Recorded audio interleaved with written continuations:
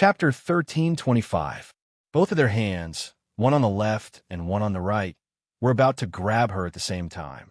However, their hands were empty. Yunsheng had already retreated 3 to 4 feet away from the two of them. As a result, Duguxiu and Green's hands were awkwardly left hanging in the air. Just as Duguxiu was about to explode, he saw Yunsheng standing under the sunlight. Her eyes were flickering and there was a faint smile on her face. At that moment, she was so beautiful that he couldn't bear to blink his eyes. Green was also surprised, but what surprised him was Duguxiu's reaction.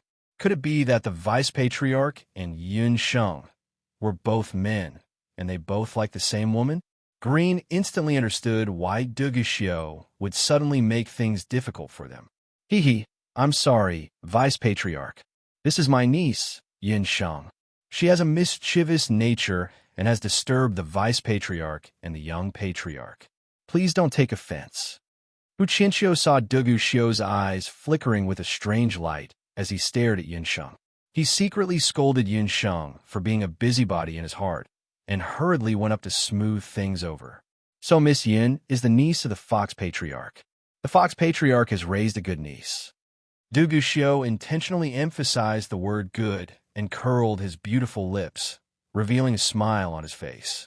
A storm, because of Yunsheng's unintentional interruption, disappeared like smoke. However, anyone with a discerning eye could tell that there was a grudge between Duguxiu and Green. Duguxiu brought the 4 great beast races to the guest house where they were staying. The 7 great beast races are honored guests. Xiu has personally prepared a guest house for you on the most bustling street of Sky Harmony City. Duguxiu displayed the courtesy of a host and brought everyone forward. According to the order, Duguxiu brought the Beaming clan to the closest guest house of the Beaming clan. To the left of the Beaming clan was the guest house of the Peng clan, and to the right was the guest house of the Boss Serpent clan and the Green Hellwolf. Xiu heard that young Patriarch Green has a close relationship with the young Patriarch of the D clan, so he arranged for the guest houses of the 2 clans to be placed together. As Duguxiu spoke, he had already brought the 9-1 old clan leader and the others to 2 very imposing courtyards. The rest of the 6 major beast tribes had already been arranged, except for the Celestial Fox Pavilion. The leader of the Celestial Fox people, Qianqiu, couldn't help but feel a little dissatisfied when he heard this. Could it be that Duguxiu was like the other beast tribes, looking down on them and planning to dismiss the Celestial Fox tribe? At the thought of this, the warriors of the Celestial Fox tribe looked dissatisfied. As for the Celestial Fox residents, it was originally arranged for a holiday, but a few days ago, the weather was dry, and the Celestial Fox residence suddenly caught fire. It's still under repair. Zio was momentarily unable to find a suitable spot. She then recalled that there were a few empty courtyards in Zio's residence. If you don't mind, you can stay in Xiu's residence for the next few days. Duguxiu said apologetically. So that was the case. The Celestial Fox tribe warriors instantly heaved a sigh of relief. Hearing Duguxiu's words, Hu Qianqiu's expression immediately turned bright.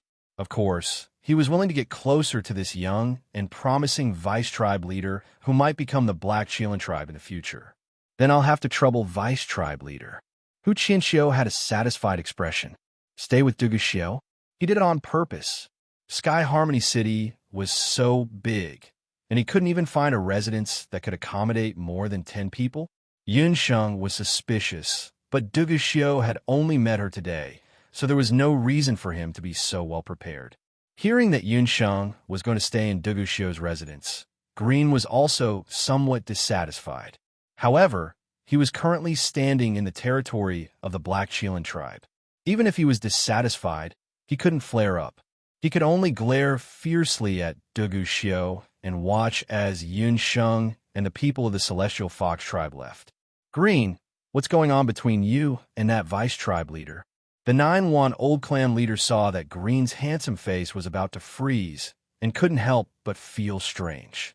Grandfather, grandson also doesn't know. That vice tribe leader seems to have some relationship with Yunsheng. Green cared a lot about Yunsheng, and he could feel that Yunsheng was also repulsed by Duguxiu. Oh, it seems like that vice tribe leader also has some feelings for Yunlas. Since ancient times, heroes have a weakness for the charms of beautiful women. However, don't worry, even if that vice tribe leader has some feelings for Yunlas, he won't become your love rival. Because of the ancient curse, men and women of the Black Chelan tribe and the Celestial Fox tribe cannot be together. The 9-1 clan leader was also experienced, and he could also see that his grandson was worried about Yun Sheng. The ancient curse between the Black Chelan and the Celestial Fox? Grandfather, what's going on? Green asked. Let's go in first. I'll tell you slowly. The old clan leader walked into the residence unhurriedly. After Dugu Xiao was promoted to vice tribe leader of the Black Chelan tribe, He Yao bestowed him with the Dugu residence, which is also a symbol of Dugu Xiao's identity. Dugu Xiao's nature was cold, and he rarely interacted with the people of the Black Chelan tribe. His Dugu residence had also never had guests stay overnight. This time, it was the first time he had invited the Celestial Fox tribe. After arranging for Yun Sheng to stay in the Dugu residence, he could face her every day in the future. When he thought that his scheme had succeeded, a rare smile appeared on Dugu Xiao's always cold face. Who knew that just as he arrived outside the residence, he saw a Chelan carriage parked outside the residence. That carriage was pulled by a black and white Chelan male and female.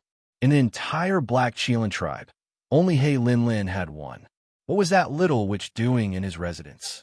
Although Dugu Xiao had joined the Black Chelan tribe, his relationship with He Linlin had not eased at all. In the past few years, the two of them had many conflicts in the tribe. Faintly, the Dugu Xiao faction and the He Linlin faction had already formed in the Black Chelan tribe. The debate about who would become the future tribe leader had never stopped. If it wasn't for He Yao, the two of them would have fought fiercely sooner or later. He didn't know why He Linlin came, but when Dugu Xiao thought of Yun Sheng behind him, he couldn't help but become nervous. He Linlin and Yun Sheng could be considered as mortal enemies. He Linlin had admired Yi Baiming for a long time, but Yi Baiming only had Yun Sheng in his heart for so many years. If He Linlin knew that Yun Sheng had also come to the 8 Desolate Continent and was in the Black Chelan tribe, she would probably use all means to kill Yun Sheng. No matter what, he couldn't let He Linlin see Yun Sheng at this time. Dugu Xiao thought in his heart, although Dugu Xiao knew that the two of them would meet sooner or later. With Yun Sheng's strength, she would definitely enter the core competition of the 8 Desolates tribe competition. As for He Linlin, she was already a seeded contestant of the Black Chelan tribe's core competition. However, now was not the time for the two of them to meet. After becoming a core contestant, the entire 8 Desolate Continent would know Yun Sheng. At that time, it would be very difficult for He Linlin to make a move on Yun Sheng. Before the core competition, he couldn't let Yun Sheng meet that little witch. Clan leader Fox, there are guests in the Xiao residence, so I won't be able to bring you to the side courtyard to rest. Xiao has already ordered people to arrange your accommodations. After Dugu Xiao said that, one of his personal attendants walked forward to lead the way. Chapter 1326. As long as they didn't meet in the Dugu residence, with He Linlin's personality, she definitely wouldn't go to the arena or the outskirts to watch. This way, the two girls wouldn't meet. After sending Hu Qianxiu and the rest off, Dugu Xiao strode towards the main hall. In the main hall, He Linlin was indeed waiting there. The tea in the cup beside her had already dried up. When the servant beside her wanted to add more water, she was fiercely reprimanded by her. Scram, where did that brat Dugu Xiao go? How long does he want this young patriarch to wait? Compared to a few years ago, He Linlin's appearance had become more beautiful. However, her temper was still the same as before, arrogant and unreasonable. He Linlin, if you're not willing to wait, then scram. The Dugu residence isn't a place for you to behave atrociously. Dugu Xiao walked into the hall. He waved his hand, and the servant beside him hurriedly retreated. He Linlin sized up Dugu Xiao. Seeing his refreshed expression, he seemed to be in a good mood. Dugu Xiao, do you think I'm willing to look for you? If not for the beast god altar suddenly coming, I wouldn't even bother to come to your broken place. Seeing Dugu Xiu's icy cold face, He Linlin was angry. Beast God Altar, what are they here for? To watch the competition or to participate? When Dugu Xiu heard about the Beast God Altar, he had a curious expression. As the #1 beast tribe among the Bakra orcs, the Black Qilin tribe was a unique existence among the 8 great beast tribes. Only the Beast God Altar of the Bang tribe was above the Black Qilin tribe. The high priest of the Beast God Altar was said to be a taboo, even for He Yao.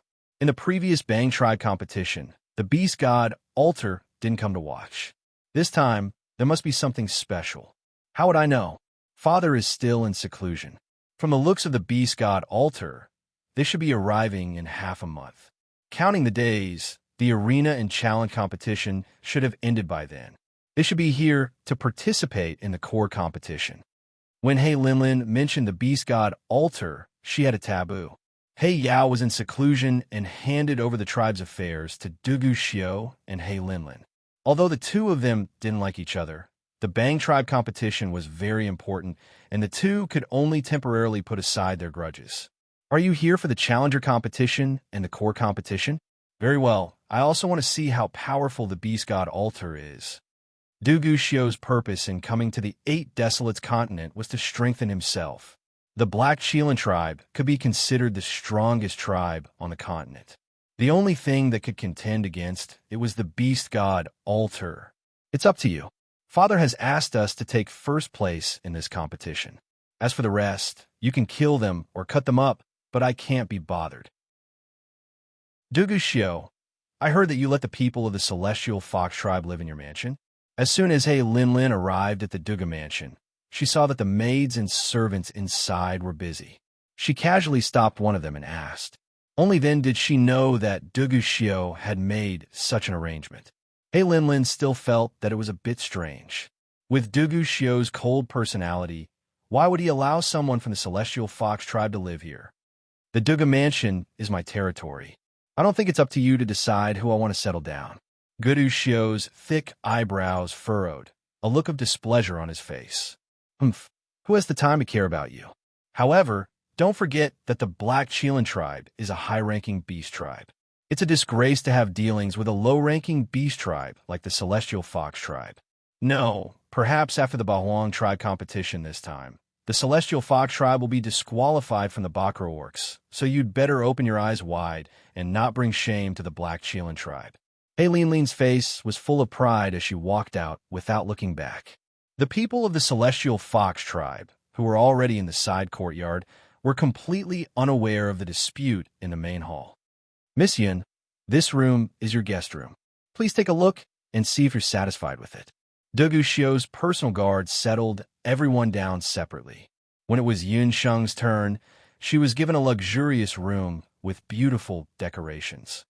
How did you arrange it? Why are only Yun Sheng and the tribe leader's guest room single?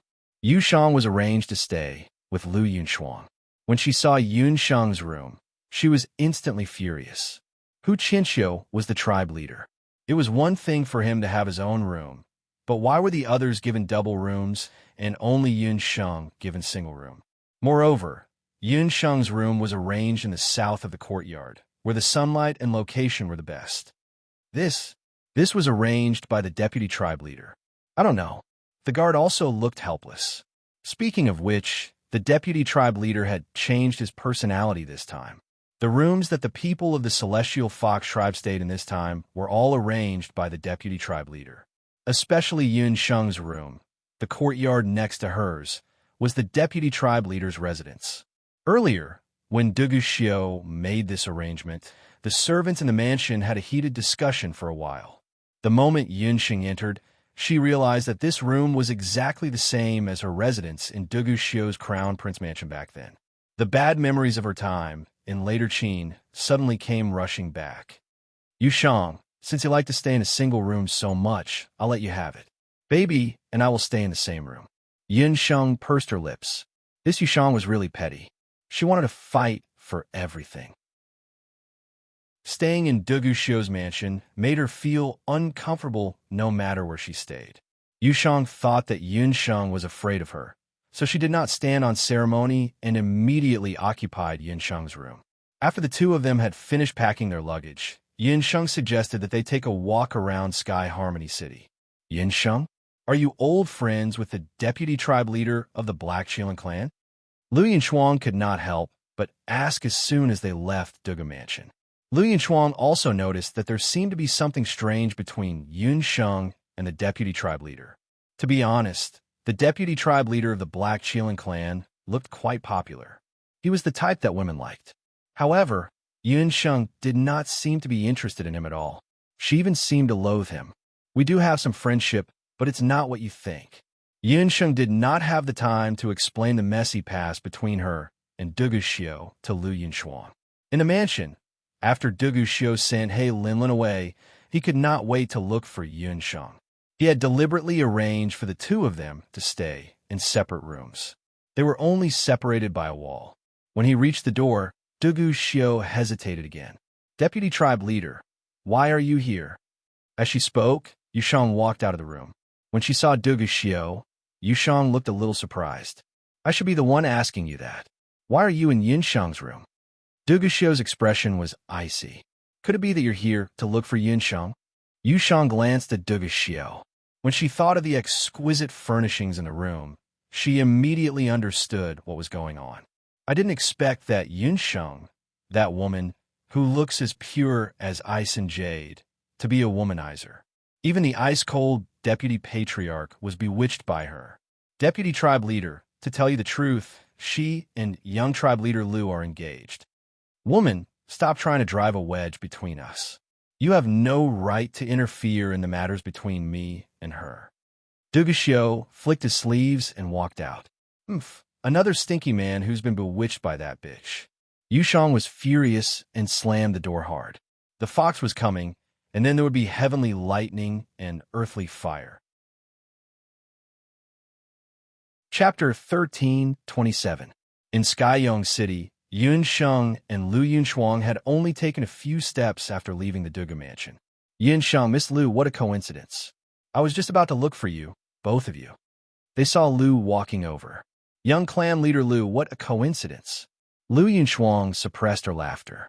Judging from Lu's expression, it was obvious that he had been waiting outside the mansion for a long time. Lu Yinshuang's amused gaze made Lu Yinshuang feel awkward. Where are the three of you going? Before Lu could speak, a cold voice came from behind them. Dugu Xiu walked over. The atmosphere suddenly turned cold. After Dugu Xiu sent He Linlin away, he immediately went to the backyard to look for Yunsheng.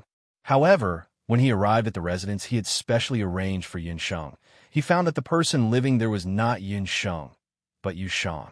Dugu Xiu was displeased and stormed out of the door to look for Yunsheng. He did not expect to bump into Lu again. Now, the four of them were in a four-sided formation. Dugu Xiu and Lu glared at each other. Lu Yinshuang could smell the tension in the air. Deputy clan leader, the three of us would like to take a look around the city. I heard that there are many famous sites in the capital of Skyong this time. Why don't you take us for a walk around the city? Lu Yinshuang saw that the two of them were like fighting cocks the moment they met. She was afraid that they would start fighting, so she quickly found a topic to change. That's right. I heard that there is a new competition format for the clan competition this time. Why don't you introduce it to us, deputy clan leader? Lu did not want to lose his composure in front of Yunsheng and walked to her right.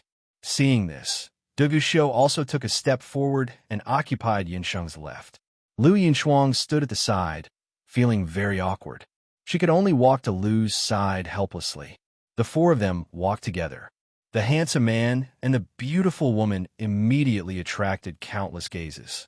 Especially in Skyong City, many people recognized Dugu Xiu's identity.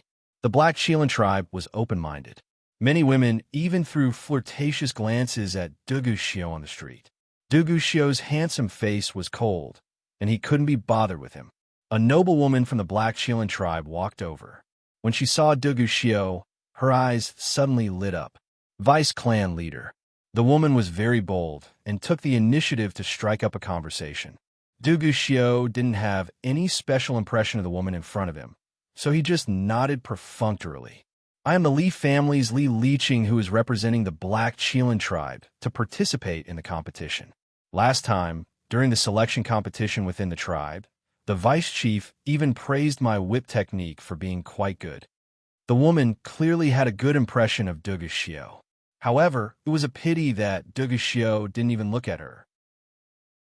He just left her where she was and left. Who were the two women beside the vice-patriarch, especially the one in white? Li Liqing's background was not ordinary.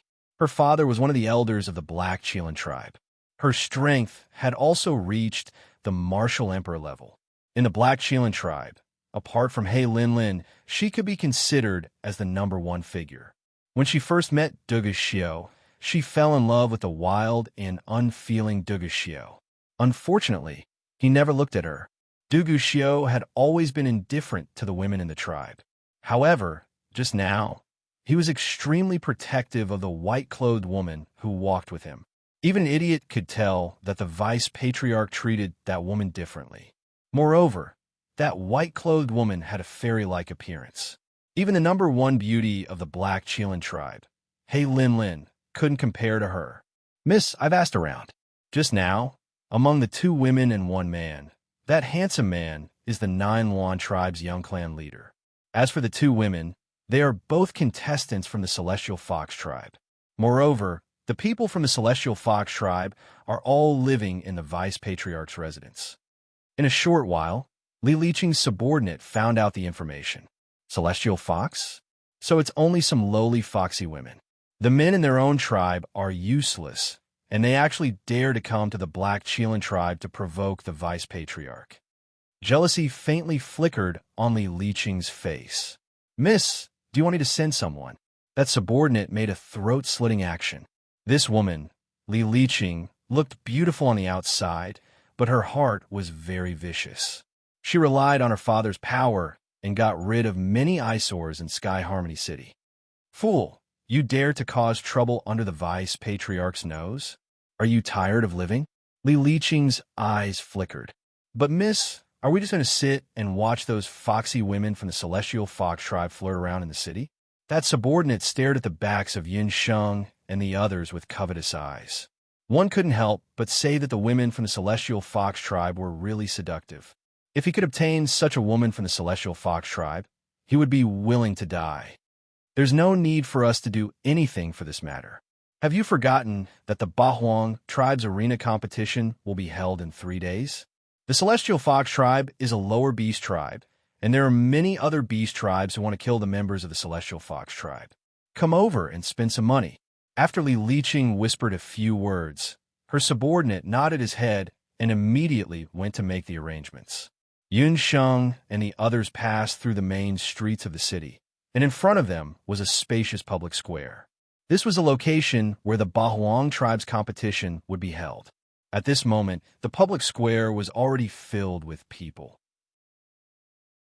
Other than the Bakra orcs, who could directly register through their tribe's representatives, the other beast tribes had to register through the Sky Harmony City's registration point. Therefore, at this moment, in the public square, there were many beast tribes from all over the world, as well as some beast men from other tribes, all gathered together to register for the Bahuang tribe's competition. After all, the Bahuang tribe competition was the grandest competition in the entire 8 Desolates continent. If one could obtain victory in the competition, it would be equivalent to making a name for oneself. It was a pity that to most of the beast tribes, it was very difficult to snatch the top 10 spots from the Bakra orcs. What awaited them was more death and serious injuries that they would never be able to recover from. As Yin Sheng had never participated in the Bahuang tribe's competition before, she was completely unaware of the competition's rules. This year's Bahuang tribe's competition is different from the previous year's competition. The previous year's competition was divided into the preliminary round, the official round, and the final round. This year's Bahuang tribe's competition uses the never-before-used single elimination round, the challenge round, and the core round. Those 2 sky-connecting arenas are the arenas for this year's single elimination round and challenge round. As if he could see Yun Sheng's confusion, Duguxiu started to explain. After he finished speaking, he even brought the 3 of them to the 2 circular arenas in front of them. Beside the arenas, there were a few guards from the Black Qilin tribe. When they saw Duguxiu, their faces were filled with respect. The two arenas were built with bamboo, and the arenas were about 50 meters in size. This year's arena defenders are the Celestial Fox tribe and the Boss Serpent tribe. 3 days later, you will accept challenges from other beast tribes on these two arenas. The single elimination round will last for 10 days. If you succeed in defending the arena, the two tribes will be able to enter the challenge round. However, if you fail in defending the arena, you will lose your status as Bakra orcs. After Duguxiu finished speaking, he looked meaningfully at Yun Sheng. Chapter 1328. Duguxiu looked at Yun Sheng. Naturally, he didn't doubt Yun Sheng's ability to defend the arena. On the contrary, he believed that with Yun Sheng's strength and intelligence, it wouldn't be a problem for her to defend the arena for a day. However, to win the arena wasn't something that could be done by 1 or 2 or 3 people. It had to be done by the combined efforts of all 10 contestants. A single elimination tournament? So that was the case. No wonder that old man Hu Qianxiu would suggest that the first step of the Ba Huang clan competition was to defend the qualifications of the Ba Huang Beast clan. It seemed that they were required to successfully defend the arena in the first 10 days. The Celestial Fox tribe and the Boss Serpent tribe were both lower-ranked beasts. This year, it was unknown if the Black Qilin tribe did it on purpose, but they actually suggested a new competition format, the arena. The arena would last for 10 days. Every day, the two tribes would send out a different contestant to defend the arena. The Guardian of the Ring would be challenged by other beasts. The number of challengers per day would not exceed 10. As long as one of them could defeat the Guardian of that day, it would be considered a success, and vice versa. In other words, if the Celestial Fox tribe wanted to win, they had to be able to defend the arena for at least 5 days. Yun Sheng, I believe that you won't have any problems. Green looked at Yun Sheng encouragingly. Luckily, the other Bakra orcs won't challenge the arena. Otherwise, I wouldn't dare to guarantee it. Yun Sheng muttered. She still had to discuss this matter with Hu Qianxiu and the other Celestial Fox contestants. Duguxiu then introduced some matters related to the Ba Huang tribe competition. At the end, he suddenly mentioned another matter. This year's Ba Huang clan competition is somewhat different from the previous years. In another half a month's time, the people from the Beast God altar will arrive in Sky Harmony City. Their goal should be the core competition. Duguxiu's words caused Green to be extremely astonished. Green didn't have any news about this matter. The 9 Phoenix Tribe's Patriarch, he didn't know anything about it. It's about time. Deputy Patriarch, Young Patriarch, let's return to the residence first. Yun Sheng looked around and didn't find anything. She couldn't help but feel a little resentful. She came to the square to check because she considered that Yi Baiming might have known about the Ba Huang tribe competition. With his current identity in the Ba Huang continent, if he wanted to participate in the Ba Huang tribe competition, he could only participate through the identity of other beasts. There were only 3 days until the Ba Huang tribe competition. He still hadn't appeared. TSK, Miss Lee, are you talking about that woman just now? Those beasts looked very dirty. They were all holding portraits in their hands. Yes, and Lu Zitit says this is just an hour ago. The daughter of Elder Li, a descendant of a famous family in Sky Harmony City, could not send out a secret order.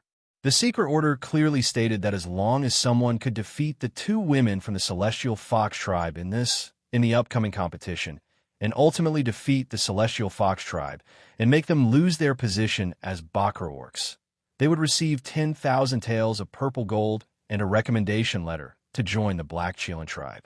To these beasts who had been wandering outside all year round and didn't have a tribe, 10,000 taels of purple gold was no small temptation.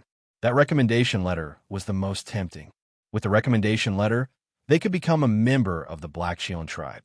At that time, as a member of the strongest tribe in the continent, they could do whatever they wanted in the Ba Huang continent. That's right. Look at that nose and those eyes. As expected of the women from the Celestial Fox tribe, they're so beautiful that they don't even look human. What a pity. If these 2 delicate beauties fall from the sky-piercing bamboos arena, the beast still had some tender feelings for the fairer sex. When they thought of the Celestial Fox tribe, they associated them with frail and coquettish women. They had no idea what kind of murderous intent their wishful thinking would bring them. Deputy Tribe Leader, thank you for your hospitality today. After returning to the Duga mansion, Yun Sheng and Lu Yunshuang had just entered the courtyard when Yun Sheng began to chase them away. Miss Lu, Xiao has something to discuss with Miss Yin. Duga Xiao had wanted to talk to Yun Sheng in private since just now. However, due to Lu Yunshuang and Lu's presence, he glared coldly at Yun Sheng. Even with Lu Yunshuang's cold personality, she was forced to leave by Dugu Xiao's forceful words. Yun Sheng, how dare you reject my good intentions time and time again? Last time, when we were in the ancient seal, you actually dared to pretend to be dead? Dugu Xiao stretched out his long arms and pressed his palms against the wall, locking Yun Sheng between his arms. Dugu Xiao had already learned from Hu Linglong that he and Yun Sheng had a brief encounter when they were in the 8 desolate mountain range. That time, in the ancient seal, the 6-tailed celestial fox he saw dead was Yun Sheng. No wonder his heart throbbed so much at that time. When he thought of how Yun Sheng was unwilling to ask him for help even if she pretended to be dead, Dugu Xiao felt a wave of depression in his heart. His cold lips were only millimeters away from Yun Sheng's earlobe. His voice hovered in Yun Sheng's ear. When he felt the warmth coming from Yun Sheng's body, the anger in his heart disappeared involuntarily. Dugu Xiao stared at Yun Sheng almost greedily. Her long eyelashes and plump, cherry-like lips were right in front of him. Their current posture was very ambiguous. The guards and maidservants at the side were so frightened that they all closed their eyes. They did not even dare to breathe loudly. Strange, why was this tigress so quiet today? While Dugu Xiao was enjoying Yun Sheng's rare docility, he suddenly felt that something was wrong. However, in the next second, Dugu Xiao frowned. As if he had been electrocuted, he felt a hidden threat behind his head. A strong gust of wind from a sickle came at the back of Dugu Xiao's head. In order to dodge, Dugu Xiao had no choice but to retreat. You stinky, red-haired monster. You actually dare to harass a married woman. A pink figure rushed out of the house like a whirlwind. Popo stretched out her hand, and the divine sickle flew back into her hand. For Popo's safety, Yunxing asked her to go out as little as possible these days. She must stay in the room. Popo was suffocated to death. Fortunately, Master said that if she heard anything interesting outside, she would tell Popo immediately. Popo was bored in the house for a long time. Finally, Master came back. Who would have thought that the damned red-haired monster would actually block Master's way? Seeing Popo pouting her small mouth and putting her hands on her waist, Dugu Xiao was about to get angry. But then he thought about it again. Why did he feel that Popo's voice and posture were so familiar? His eyelids twitched. Are you that egg? The most troublesome thing that Dugu Xiao encountered in his life, besides Yun Sheng, was Yun Sheng's egg. That egg almost overturned the entire later Qin imperial palace. Yes, it's me. With Bobo around, no one would want to take advantage of their beloved master. Our master's whole body, from head to toe, is Yi Baiming. Popo's posture was like a mother hen protecting her chicks. Big Fuzi saw everyone's suggestions. During the process of a new book and old book exchange, she vomited blood and ground her claws. Chapter 1329. Bobo and Yi Baiming had a close brotherly relationship. Although Yi Baiming wasn't here now, his brother's wife couldn't be bullied. Besides, Master also hated this eccentric red-hair monster. With Bobo's loud voice shouting, the other celestial fox living in the courtyard all walked out. Dugu Xiao's face was full of anger as he protected Yun Sheng with Bobo, making the other celestial fox puzzled. Looking at Yun Sheng's calm face and Bobo's shrewish look, the scene was a little awkward and funny. Vice Clan Leader, this is... Hu Qianqiu walked out and looked at Dugu Xiao's expression, which was even weirder. Nothing. Xiao is just concerned about whether everyone is comfortable or not. It's just a misunderstanding. Dugu Xiao was practically gritting his teeth as he explained. With that eyesore Bobo around, he didn't have a chance to get close to Yun Sheng. If looks could kill, Bobo would have already been chopped into pieces by Dugu Xiao. Duguxiu was extremely depressed and left in a huff. Yun Sheng, what did you do to offend the vice clan leader? Hu Qinxiu had finally built a good relationship with this young vice clan leader and wasn't willing to let everything be ruined by Yun Sheng. Clan leader, I didn't do anything. If you have the time to reprimand me, why don't you care about the arena competition 3 days later? If you don't plan it, I'm afraid you'll lose the precious opportunity to become a middle-level beast. Yin Sheng patted Bobo's shoulder approvingly. With a cold face, she told Hu Qinxiu and the others about the arena competition she saw in the public square during the day, as well as the grand registration. 10 days of arena competition? Except the challenge from the other continent's beast clans? This was clearly the first time these Celestial Fox contestants had heard of this matter. As expected, once the matter of the arena competition was mentioned, Hu Qinxiu no longer had the heart to think about how to curry favor with Duguxiu. Right now, he only had one thought, and that was how to ensure that the Celestial Fox tribe successfully defended their position. Those people underestimated our Celestial Fox tribe. Did they really think that there was no one left in our Celestial Fox tribe? It's just an arena. We can easily defend it. The young Celestial Fox warriors hadn't realized the seriousness of the situation. Shut up. What you're going to face are the other beasts of the 8 wastelands. Among them, there's no lack of vicious beasts like the 3 Pung demons. Which one of you dares to say that you can win against 10 opponents in a day? Hu Qinxiu was slightly lacking in confidence. Patriarch, I am confident that I can defend the arena successfully, but the others might not be so. If you are not confident, I can defend the arena alone for 10 days, sneered Yushang. Yushang, what do you mean? Are you looking down on us?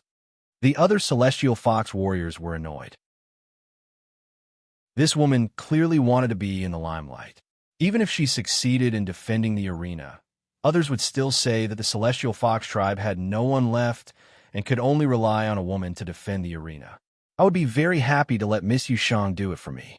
Unfortunately, the rules of the arena competition state that a different person must compete every day. In other words, all 10 of us must compete in the arena within 10 days. Patriarch, you know our strength best. For the sake of fairness, you should decide the order of our performance first. Yin Sheng wasn't particularly familiar with the strength of the people present. She only knew that she, Lu Yunshuang, and Yu Shang could all pass the arena competition with 100% certainty. Hu Qinxiu was also well aware of this. Yu Shang will defend the arena on the first day of the competition. Hu Qinxiu glanced at Yu Shang. Hu Qinxiu chose Yu Shang for a reason. Yu Shang's appearance was outstanding, and she was a celestial fox with 7 tails. She had both strength and appearance. If she were to take charge of the arena on the first day, she would be able to attract the attention of the audience and intimidate the opponents. Hu Qinxiu's arrangement was not bad. The first to compete would undoubtedly receive the most attention. When Yushang heard this, she was very satisfied. Hu Qinxiu selected 2 more contestants to be in charge of the next few days of the competition. Lu Yunshuang, you'll be in charge of defending the arena on the 5th day. Yun Sheng, you'll be in charge of the 6th day of the competition. Hu Qinxiu looked at Lu Yunshuang and Yun Sheng. Patriarch, this is a little inappropriate. The competition in the middle days should be the most relaxed. Yin Sheng should be on the last day. Lu Yunshuang was a little dissatisfied when she heard this. Everyone knew that in the 10-day arena competition, the first and last days were the most important. Everyone understood the importance of the first day. It was to attract attention and intimidate the opponents. The last day was the key. If there were any mishaps in the competition, they would be able to turn the tide on the last day. Patriarch, you want to decide the winner on the first 6 days? Yun Sheng understood the meaning behind Hu Qinxiu's words. That's right. This time, we are aiming for the middle-tier orcs. Defending the arena won't take up too much time. I request that you all win all your matches in the first 6 days and directly enter the competition. Hu Qinxiu looked at Yun Sheng with some approval. In this way, the 6th day of Yun Sheng's battle would be equivalent to the last day. Everyone thought that the Celestial Fox tribe was weak and useless, but this time, Hu Qinxiu was full of confidence. Not only did he want to win, but he wanted to win beautifully. He wanted to make those who looked down on the Celestial Fox tribe shocked. Just as Yun Sheng and the rest were carefully planning, the other low-tier Bakra Orcs tribe, the Boss Serpent tribe, had arrived in Sky Harmony City. They had also found out about the new competition this time. Damned Black Cheelan tribe. They are obviously trying to make our Ba Serpent tribe look bad. Hearing about the new competition this year, the Ba Serpent tribe's patriarch, Qi Zhanfeng, had a face full of displeasure. Father, could it be that Dugu Xiao secretly did something? Qi Bai's elder brother, Qi Muguan, was also one of the contestants.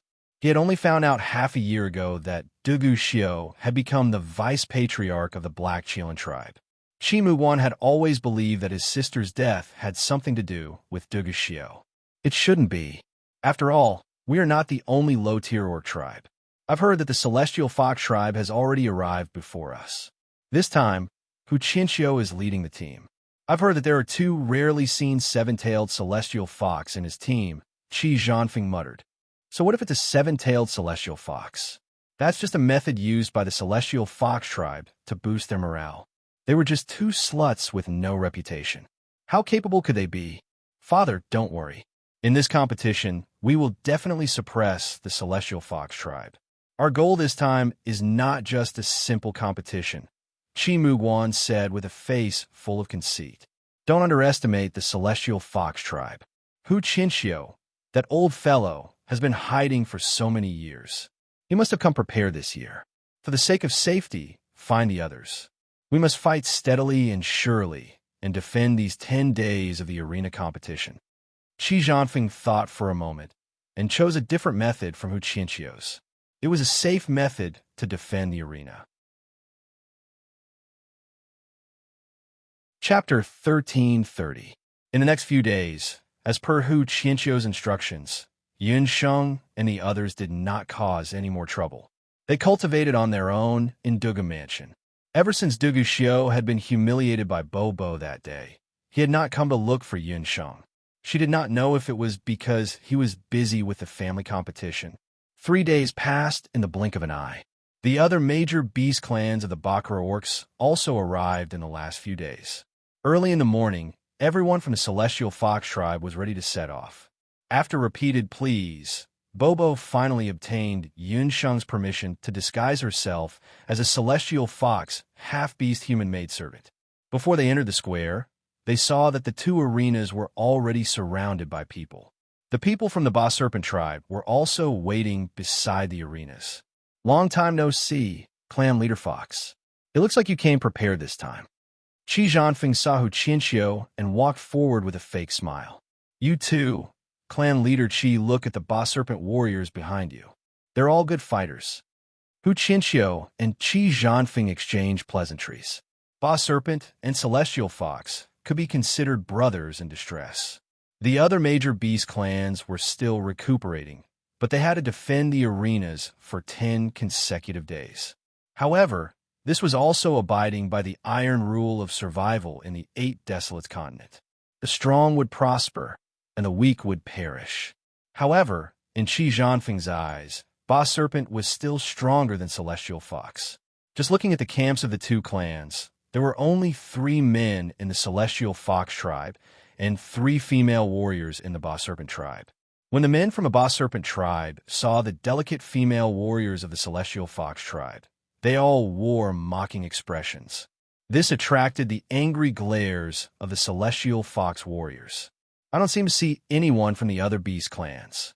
Lu Yinshuang scanned her surroundings. She saw some unknown beasts from the mainland.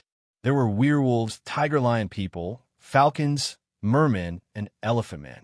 In their eyes, Celestial Fox and Ba Serpent are inferior beasts. Naturally, they wouldn't bother to watch the battle between Celestial Fox and Ba Serpent. Yun Sheng had a look of understanding. Yun Sheng's words were indeed the general thoughts of the other beast clans. In the eyes of the other 6 beast clans, the challenge competition and the core competition that would be held in 10 days was the real Bahuang clan competition. As for Celestial Fox and Ba Serpent, whether or not they would lose their qualifications to be Bakra Orcs was not important to them. At this moment, the crowd suddenly parted as green and purple walked over. The 2 of them had come alone and did not bring any of their clansmen or attendants.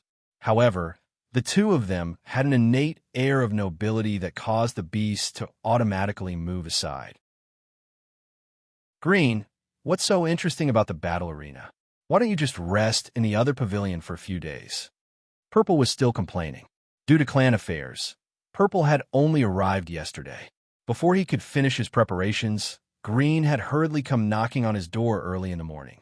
When he asked, Green had actually said that he was here to watch the battle arena. Purple did not know if his good friend had lost his mind or something.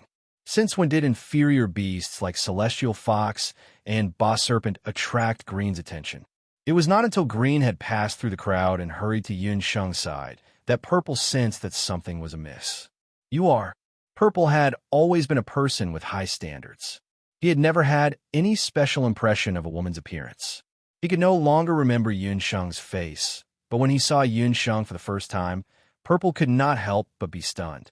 A woman of the Celestial Fox people? The Celestial Fox tribe had always been famous for their handsome men and beautiful women. The warriors that Hu Qinxiu had brought out this time were all outstanding in appearance and strength. However, even among the 10 of them, Yun Sheng was still like a clear spring standing out from the crowd. Purple, this is Yun Sheng, the saintess of the Celestial Fox tribe. Green used a gentle tone that Purple had never heard of before to introduce Yun Sheng. So, coming to watch the battle arena was fake.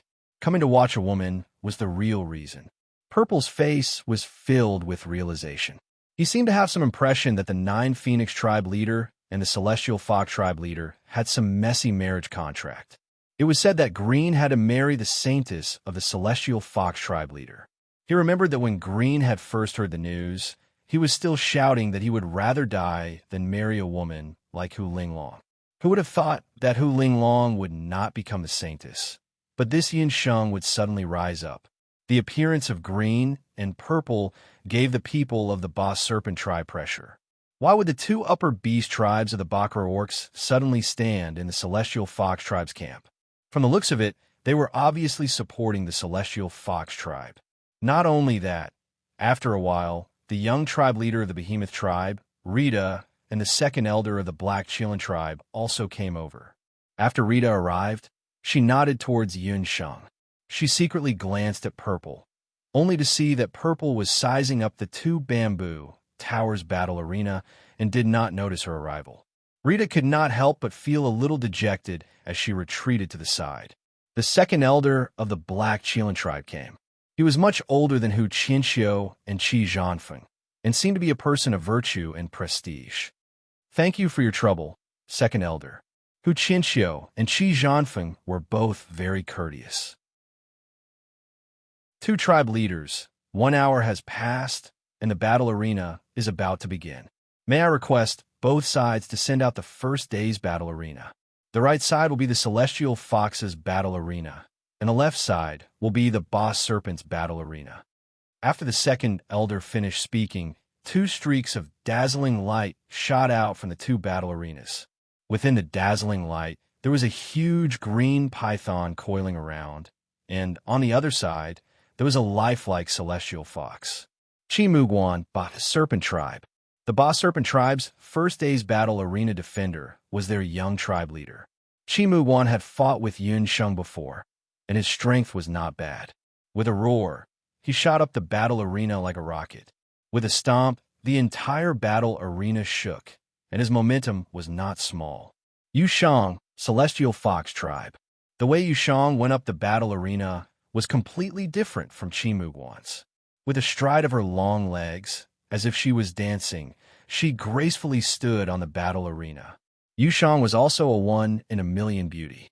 Her figure was enchanting, and her charming eyes were filled with affection, causing the audience below the battle arena to howl incessantly. In an instant, most of the audience was attracted to Yu Sheng's side. On the other hand, the Boss Serpent side was much colder, and their popularity was immediately divided. This was also the reason why Hu Qinxiu chose Yu Sheng to go up first. Tribe leader who is still the same as before, liking to play tricks. However, a vase is still a vase. Handing over the first day of the competition to such a vixen, aren't you afraid that you won't succeed? Qi Zhanfeng snorted when he saw this. Qi Zhanfeng had also heard that in the Celestial Fox's generation, only Hu Linglong could be considered presentable. The previous Sanus was a piece of trash, and the new Sanus was said to have been selected for half a year, but no one was chosen. Tribe leader Qi, whether it's a vase or a weapon, we'll see as we go. Hu Qianxiu had a face full of scheming. When the Celestial Fox and Ba Serpent's battle arena defenders went up the battle arena, Yu Shang and Qi Muguan suddenly felt a slight tremor beneath their feet. They couldn't help but be surprised. Looking down, they discovered that the battle arena beneath their feet was actually slowly growing. Chapter 1331.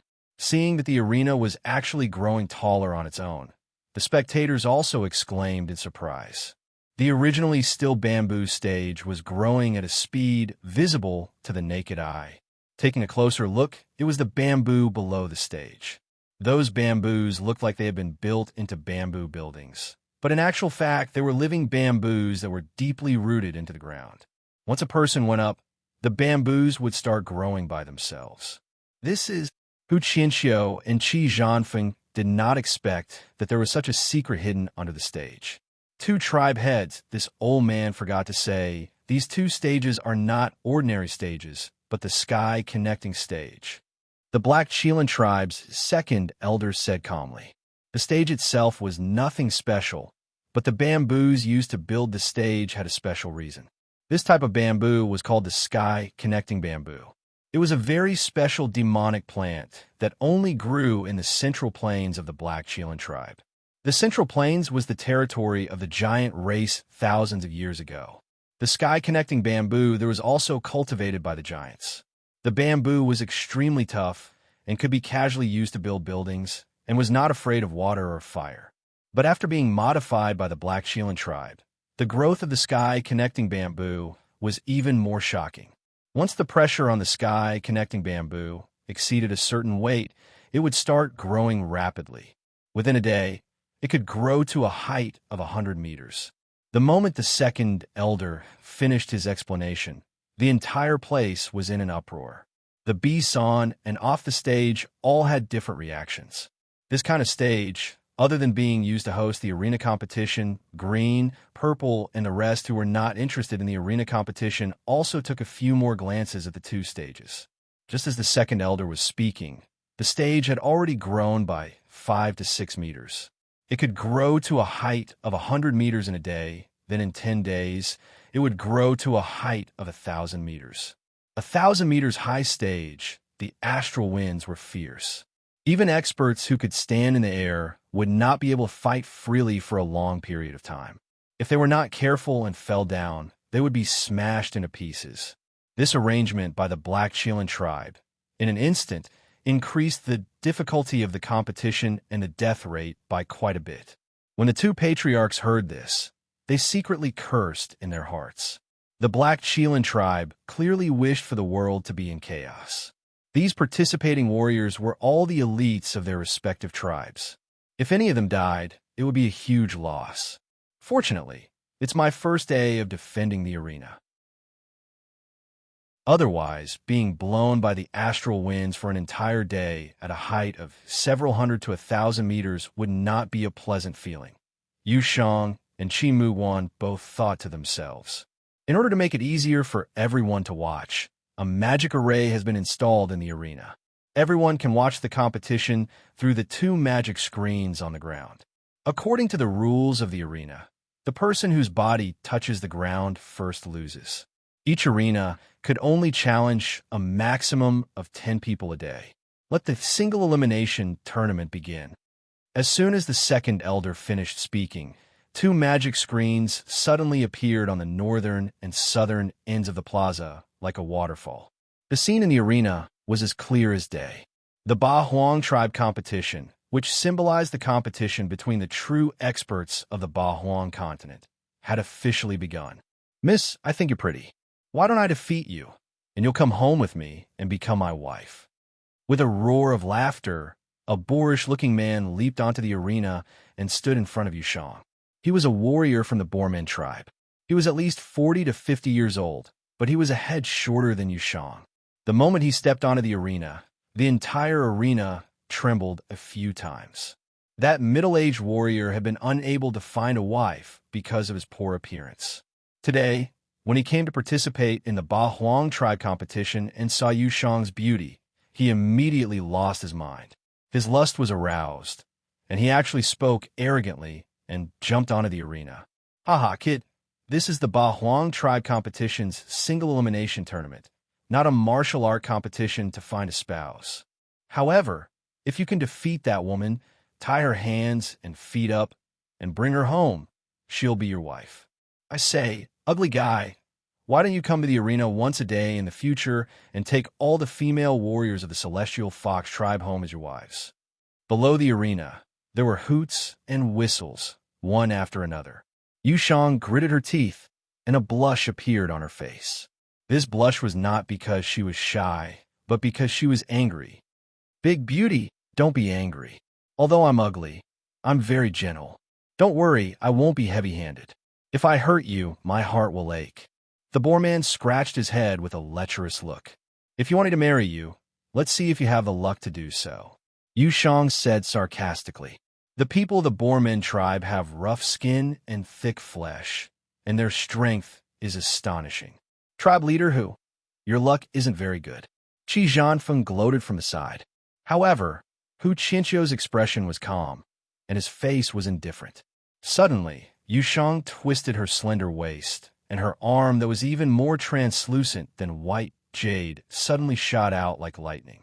2 fingers strangely crushed the boar man's throat. Her attack was clean and efficient, without the slightest hint of fear. The moment her fingers crushed the boar man's throat, she slapped her palm toward the boar man's head. There was a loud smack, like an explosion of fireworks. The boar man's head exploded, and his blood splattered all over the ground. The headless boar man's corpse fell from the arena, and everyone's eyes reddened at the sight. Yushang's attack and withdrawal of her hand only lasted for a moment, but there was still a charming smile on her lips. Tribe leader Qi, it looks like you're overthinking things. Never underestimate a beautiful woman. The more beautiful a woman is, the more vicious and merciless she is, Hu Qianqiu said slowly. Yushang's attack silenced the onlookers. That woman who looked like she had no strength to truss up a chicken actually killed a powerful orc with just a raise of her hand. Those stupid men, do they really think Yushang is as harmless as she looks? The saying, the stinger of a wasp, refers to people like Yushang. Bobo pouted. But it's a good thing she's on our side.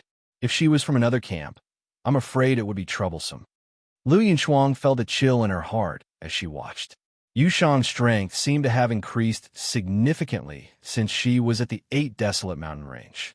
As far as Lu Yinchuang knew, Yinsheng was probably the only person who could match Yushang's cultivation speed. These 2 people really had heaven-defying cultivation speeds. That's right.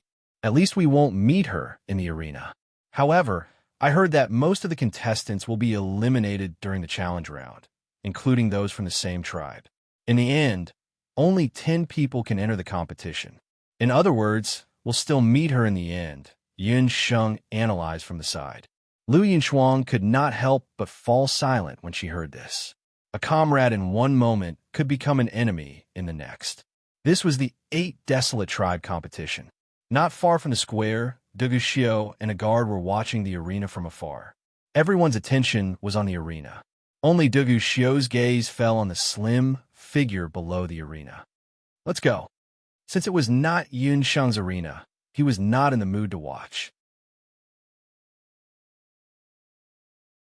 Chapter 1332.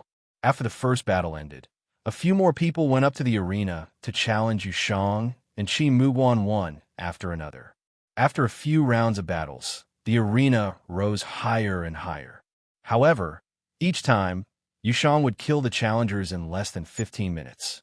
But compared to before, no one dared to challenge Yushang anymore.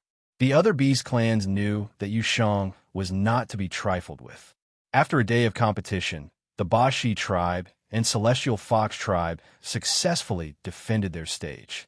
The Bakra orcs were the top beast clans in the 8 Desolates mainland.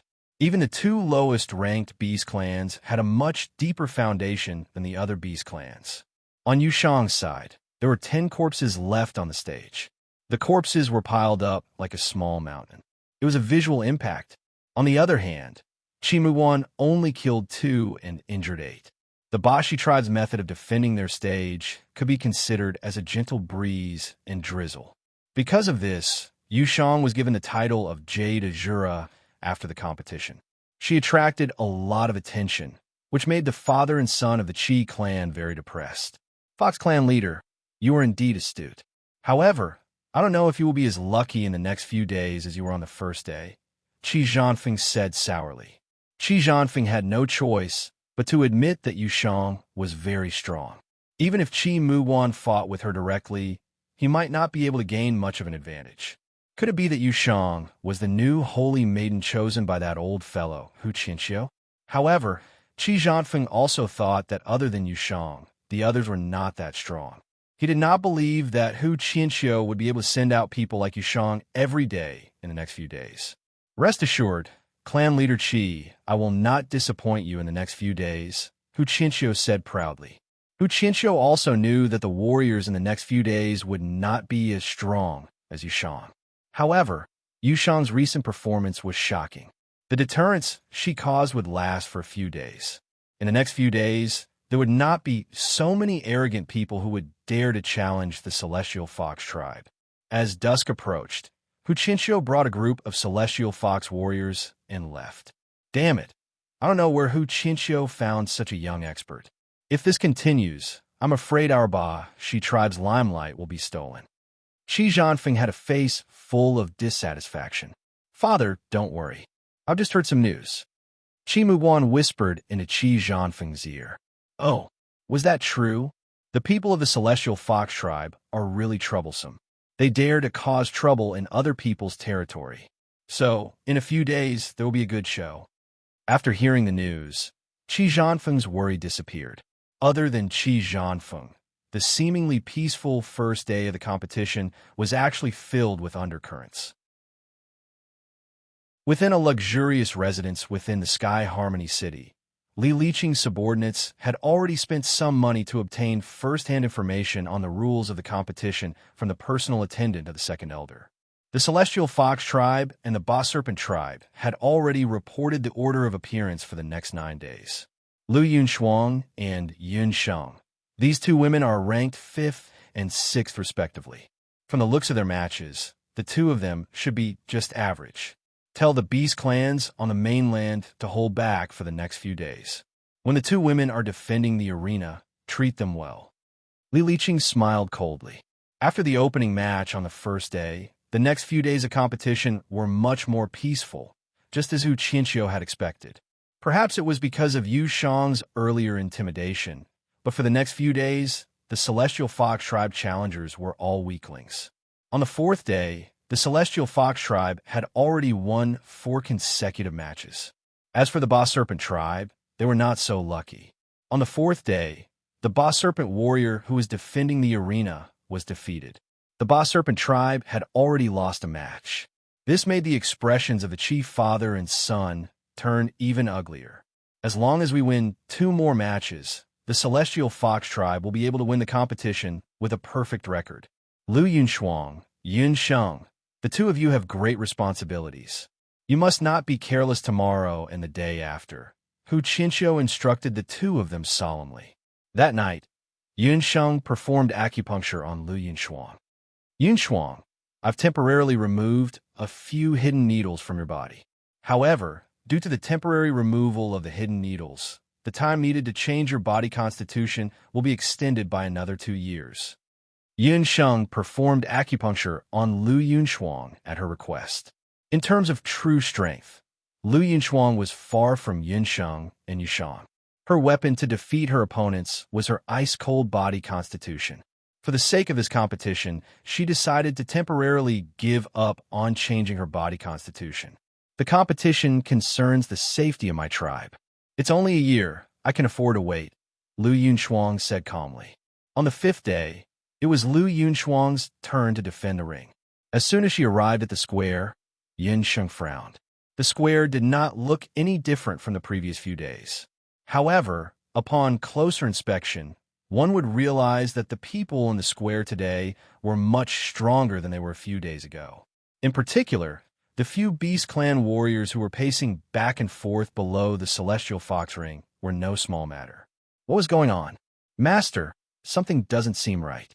My ears were sharp just now, and I think I heard someone saying something. Bitch, it's the two of them, the one with the surname Liu. Bobo was following beside Yun Sheng at this moment. Her instincts told her that something was amiss. Something seems fishy. Come with me, Bobo. Yun Sheng and Bobo silently moved to the side of one of the warriors, one on the left and one on the right. While Yun Sheng was observing, Lu Yunchuang had already entered the ring. Everyone was looking at the ring, taking advantage of this gap. No one noticed that a warrior in the crowd had suddenly fainted and was quietly taken away by someone. The warrior fell to the ground with a thud. When he opened his eyes, he saw two dazzlingly beautiful faces. However, both of their faces were filled with danger at this moment. You, what do you want? Before the Beast Clan warrior could speak, he was beaten up by Bobo. After the beating, Bobo found two portraits on his body. Actually drew Master so ugly. Bobo looked at the portraits and rolled her eyes. She went up and kicked the Beast Clan warrior a few more times. Yun Sheng, on the other hand, stared at the rewards below the two paintings with interest. A reward from the Black Cheelan tribe? How did she not know when she had offended the nobles of the Black Cheelan tribe? Master, should we remind Sister Liu or hand this reward over to the higher-ups of the Black Cheelan tribe? Bobo asked worriedly. There's no need. If they want to come, let them come. However, the other party is underestimating Yun Shuang too much. Yun Sheng smiled and looked at the Celestial Fox Ring leisurely. Chapter 1333. What did Master mean? Bobo and the bruised beast man on the ground all followed Yun Sheng's line of sight and looked at the arena. While Yun Sheng and Bobo were interrogating each other, a dramatic scene took place in the arena. Today was the 5th day of the challenge. The arena had risen to a height of more than 400 meters, but with the magic screen on the ground, the people below the arena could clearly see what was happening in the arena. Not long after the first challenger went up, before the crowd could react, a figure fell from above. To be precise, it was an ice sculpture. Falling from a height of 400 meters, even a rock would explode, let alone an ice sculpture. Before the beast warrior who was the first to challenge Lu Yunchuang could react, he felt Lu Yunchuang's touch, and his entire body was instantly frozen. Whoosh! The warrior in the arena was frozen into an ice sculpture. When he crashed to the ground, he was instantly smashed to pieces. Apart from the people of the Celestial Fox tribe, the other beast tribes and the Boss Serpent clan were all shocked. Lu Yunchuang's freezing effect seemed to be even more powerful than before. Yu Shang watched from below the arena and could not help but be secretly amazed. Yu Shang had seen Lu Yunchuang fight before. She remembered that although her freezing effect was very powerful, it would only freeze parts of the person's body temporarily. It would take about 15 minutes for the person to be completely frozen. However, today, Lu Yunchuang had only made one move and her opponent was instantly frozen. This effect was truly shocking. Yu Shang did not know that this was because Yun Sheng had deliberately strengthened the frost energy in Lu Yunchuang's body when she was performing acupuncture on her. This would not only allow Lu Yunchuang to improve her strength in the next few days of the competition, but it would also allow her to suffer less when she improved her body constitution in the future. However, the other beast tribes, including Hu Qinxiu, did not know about these twists and turns. They only saw a living person frozen in ice. Ice Fox. She's actually a member of the rare Ice Fox tribe. The second elder of the Black Cheelan tribe was very knowledgeable and could not help but exclaim. When the people around him heard the words Ice Fox, they all sucked in a cold breath. Anyone who was touched by a purebred Ice Fox would be instantly frozen. No one dared to take the risk to challenge an Ice Fox. For a moment, the crowd on the Celestial Fox tribe side of the arena quickly moved away. Even those who had received Li Liqing's bounty to challenge Lu Yunshuang and Yunsheng had retreated. What a joke! Even a challenge had a bottom line. If he was frozen into an iceman, no matter how much money he had, he wouldn't be able to enjoy life after becoming a member of the Black Qilin tribe. The Celestial Fox tribe's arena was closed, so the crowd naturally moved towards the Bash tribe's arena. Second Elder, this is too unfair. Qi Zhanfeng and his son looked at the eager crowd, as well as the Boss Serpent arena that was filled to the brim with people. Then, they looked at the Celestial Fox tribe side and saw that no one came up to challenge them. This, Patriarch Qi, there's nothing we can do about it, unless you find someone with the Ice Fox physique as well. Second Elder's expression was one of helplessness. The two major tribes' arenas were placed there, and it was up to the challengers themselves to decide which side to challenge. Even if he was an elder of the Black Qilin tribe, he had no right to interfere. The Ice Fox physique was 1 in 100. Where would the Bash tribe find someone with such a physique? On the 5th day, there was only one challenger in the Celestial Fox tribe's arena, and that person was turned into an ice sculpture in the end. As for the Bash tribe, they were not so lucky. As dusk approached, a mysterious masked person killed the Bash tribe's arena guard on the spot and took over the Bash tribe's arena. Qi Zhanfeng and his son's expressions were ugly. The 5th day ended, and more than half of the 10 days of arena matches had passed. The Celestial Fox tribe had won all 5 matches, while the Bash tribe had already lost 2. We just need to win tomorrow's match, and we'll be able to enter the challenge competition. Hu Qianqiu's face was flushed with success, and he deliberately spoke loudly in front of Qi Zhanfeng. The latter was so angry that smoke was about to rise from the top of his head. The Celestial Fox tribe, who the outside world had previously thought to be weaker, was having an unusually smooth time. This result greatly shocked the other major beast tribes in the city. Useless. All of you are useless cowards. In the Li Mansion, Li Liqing flew into a rage when she heard the results of the competition. Miss, this was also an accident. No one knew that Lu Yunshuang would be an ice fox. Li Liqing's subordinates also had ugly expressions on their faces. The Celestial Fox tribe has already won 5 matches. Tomorrow, it'll be that Vixen Yinsheng's turn. This time, we have to win no matter what. I don't believe that the Celestial Fox tribe can find 2 ice foxes at once. Li Liqing decided that she would personally go to the plaza to watch the arena matches tomorrow morning. In a tea house in the city, an unfamiliar man wearing a mask sat in a secluded room. If Qi Zhanfeng and his son saw this man, they would definitely be shocked. This was because this man was the one who had defeated the Boss Serpent tribe today. The man took off his mask. He was Boss Pengyu. Boss Pengyu was deep in thought. Just a few days ago, when Yunsheng was preparing to leave Hu's city, she called for Boss Pengyu. Boss Pengyu, do you want to clear your name and take revenge for the years you've been homeless? Do you want to ruin the reputation of the Peng clan? Yunsheng's words stunned Boss Pengyu.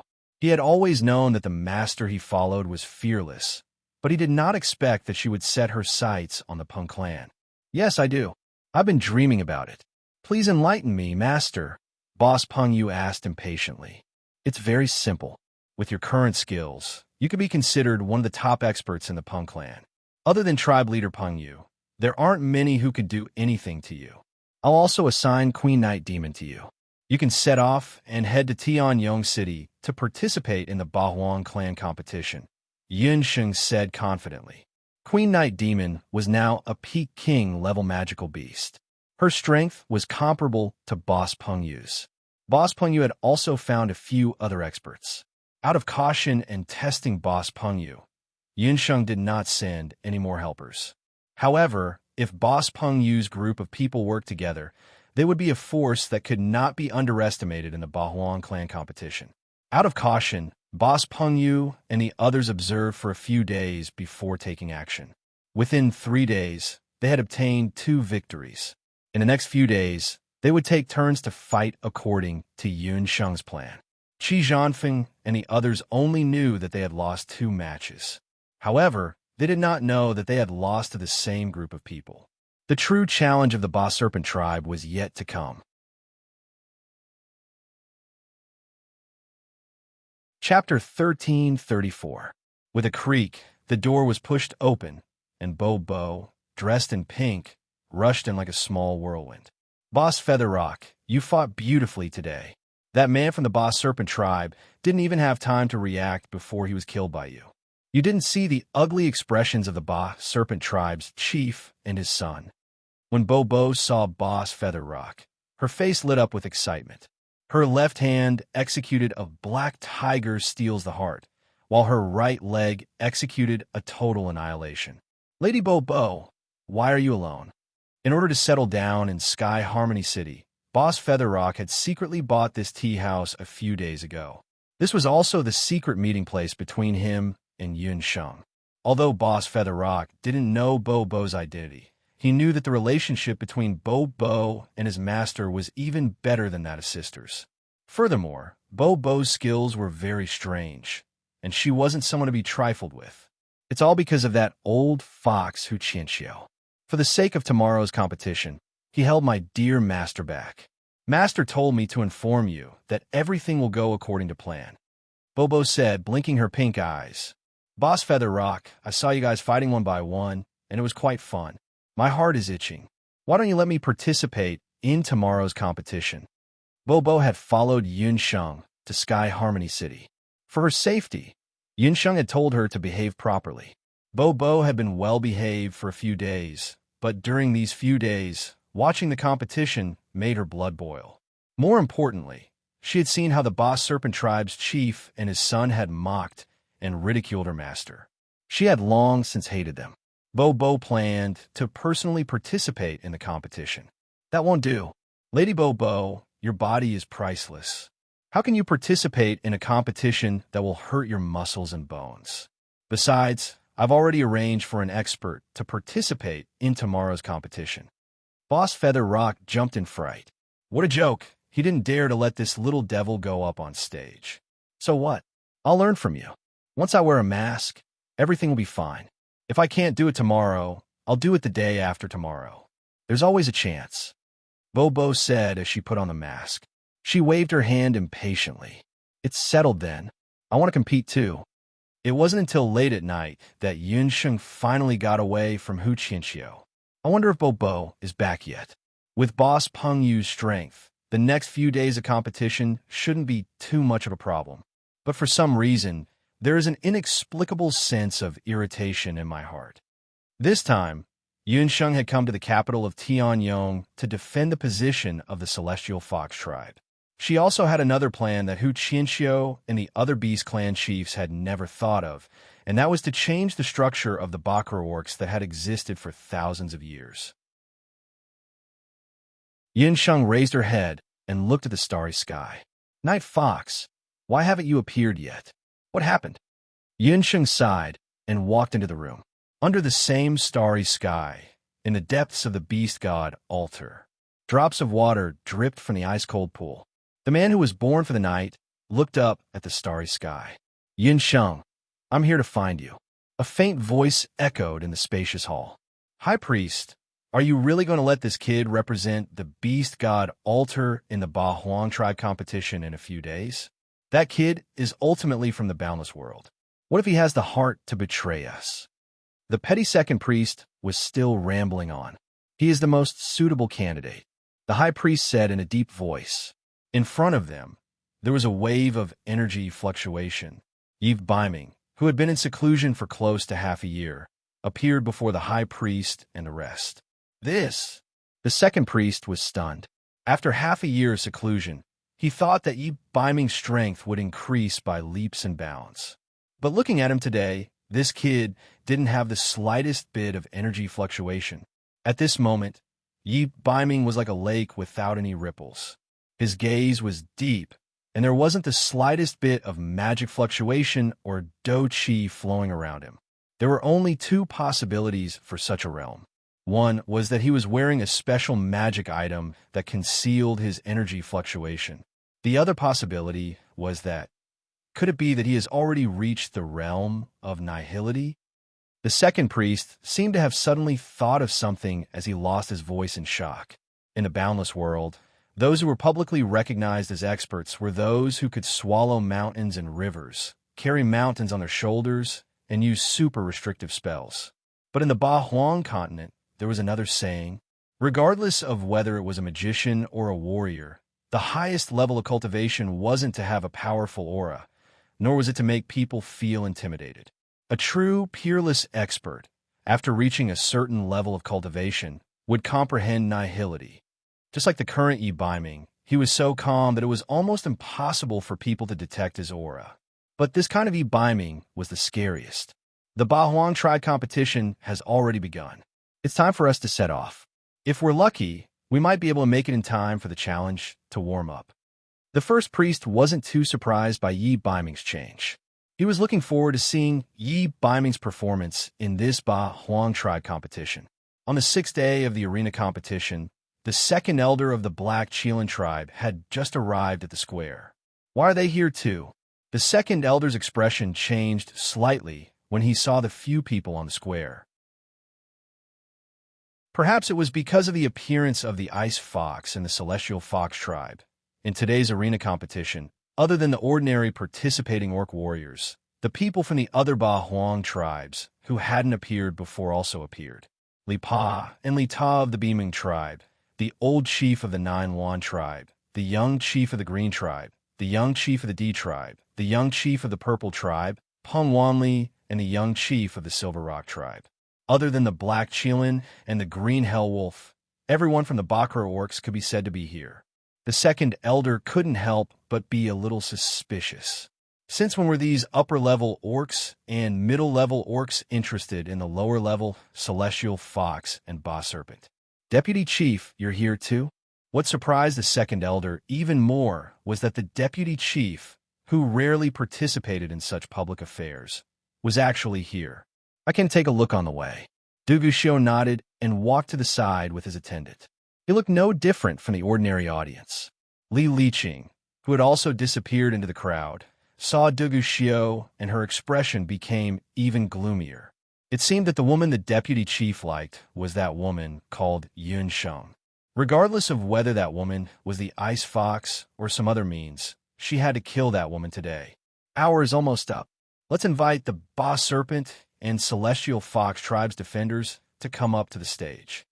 As soon as the second elder finished speaking, a burly bald man walked out of the Ba Serpent tribe.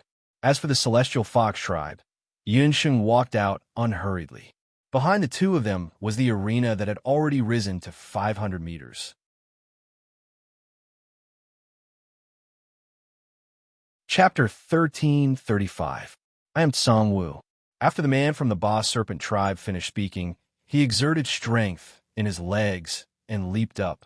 Like an arrow, he rushed towards the stage. I am Yun Sheng. Yun Sheng was not in a hurry. Miss, are you also an Ice Fox? Second elder had yesterday's experience and could not help but ask. I'm only a half-beast human, not an Ice Fox. Yun Sheng's reply made many people in the crowd sigh in relief. Half-beast human? Half-beast humans, regardless of whether it was cultivation talent or resources, were much less than pure breeds. Everyone knew that the 6th day of the competition was very important to the Celestial Fox tribe. If they won and successfully defended their position, the Celestial Fox tribe would be able to retain their status as a lower-level beast race. If it was any other tribe leader, they would definitely send the tribe leader's experts. However, why did the Celestial Fox tribe only send a half-beast human in such an important Ba Huang tribe competition? Or could it be that after the Celestial Fox tribe sent out experts like Yushang and Ice Fox, they did not have any more experts in their tribe? Useless thing, you can't even deal with a half-beast human. When Peng Wanli heard that Yun Sheng was only a half-beast human, he fiercely reprimanded Yin Peng. Grandfather, this woman is very strong. She is also very cunning. Last time, she ambushed me. Yin Peng argued. He was not as skilled as others, and could only do his best to discredit Yin Sheng. Ambush? This woman was indeed Celestial Fox. She was very cunning. Rita, are you sure that this woman has terrifying strength? Tribe leader Li Pa also had a face full of doubt. Mother, I saw it with my own eyes. Her strength is definitely not lower than Yushang's. I am sure that she will be one of our strongest competitors in the upcoming competition. Rita said with certainty. She had asked Lipa to watch the competition today because of this reason. In the eyes of Rita and a few others, they already knew that Celestial Fox's defense of the ring was a success. Ignoring the doubts in the eyes of the second elder and the others, Yunsheng's magic wings flapped slightly, and she landed on the arena like a dancing butterfly. Just as the two of them stepped onto the arena, someone from the Boss Serpent Arena had already issued a challenge. On the other side, Yunsheng stood in the ring, her white clothes fluttering in the wind. Whoever kills this woman will be rewarded with 30,000 purple gold coins. Those who are severely injured will be rewarded with 20,000 purple gold coins. Those who are knocked off the stage will be rewarded with 10,000 purple gold coins. I'll reward the first one to kill him with an extra 5,000 purple coins. Li Liqing looked covetously at Yunsheng in the arena, then looked at the deputy clan leader not far away, who was staring at the arena without blinking. She immediately gave the order to double the reward. With a generous reward, there would definitely be brave men. Li Liqing's bounty quietly spread, and the crowd subconsciously moved towards Celestial Fox's arena. Compared with yesterday, the situation in the arena today was completely different. Why do I feel that there are more people all of a sudden? Du Guxiu's eyes were sharp, and he keenly sensed that something was wrong. Ta-ta! A figure rushed straight to Celestial Fox's arena. The first one to stand on Celestial Fox's arena was a tall, thin man with a hooked nose. His limbs were particularly slender, his skin was pale, and his slender eyes were full of evil light. Bloodthirsty Leopard Clan, He-Chin, I'm here to ask for advice. The man's voice was very sharp. When he walked, he was also somewhat bashful. Another damn transvestite.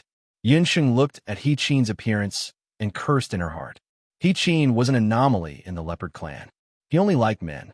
When he was young, his sweetheart had fallen in love with a young and beautiful woman, so he tortured both of them to death. He also dug out their brains and swallowed them. The woman in front of him was not a nice fox. She looked very weak, but she was worth 35,000 purple coins. When he thought that the woman's body would be torn to pieces and her brain would be swallowed, He-Chin felt an indescribable excitement. I haven't eaten a fresh woman's brain for a long time. Woman, it's your blessing to be able to enter my stomach. He-Chin licked his lips in an extremely perverted manner and made a salivating action at Yunsheng. You're called He-Chin, right? Do you have acrophobia? As if she had not heard He-Chin's words at all, Yunsheng's voice was like a spring breeze, and her face was warm. She asked a question that made He-Chin completely confused. Is this woman stupid? He-Chin subconsciously looked behind him.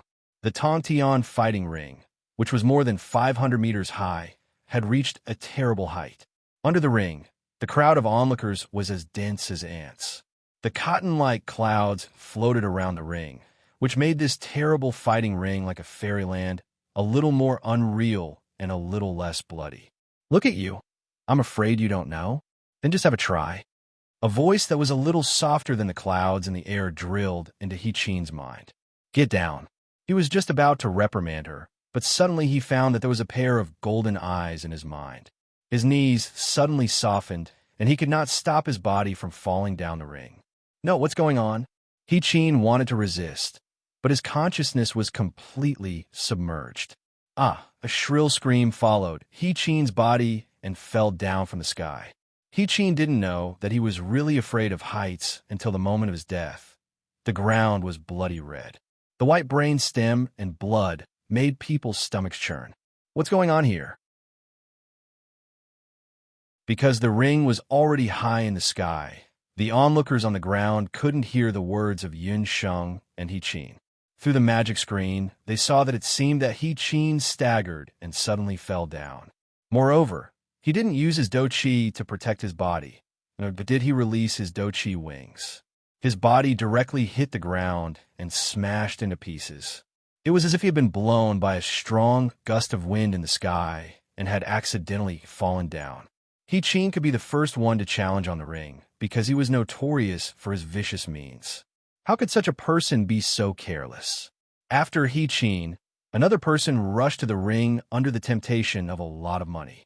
But after a few minutes on the ring, the man suddenly turned around strangely and jumped down from the ring as if he was committing suicide. With He Qin as an example, everyone stared at the magic screen of the celestial fox ring. This time, they saw clearly that the challenger suddenly jumped down after Yun Sheng said a word. That woman is too strange. She seemed to have said something. Looking at the shape of her mouth, she seemed to have said, "Get down." Just a word made a person jump down from the celestial fox ring, which was hundreds of meters high. This was too fantastic.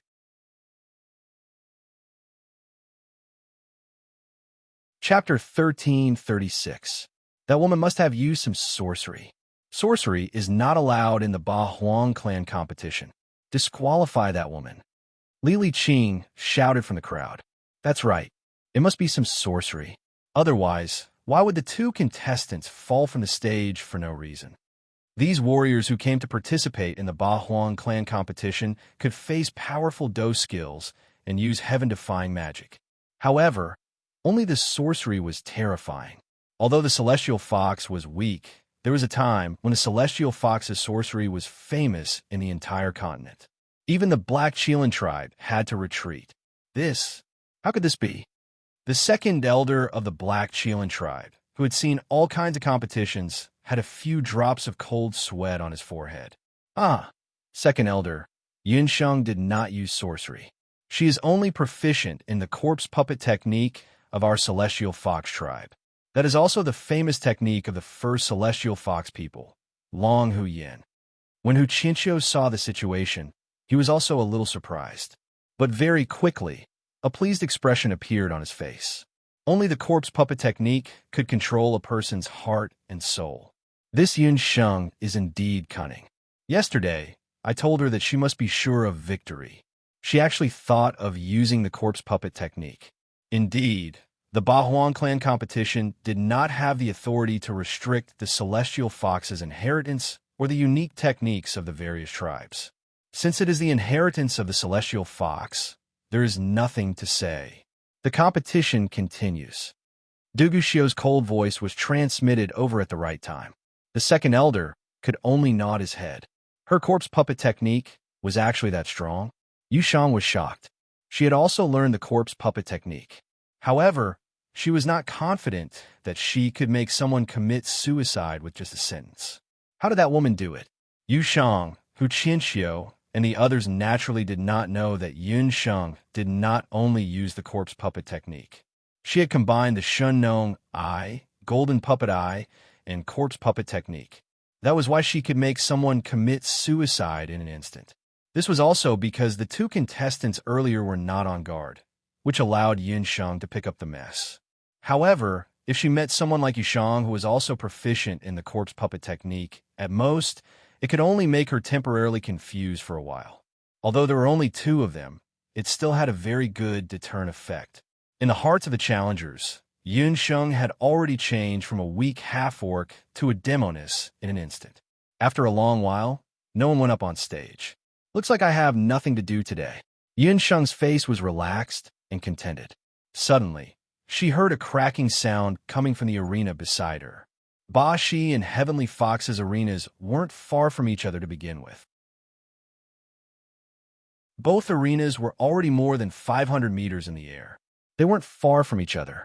With Yun Sheng's eyesight, she could clearly see the situation on each other's arenas. Since there was no one on Celestial Fox's arena, Yun Sheng decided to watch the situation on the Ba Shi arena. She remembered that Boss Peng Yu's subordinates should also be challenging the Ba Shi tribe today. As long as they won today's match, Boss Peng Yu's subordinates would also win 3 matches. The remaining 4 days of the competition would be much more likely to win. On the Ba Serpent stage, the man from the Ba Serpent tribe, Song Wu, had his arm twisted into a strange shape. He wrapped his arm tightly around a challenger who had just stepped onto the stage. He suddenly exerted strength, and the challenger's bones were crushed. As it turned out, the Ba Shi tribe's chief, Qi Zhanfeng, was a little anxious after seeing that he had already lost 2 matches. He had temporarily changed the order of one of his tribe's experts and placed him in front.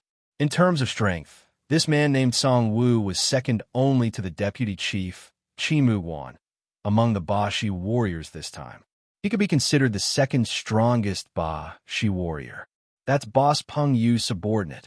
Yunsheng looked and realized that the person who had been strangled was one of Boss Peng Yu's subordinates. Due to the lack of time and the fact that Yunsheng had two great summoned beasts, Boss Peng Yu had recruited a total of 8 people this time. Although these people were not as strong as Boss Peng Yu, they were still considered experts. Who would have thought that the Ba Shi tribe's 6-day defender would be so strong? After Song Wu killed his opponent, he wanted to establish his dominance. A sinister smile appeared on his face, and he suddenly threw the opponent who had already stopped breathing. When the opponent landed on the ground, he was smashed into a pile of minced meat. Our Ba Shi tribe is wise and mighty. Whoever dares to challenge us, this person will be their role model. The Ba Shi warrior Song Wu's eyes were bloodshot, and his voice was loud and clear. Everyone heard his threatening words. The crowd was in an uproar. Today, the defenders of the Celestial Fox Arena and the Ba Shi Arena were all extraordinarily strong. This person was also a troublesome fellow. Looking at his comrade who had died tragically on the ground, the veins on Boss Peng Yu's forehead bulged. If it was the old Boss Peng Yu, he would definitely have charged into the arena and killed that bald Ba Shi. But considering that he had already shown his face, if he continued to act rashly, he would definitely draw the suspicion of the Ba Shi tribe. He couldn't ruin his master's plans because of his momentary hatred. Boss Peng Yu could only forcefully suppress his anger. It looks like Boss Peng Yu is going to be defeated in today's challenge. Yunsheng frowned. There was a change in her plan. She had to discuss it with Boss Peng Yu today. But just as Yunsheng was pondering, a gray-clothed woman dashed onto the Ba Shi arena in one smooth motion. Her feet were like a dragonfly skimming the surface of the water. When Boss Peng Yu saw this person's posture, he suddenly turned around and discovered that Bobo, who had been behind him, had disappeared. Reptile of the Ba Shi tribe, what are you so arrogant about? Let me take you on. Upon hearing this voice, Yunsheng's eyelids twitched. Although she had already disguised herself, that figure and that arrogant posture indicated that the person who had just stepped onto the Ba Shi arena was none other than Bobo. Yunsheng felt a headache coming on. Bobo, this fellow actually dared to act on her own accord. Although she was wearing a bamboo hat, Bobo's eyes were bright. When she saw Boss Peng Yu's subordinates being killed, Bobo heartlessly rejoiced in her heart. She swore that she would definitely take revenge for that pitiful meat-paced companion of hers. Hee, Reptile, you did well. You finally gave me a chance to go on stage. Bobo had a sneaky smile on her face, but suddenly she felt a scorching gaze on her. Oh no, I forgot that my dear master is also on the arena. Bobo felt goosebumps all over her body. She had actually forgotten that her master was also on the arena. Her master must have seen through her. Bobo knew that in her master's eyes, she had nowhere to hide. When she returned, would she be grounded and not be allowed to eat? Bobo, since you're on this arena, then beat the Ba Shi tribe into a sorry state. Just as Bobo was feeling sorry for herself, she sighed softly. Yunsheng's words were transmitted into Bobo's consciousness. Yunsheng's words made Bobo instantly feel like she had been injected with chicken blood. She had to win. She couldn't disappoint her master.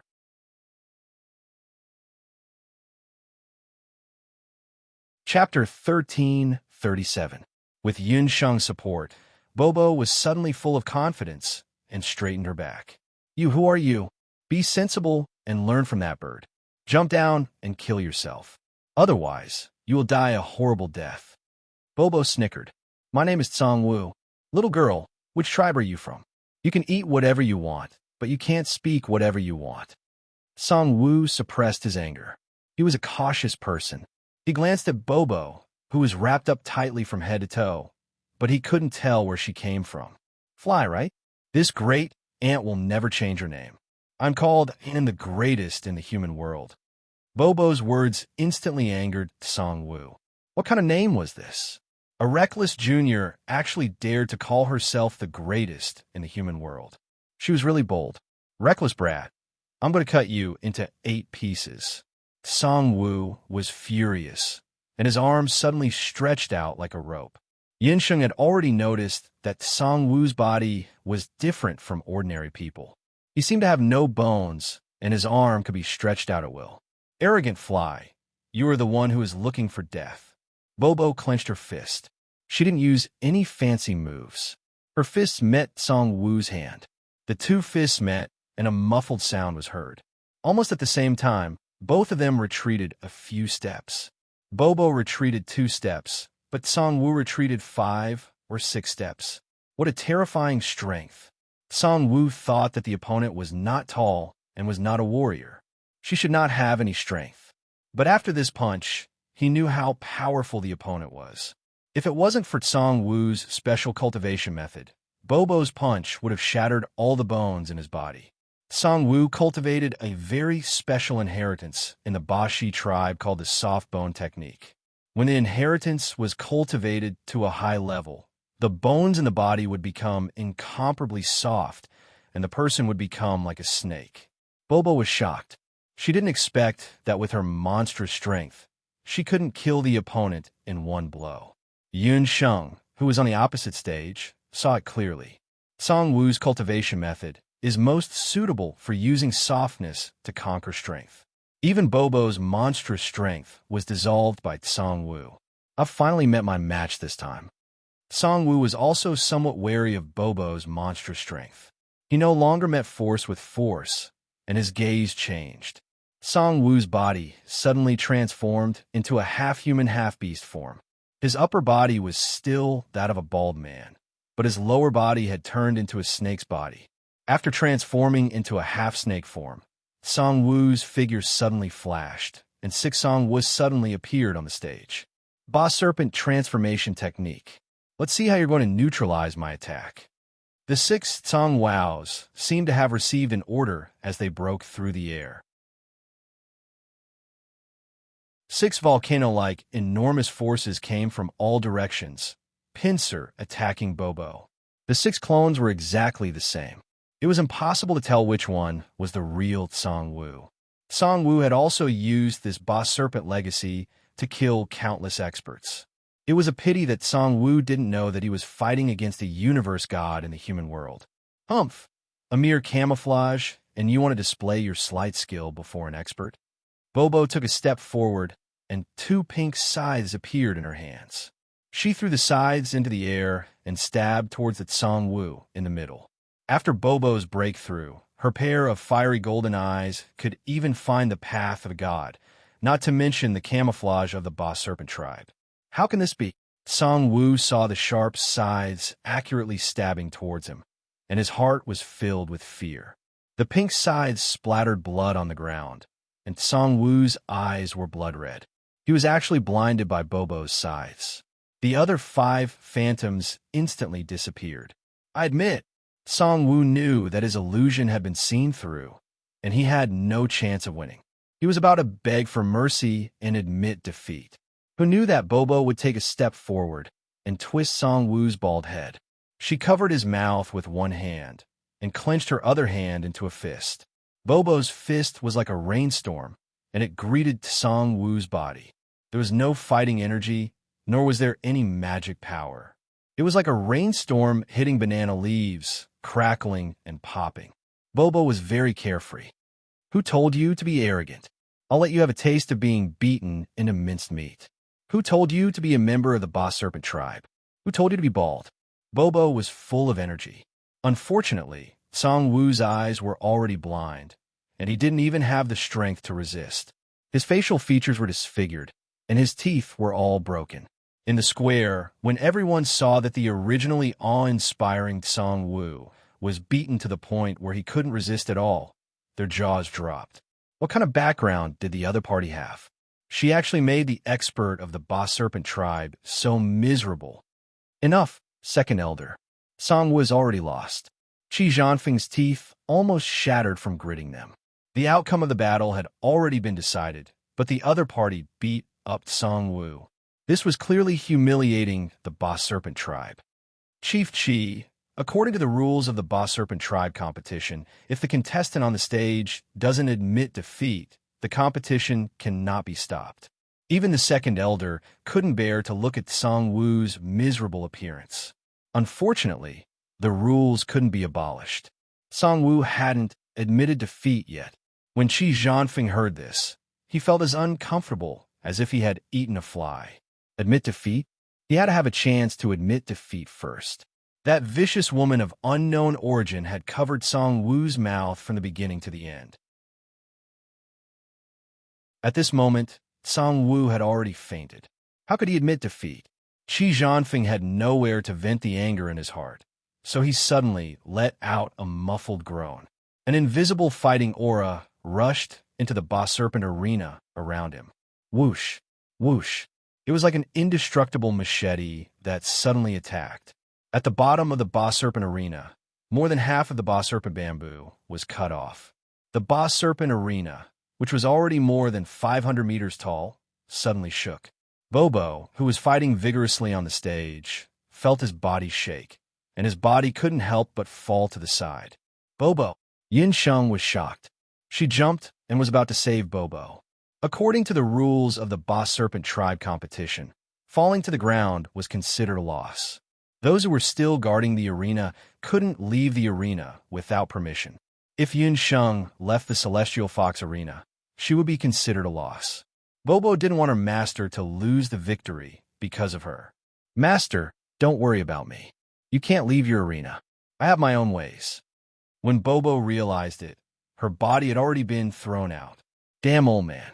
If you can't do it openly, you're using underhanded methods. You're still too inexperienced to plot against this world deity. Bobo's face was red. The situation was very critical. Bobo didn't even have time to transform her wings. Her reaction was very agile. When she was in midair, she grabbed her wrist and changed the position of Song Wu's corpse, who had already been killed by her, in the air. In the sky, Bobo and Song Wu fell to the ground at a similar speed.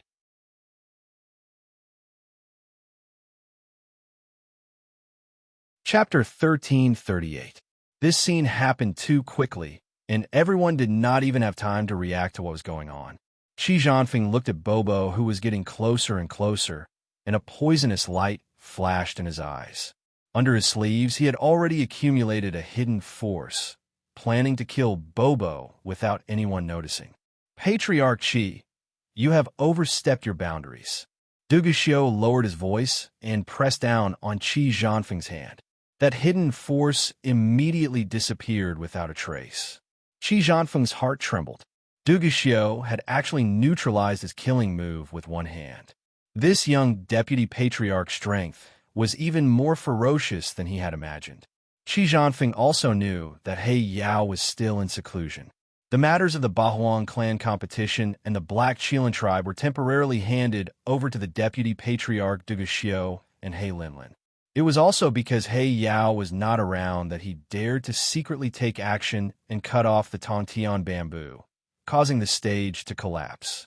He did not expect that this deputy patriarch was not a good person. Qi Zhanfeng believed that if he dared to secretly take action again, Duguxiu would definitely fall out with him. Deputy Patriarch, I have been rude. Qi Zhanfeng slowly retracted his hand with an embarrassed smile on his face. Boom! The ground rumbled, and Bobo and Song Wu landed on the ground at the same time. However, when they landed on the ground, Bobo used Song Wu as a meat cushion to block most of the impact. Sorry, I made you a cushion. I say, referee, both of us got off the stage, but he landed on the ground before me. So I still win, right? As soon as Bobo landed on the ground, he immediately jumped up as if nothing had happened. On the other hand, Song Wu was not as lucky as Bobo. This guy was also unlucky. He was already beaten to death by Bobo, and now he was used as a human meat cushion. His entire body fell apart, and his death was very miserable. Dead. The second elder went forward to take a look and found that Song Wu could not be any more dead. Qi Zhanfeng and his son's faces turned green as they stared at Bobo with hatred. Bashi failed to defend the stage. The winner of today's competition is this I'm the biggest in the human world contestant. The second elder could only announce Bobo's victory. Bo smiled faintly and made a victory gesture to the dumbstruck boss Pengyu in the crowd. Song Wu was already dead, and that person called Yun Sheng had the unknown celestial fox inheritance.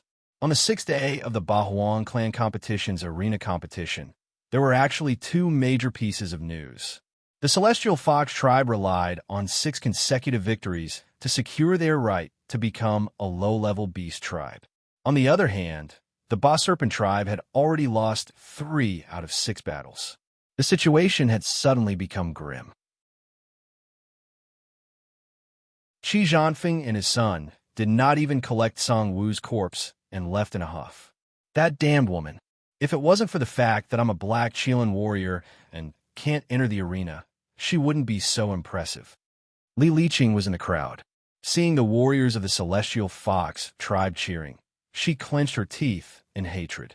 The Bahuang clan score was the arena, the challenge, and the core competition. The defender of the arena was a low-level beast tribe. The challengers could only be from the continent's beast tribes. As a black Qilin warrior, Li Liqing naturally could not enter the arena. Miss, don't be angry. When the arena competition starts, you could defeat that woman in front of the vice tribe leader. Wouldn't that be more satisfying? A subordinate beside her said, "That's right. I want to let that woman know how powerful the Black Qilin tribe is."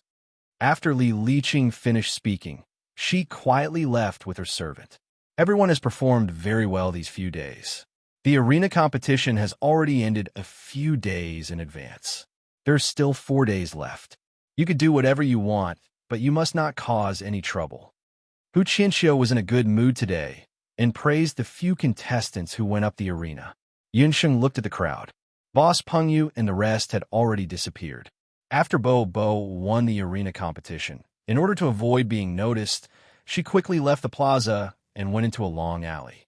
She had only taken a few steps when she heard the faint sound of footsteps behind her. Bo was no longer an ignorant person. Her ears twitched. Hearing the sound, there were a few people following behind her. Someone is following me? Bo's delicate brows furrowed together. A few figures suddenly appeared in front of her and blocked Bo's path. You want to leave so easily after killing someone from the Bashi tribe? Bashi tribe's young tribe leader Qi Muguan led a few Bashi tribe's warriors and stood in a row. Bo had suppressed the second strongest Bashi tribe member to death on the arena today. Furthermore, she had even tortured him before that. Qi Muguan was young and hot-blooded. He could not take it anymore and brought the remaining warriors from his tribe to take revenge. So it's you bunch of worms who can't afford to lose. Why? You want to bully me with your numbers, right? Bo's path forward and back had already been blocked. However, she did not reveal any signs of panic. Instead, her face was calm. Speak. Who are you? Who ordered you to enter the arena? Qi Muguan saw that Bo's skills were not bad and thought that she must have a supporter behind her. You want to know my identity? That's easy. Open your eyes wide and see who I am. Bo took off her mask unhurriedly. When she revealed her pretty face, she even mischievously winked at Qi Muguan. That face. Aren't you that woman from the Celestial Fox tribe? Qi Muguan remembered Bo. Your memory is not bad. You want to go back and tell on me? What a pity. You won't have that chance anymore. From today onwards, there will be no more boss serpents among the Bakra orcs. A bloody light flashed in Bo's pink eyes. From her pink and tender lips, she spat out a series of ancient incantations. Taste this world god's enhanced version of exile. Abyss exile. As Bo's chanting speed increased, countless cracks appeared on the ground, as if it had been hit by an earthquake. Before Qi Muguan and the others could realize what was going on, an abyss of unknown depth suddenly appeared. Qi Muguan and the others' shocked cries were swallowed by the bottomless abyss and reverberated continuously. Abyss Exile, one of Bo's exile skills after a breakthrough. Compared to the previous exile, the duration and location of the Abyss Exile had changed a lot. The previous exile only lasted for a few hours. The longest duration of the Abyss Exile could reach up to 100 years. As for the location of the exile, it had expanded from the surface of any continent in the human realm to various places in the human realm, including the bottomless abyss in the human realm. There were very few people who could survive in the endless darkness of the exile for 100 years. When Bo stopped chanting, the ground returned to normal. Even if the people of the Boss Serpent tribe came looking for her, they would not be able to find any clues. If they wanted to plot against her, they would have to work hard for another 10,000 years. Bo's lips curled into a cute smile. She put away the mask and disguise on her body, as if nothing had happened. She calmly walked forward. In the depths of the ground, there were waves of wailing sounds. Unfortunately, no one heard their cries for help. True love, although we have thrown away our recommendation tickets to Defuzi's new book, but remember to feed your monthly tickets to Old Book.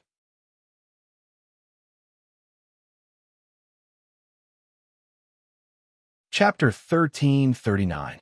In order to avoid being followed on the way back, Bo even took a detour through a few alleys. Only when she was sure that no one was following her did she return to the Dugu residence. Do you know to come back? When Yun Sheng saw Bo, she glared daggers at her. Master, please spare my life. Bo won't dare to do again. Bo smiled mischievously. After following Yun Sheng for so long, she had already understood her master's temper. But master, Bo has done a great service. Guess who I met on the way back? I met the Boss Serpent tribe's young tribe leader, who can't afford to lose. Chi Muguan? You met him? Were you injured? Yin Sheng recalled that Chi Muguan was the elder brother of Madame Chi Bai. Both siblings were narrow-minded people. Bo had caused the Boss Serpent tribe to lose a crucial match, so it wasn't surprising that they would find trouble with her. Bo didn't even lose a single strand of hair. However, he and his subordinates were all exiled by Bo. They won't be able to return for at least 100 years. Bo laughed so hard that she couldn't close her mouth. Exiled for 100 years? You're saying that you exiled the remaining members of the Boss Serpent tribe?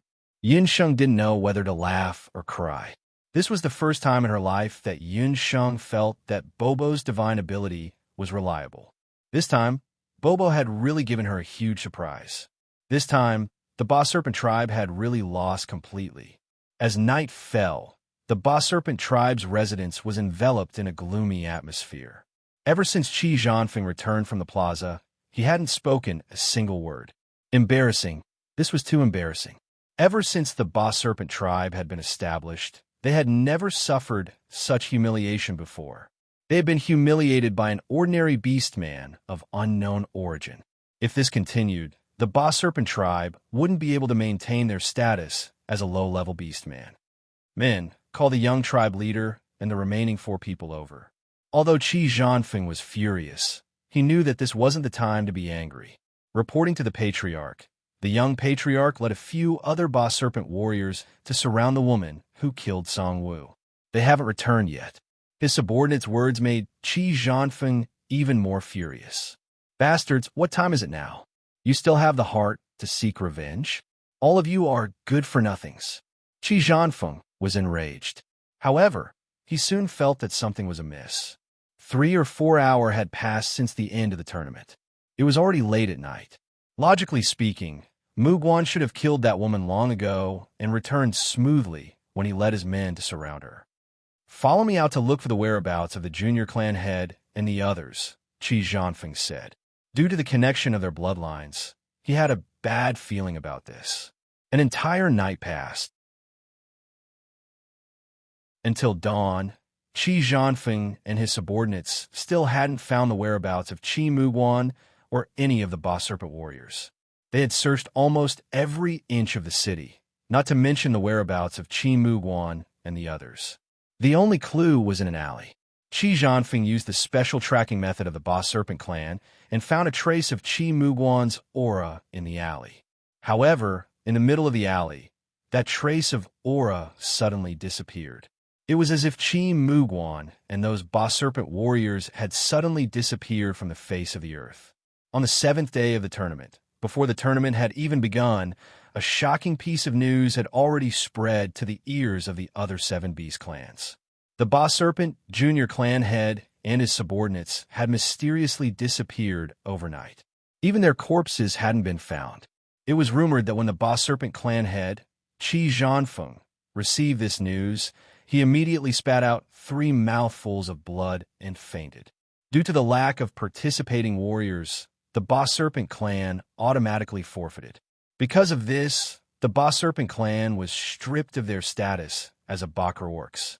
This was the first time in history that the Bakra Orcs had experienced such a change in the structure of the Bakra Orcs after they had entered the 8 Desolates continent. This change also came as quite a surprise to the other 7 beast tribes. However, the happiest person was none other than Hu Qianxiu of the Celestial Fox clan. However, that was a digression.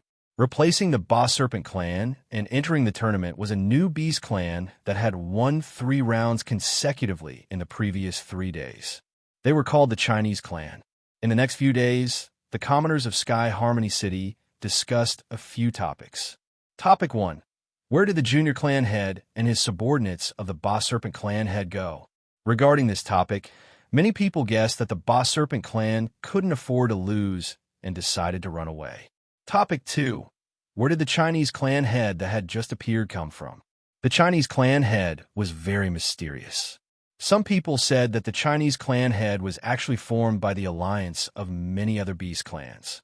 The mysterious woman who had defeated Song Wu that day was also from the Chinese clan head. However, the Chinese clan head seemed to be very low-key.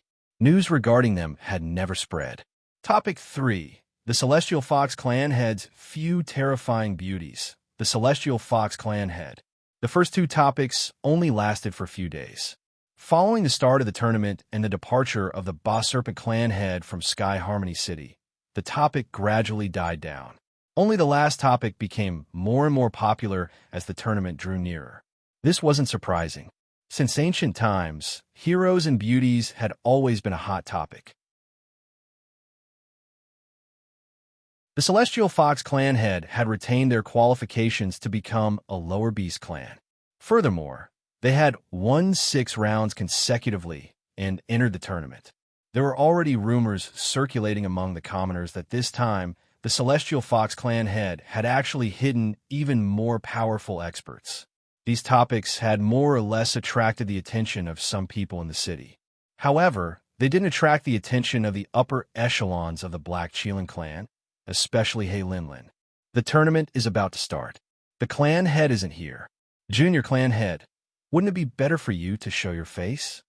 He Linlin's made cautiously reminded. There's no need. The tournament is just a formality. The top 3 of the 3 upper beast clans have the qualifications to enter the core tournament. Tomorrow, the people from the beast god altar will arrive. Father has already ordered me to welcome them outside the city.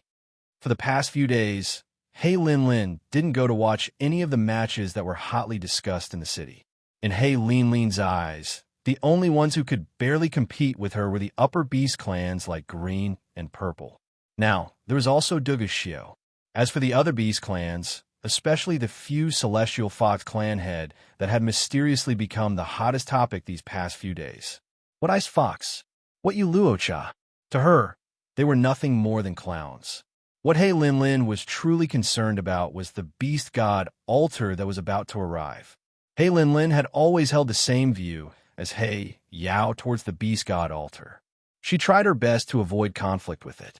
It was said that this time, the high priest of the beast god altar had personally come. It was rumored that the high priest had even brought along his last disciple. His goal was to participate in the core tournament. She wanted to see what kind of person the other party was.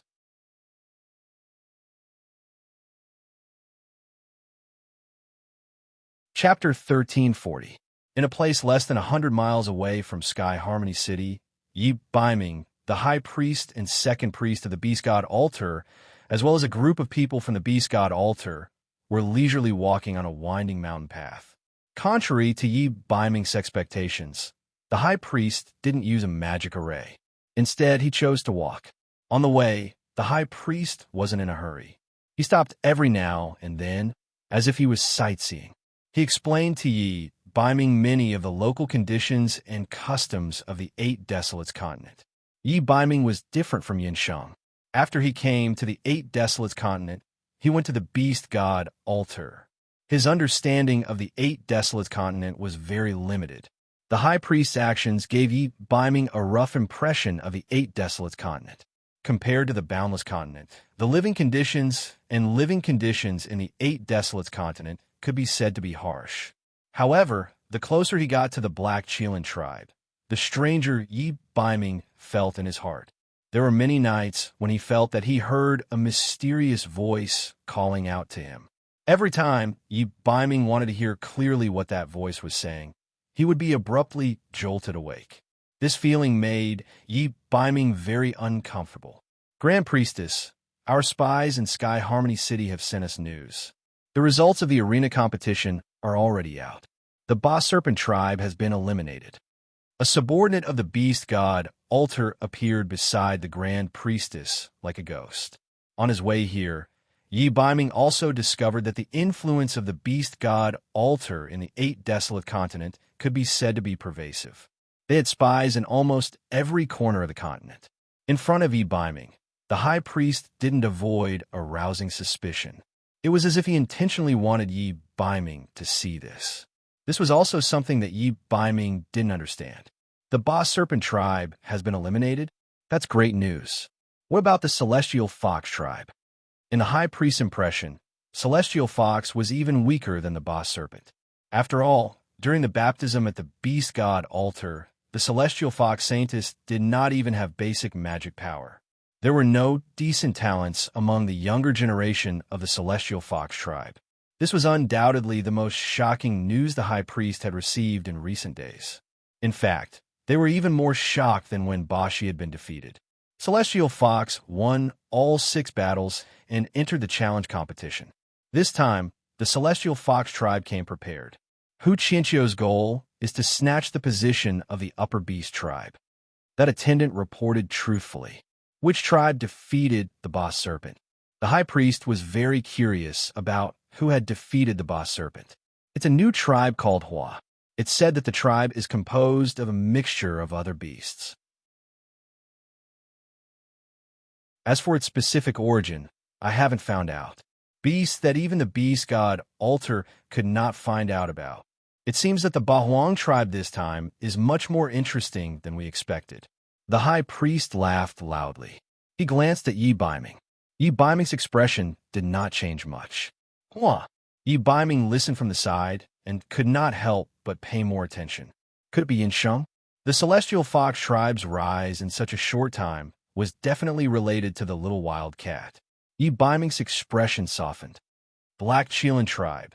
Hey Lin Lin, representing my father, Hey Yao, to welcome the high priest of the beast god Alter.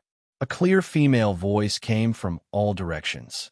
The sound of 10,000 horses galloping could be heard. In the sky, several war beasts appeared. Those war beasts looked like dragons and horses.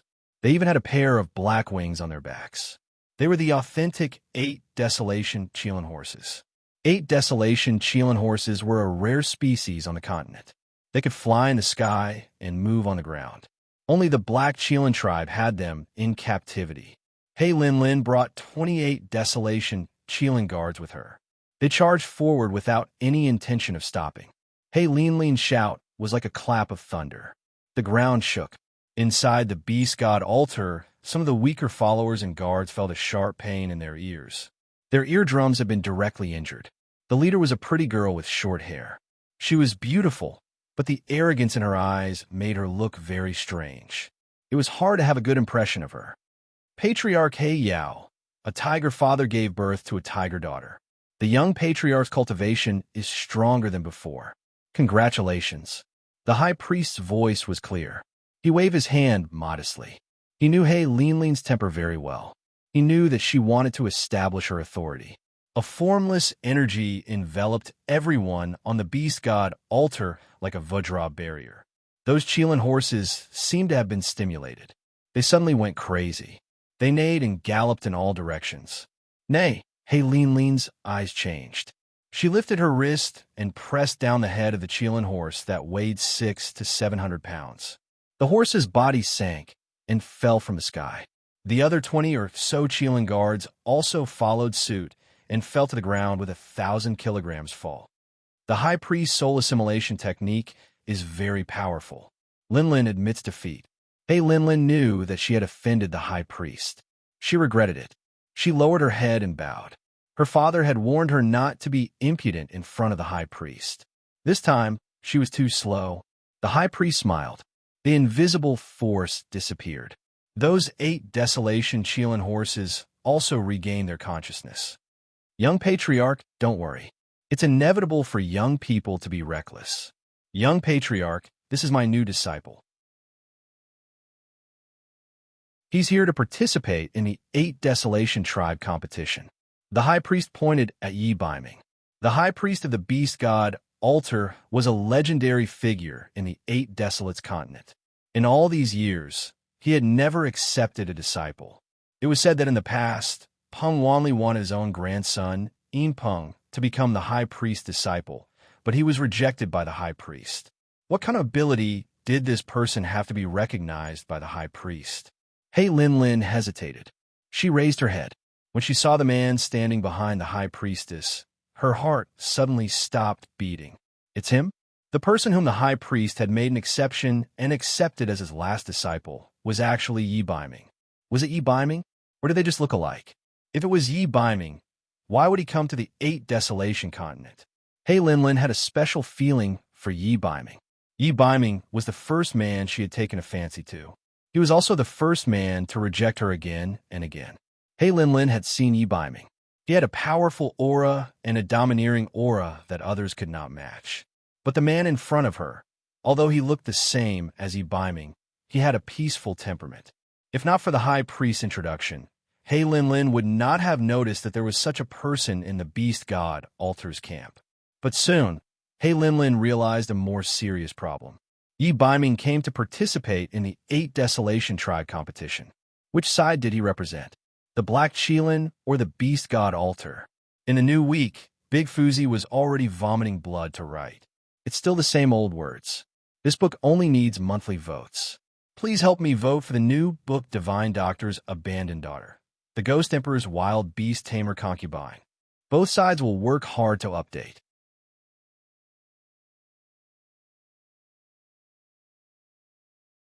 Chapter 1341. Young Chieftain, your expression doesn't seem right.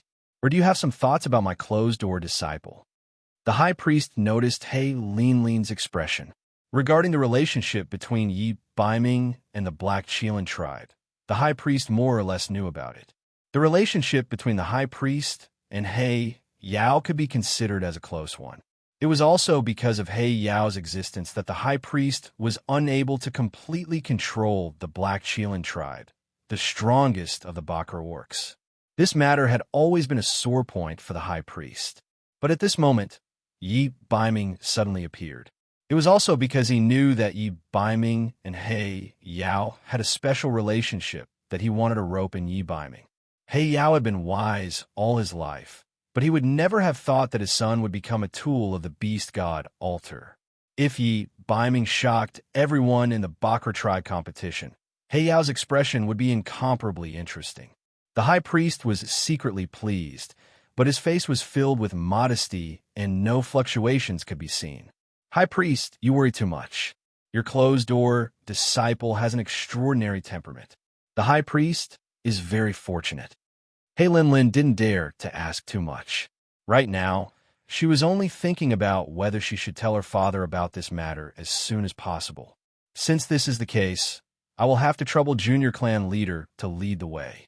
I heard that during this period of time, many unexpected things have happened in the Bahuang clan competition. The Grand Priestess laughed as she followed Hei Linlin towards the Sky Harmony City. Between Hei Linlin and the High Priest, the undercurrents were surging. Within the Sky Harmony City, there were also several undercurrents that were ready to make a move, surging forward menacingly. The Bakra tribe competition consisted of 3 rounds: single elimination round, challenge round, and core round. The single elimination round was completely open to the public. As long as one was in Sky Harmony City, they could come and watch. But from the start of the challenge round, things were different.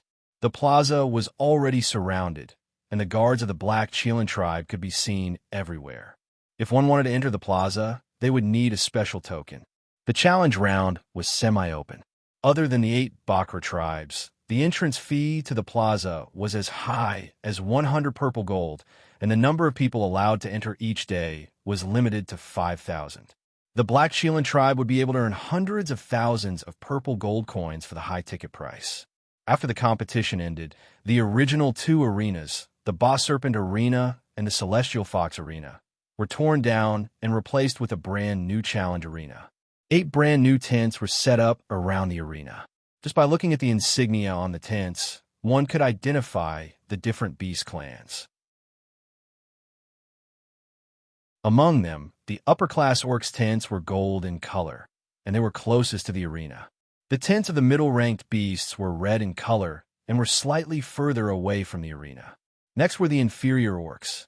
Their tents were blue, and because the Boss Serpent tribe had been eliminated this year, the Chinese had replaced them and obtained the Boss Serpent tribe's tents. In each tent were their respective team leaders and 10 contestants. After the 8 tents were the audience who had bought tickets to enter the arena. However, compared to the 8 Bakra tribes, the viewing experience was much worse. After the incident at the Skirich Arena, the challenge arena this time was just an ordinary arena. However, there were some magic arrays set up around the arena. It was said that someone in the Black Shielan tribe had suggested that they set up these arrays at the last minute to prevent people from using sorcery. When Yin Sheng heard this, she laughed sheepishly. Needless to say, this was also directed at her. Although the Celestial Fox tribe had won the challenge round successfully this time, the outside world still had a lot of objections. The 3 most famous contestants of the Celestial Fox tribe, Yun Sheng, Lu Yunshuang, and Yu Shang, had won too easily and mysteriously. This was especially so for the Peng Feather tribe and the Green Hellwolf tribe. These 2 tribes had a good relationship with the Boss Serpent tribe. Before the challenge round, they had already said that the Celestial Fox tribe had used sorcery to win, and they wanted to seek justice for the Boss Serpent tribe. The sun was high in the sky, and under the gazes of thousands of people, the deputy chief of the Black Shielan tribe, Dugu Xiao, walked up to the arena. The moment he stepped on the arena, he heard a flood of cheers, most of which were the screams of women. Deputy Chief, the Deputy Chief is so handsome. Deputy Chief, look over here, we love you. After all, Sky Harmony City was the capital of the Black Shielan tribe. Most of the people who had bought tickets and entered the challenge round were from the Black Shielan tribe. This also gave the other Bakra tribes a lot of pressure. Dugu Xiao's status in the Black Shielan tribe could be seen. Dugu Xiao was obviously used to such a scene. He waved his hand, and the square suddenly quieted down, as if someone had suddenly grabbed the throats of the 5,000 people. Fellow chiefs, fellow Bakra orcs, and the audience who came to watch the competition, welcome to Sky Harmony City. Representing the entire Black Shielan tribe, I welcome all of you. The challenge round is about to begin, but before that, I will announce the rules of this round. As the host of this competition, Dugu Xiao would not participate in this round's challenge round. Other than Dugu Xiao himself, the top 3 contestants from the 9 Phoenix tribe and the D tribe in the Golden Tent were seeded contestants and would not participate in this round's challenge round. Other than the 3 Great Bakra tribes, the other 5 Great Bakra tribes, including the newly risen Chinese tribe, had to participate in the challenge round. The challenge round would last for a total of 5 days. Every contestant who was not a seeded contestant could challenge anyone from the Bakra tribes. But if they lost, they would be eliminated. If they wanted to enter the core round, they would need to accumulate at least 5 points. If they defeated an opponent, they would gain 1 point, and if they tied, they would gain 0 points. In other words, if someone wanted to win without a fight, it would be impossible. Yin Sheng quickly calculated in her heart. Excluding the unseeded contestants, there were a total of 71 contestants from the 8 Great Bakra tribes. It would not be an easy task to win 5 consecutive matches, because other than challenging your opponents, you would also have to prevent others from challenging you. Those who could enter the challenge round were all the elites of the Bakra orcs. None of them could be underestimated. Although one only needed to win 5 matches in the core round, after 5 days, no one could guarantee that they would not become the target of others. This was especially so for some of the weaker contestants. They would most likely be hunted down by others on the first day. On the last day, it should be the time when the battles would be the most intense. As expected of the Bakra tribes, it was simply a slaughter between beasts. Yin Sheng's gaze involuntarily landed on the tent of the Black Qilin tribe. There were only 8 people inside, and He Linlin was nowhere to be seen. As a seated contestant, He Linlin did not need to participate in the challenge round. Suddenly, Yin Sheng caught sight of a hostile gaze. The other party was a female warrior from the Black Qilin tribe. She was staring at Yun Sheng with a gaze of hatred.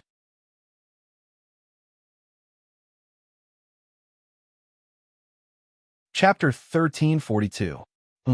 Yun Sheng's instincts told her that the woman was very hostile toward her. However, Yun Sheng remembered that apart from He Linlin, she did not seem to have offended any other women in the Black Qilin tribe. The woman looked at her as if she had stolen her man. Anyone who could stand in the Black Qilin tribe's camp must be either rich or noble. It was not a good thing to be nagged by someone like that. The woman obviously noticed Yun Sheng's gaze. She glared at Yun Sheng before looking away. Yun Sheng touched the tip of her nose with an innocent look on her face. However, Yun Sheng soon realized that apart from the female Black Qilin warrior, there were many other gazes looking at her provocatively. These gazes lingered on the Celestial Fox tribe's tent, and the Chinese's tent the most. It seems that the first match of the day will be held in our tribe. Yu Sheng also noticed this and let out a laugh that made one's ears hurt. Yu Sheng, shut your mouth. We're all in the same camp, Lu Yunshuang said coldly. Although the Celestial Fox tribe had won 6 consecutive matches and entered the challenge round, in the eyes of the other beast tribes, the Celestial Fox tribe and the Chinese, who had replaced the Bash tribe, were the weakest of the Bakra orcs. If he wanted to accumulate challenge points, the easiest way was to start from these 2 tribes. Yin Sheng was not surprised by Yu Shang's gloating. If it were not for the fact that people in the same camp were not allowed to challenge each other, Yu Shang would probably be the first to challenge her. However, this situation would only last until the challenge round. Yin Sheng knew very well that if she and Yu Shang entered the core round, there would be no such thing as being in the same camp or not. Yin Sheng, the woman glaring at you, is the daughter of the Black Qilin tribe's elder. Do you have a grudge against her? Lu Yunshuang asked with concern. Yun Sheng still had quite a few enemies in the Bahuang tribe. If she offended the Black Qilin tribe, it wouldn't be a good thing. This was especially true for the Winged Peng clans Yin Peng and the others. As soon as they entered the arena, they had their eyes on Yun Sheng. There was also the young chief of the Green Hell Wolves, Green Tusk. It was said that he and Yin Peng were best friends. If these 2 people instigated the warriors in the tribe to challenge Yun Sheng together, it would be troublesome. A challenge issued during the challenge competition could not be rejected. If he was challenged too many times in a day, it would be bad for his mana recovery. Yin Shuang, it's a good thing that someone is challenging me. Maybe in less than 5 days, I can accumulate 5 points and advance directly. It's better than some people who have to rack their brains and think about who to choose as their opponent. Yin Sheng didn't care. Yun Sheng was very hardworking when it came to cultivation, but when it came to matters like this, she could only be considered a lazy person. Her motto was that if others didn't offend her, she wouldn't offend them. Since those people wanted to throw their lives away, she didn't mind at all sending them on their way. If someone thought she was a pushover, she would let them know what it meant to have their heads broken and bleed.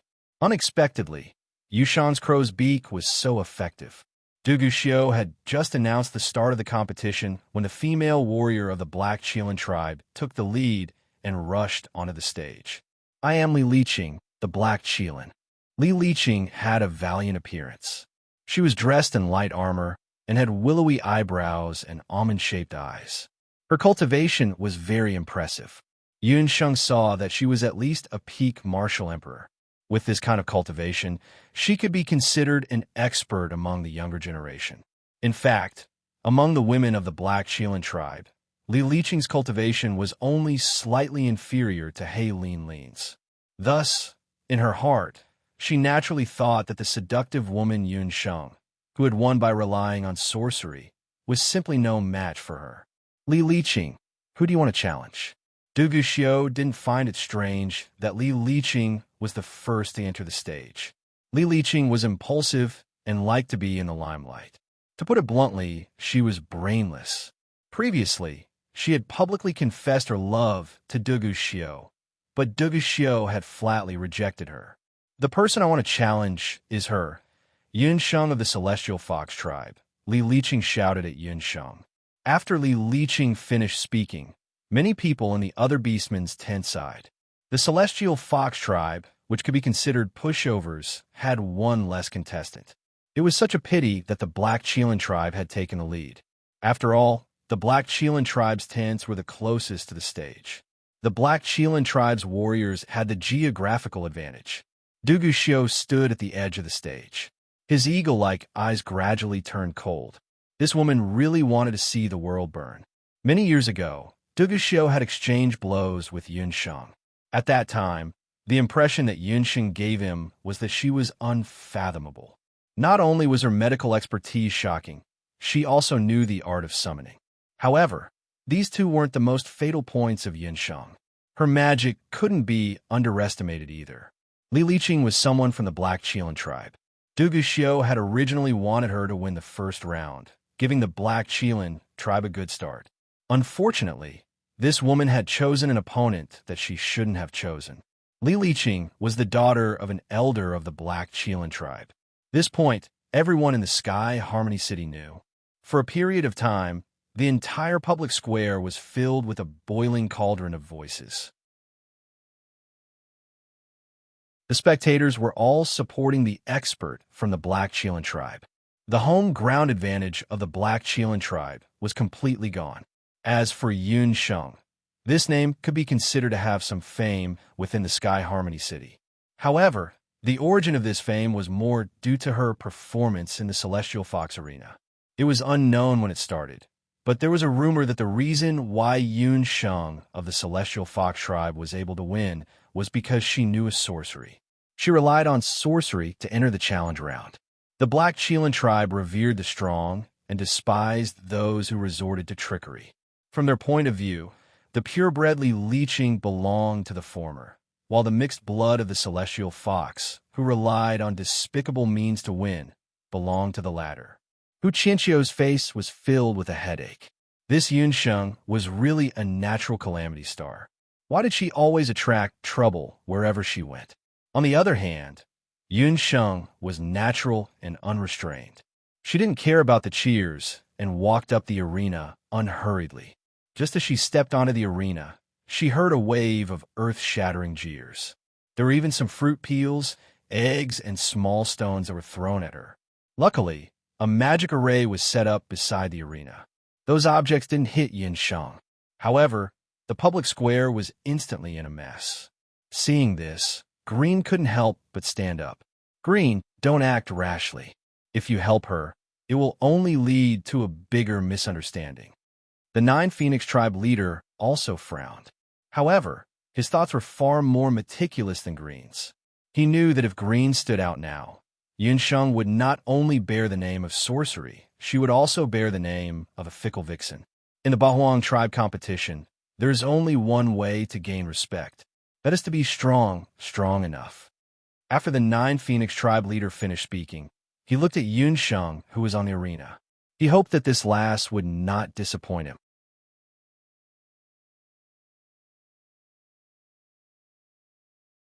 Chapter 1343. After listening to his grandfather's words, Green had no choice but to sit back down. As for the chiefs in the other tents, they also looked at the Celestial Fox tribe's tent with a playful expression. If it were other Bakra orcs, especially the Behemoth tribe's chief Lipa, with her temper, she would definitely stand up and curse if her contestant had suffered a loss in the arena. However, the one who was humiliated this time was the Celestial Fox tribe. Would Hu Qianqiu stand up? Lu Yunshuang and the others, as well as the other contestants who disliked Yun Sheng, all looked at Hu Qianqiu in unison. They hoped that the clan leader would step forward and seek justice for their people. After all, Yun Sheng represented the Celestial Fox tribe. Hu Qianqiu was as steady as a mountain. His eyelids did not even twitch, as if he did not see anything. When the people of the Celestial Fox tribe saw this, they were also very depressed. However, that was all they could do. There were only a few people in the Celestial Fox tribe. If the chief did not say anything, even if they wanted to help, they would not be able to do much. Under such circumstances, they could only stare blankly.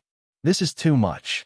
Hu Chinchio, that old fool, is as timid as a mouse. Under such circumstances, he still does not dare to offend people. Boss Featherrock, let's go up and seek justice for our master. Bobo, who was standing in the Chinese tent, witnessed this scene. Master Bobo, you can't do that. Boss Featherrock was also depressed. However, they were now warriors representing the Chinese tribe. They could not expose their identities.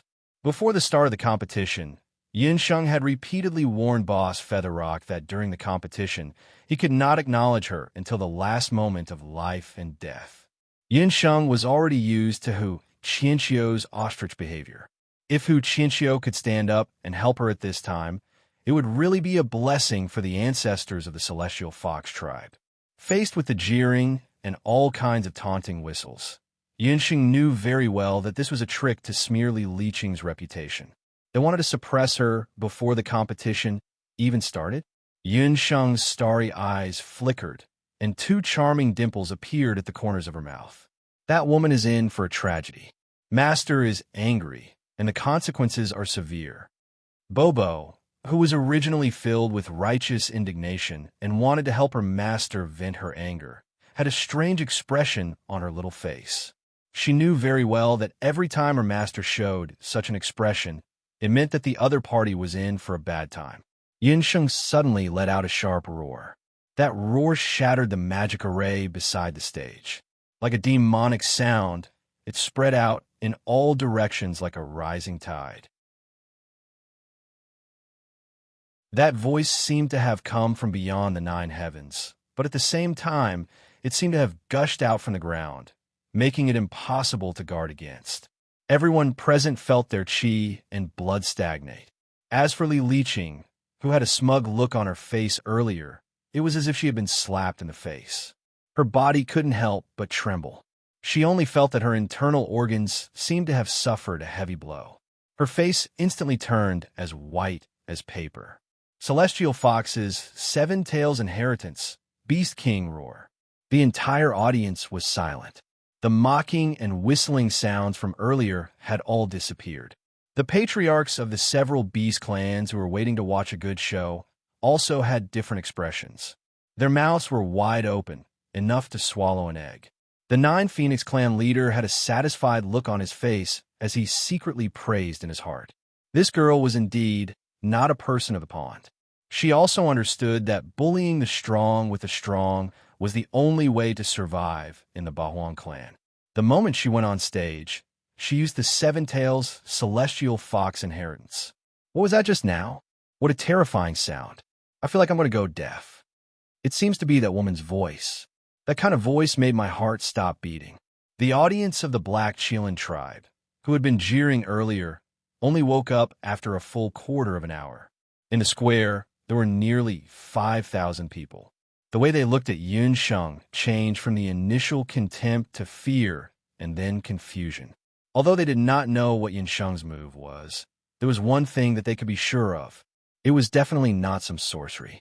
After the Beast King roar, there was no longer anyone jeering in the square. What sorcery is that? Li Liqing took a while to calm down the churning dou qi in her body. At this moment, her chest was still faintly hurting. She had never seen such a powerful attack with just a roar.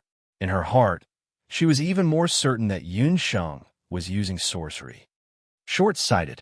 It turns out that the warriors of the number 1 Black Qilin tribe of the Bahuang clan are only SOSO. Yinsheng's face was full of contempt. Presumptuous, a lowly celestial fox bastard actually insulted the Black Qilin tribe. If I don't beat you until you can't fight back today, I'm not called Li Liqing. After Li Liqing finished speaking, the dou qi in her hand was dense and quickly condensed into a Qing Shao sword. Can't fight back? Haha, then I'll do as you wish. Before Yinsheng could finish speaking, there was a sudden roar in the sky and on the ground. Li Liqing did not have time to react. Streaks of black thorns and brown earth spikes whizzed towards Li Liqing. Those black thorns were like lightning flashing, and those earth spikes multiplied endlessly. Yun Sheng actually used the dark thorns and earth spike sorcery in one go. However, no one noticed when exactly she had started chanting. Densely packed, one after another, from the sky, from the ground, and from all directions. Every single one of them was aimed at Li Liqing's blind spots. These sorceries seemed tricky, but they were not fatal. Every single one of them was aimed at Li Liqing's feet, her armor, or her hair. It forced Li Liqing to be like an ant on a hot pan.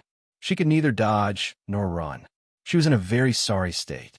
Rather than calling this a fight, it would be more accurate to say that they were humiliating Li Liqing.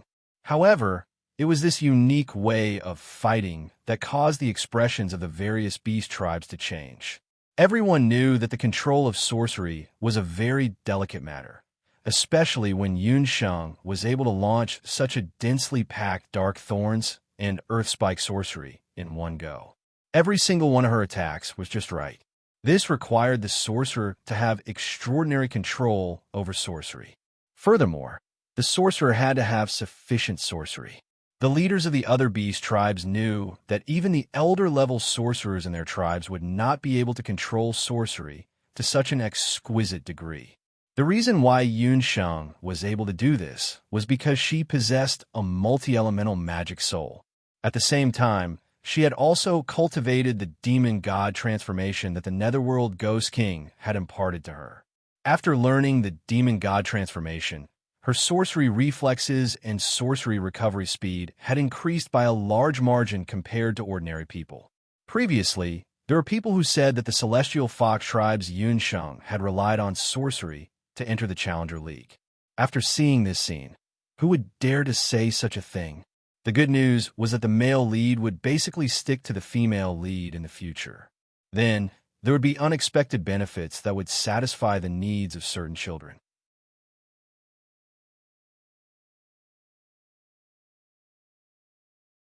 Chapter 1344. At this moment, Li Liqing also wanted to cry, but had no tears. Although she had a sharp, dookie sword in her hand, she had no way to retaliate. In the blink of an eye, she was already forced to the corner of the stage and was about to be forced off the stage. Deputy Clan Leader Dugu, as usual, leaving the stage is considered a loss. Yun Sheng had a satisfied look on her face, as if using two types of magic at the same time was very easy for her, as simple as eating and drinking. Dugu Xiu's face alternated between red and white.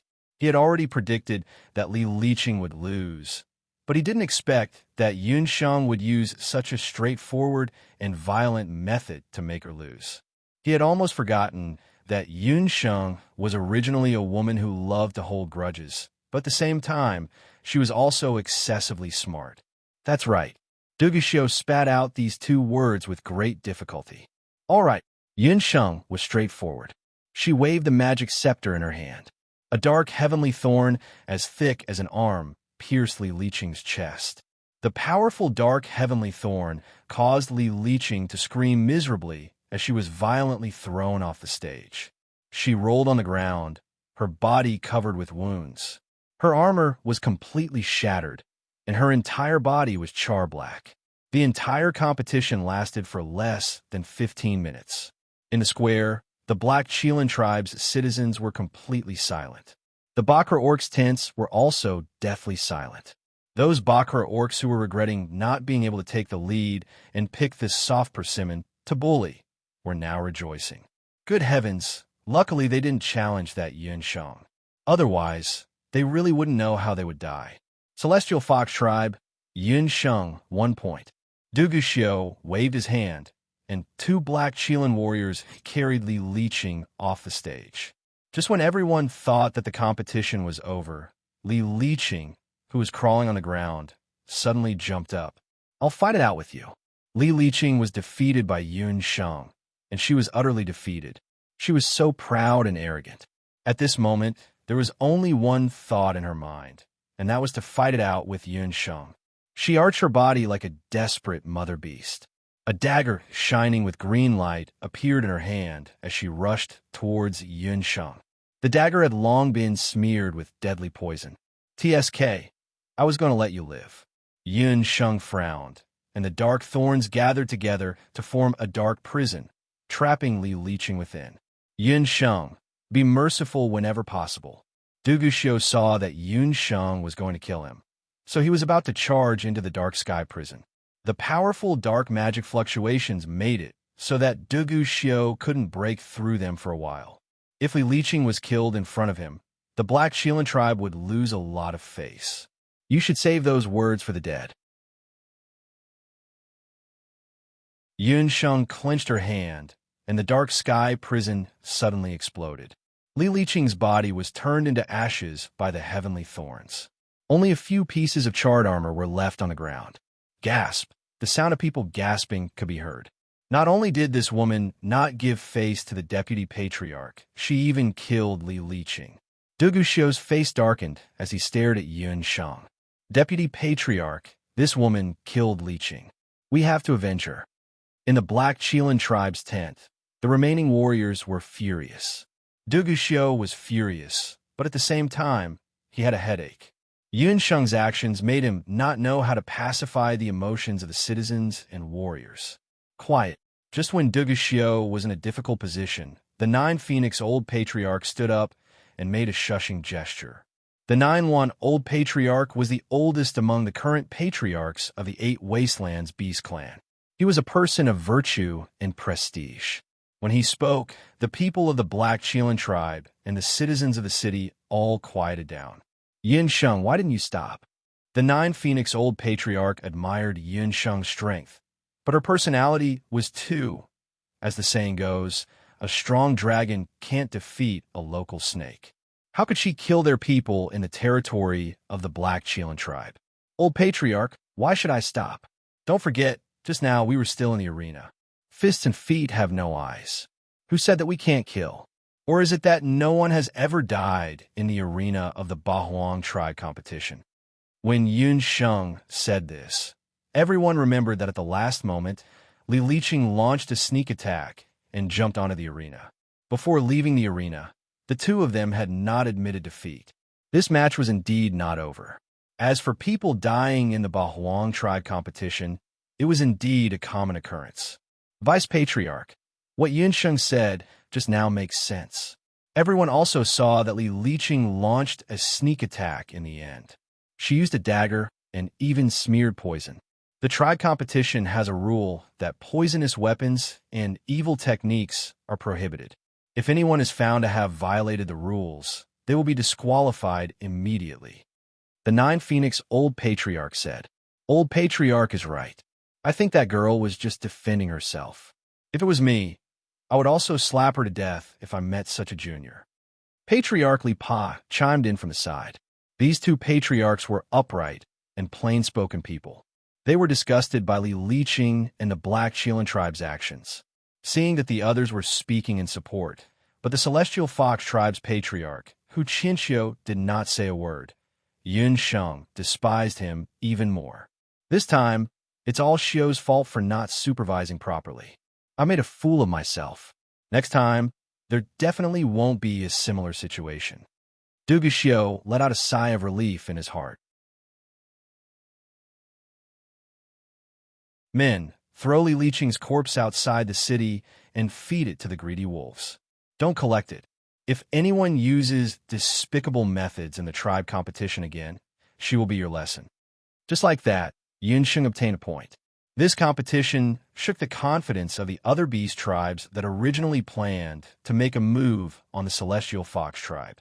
Since they could not make a move on the Celestial Fox tribe, they could only make a move on the other soft persimmon Chinese. "I am Tsang Yi from the Silver Rock tribe.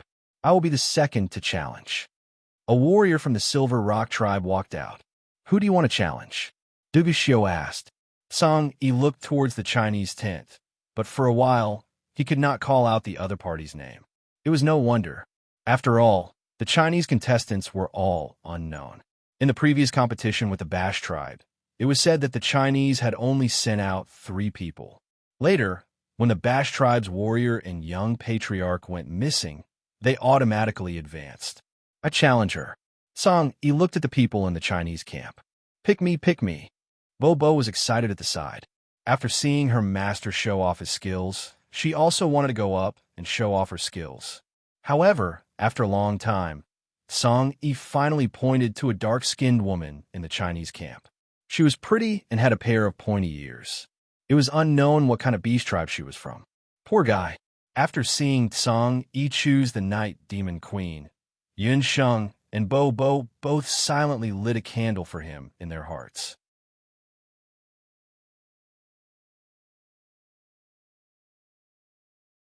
Chapter 1345.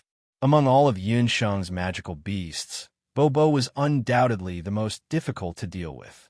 But if she fell into Bo's hands, she would die at most. But if she fell into the hands of Night Demon Queen, she would rather die than live. The reason why Song Yi chose Night Demon Queen was that he could not feel the fluctuation of power from her body. But he did not know that Night Demon Queen was the best at hiding among all the magical beasts. Hee, little brother, you really made the right choice. I will let you never forget today. Night Demon Queen laughed like a flower. She flapped her wings. Today, she was wearing a tight-fitting leather miniskirt, revealing her perfect curves. She was also holding a leather whip in her hand, which made her look like a queen. Night Demon Queen flew to the arena and threw a coquettish glance at the audience below the arena. Immediately, there was a burst of cheers from the male animals in the arena. What's the background of this Hua woman? What a strong charm. The patriarchs of several major beast clans who were watching the battle could not help but wonder. How can Mirchar be a match for me, a rock warrior? Peng Wanli sneered. Obviously, he had some confidence in Song Yi's strength. Song Yi was not an ordinary person. He was born poor and relied on his strong, iron claws and golden hooks to reach his current position.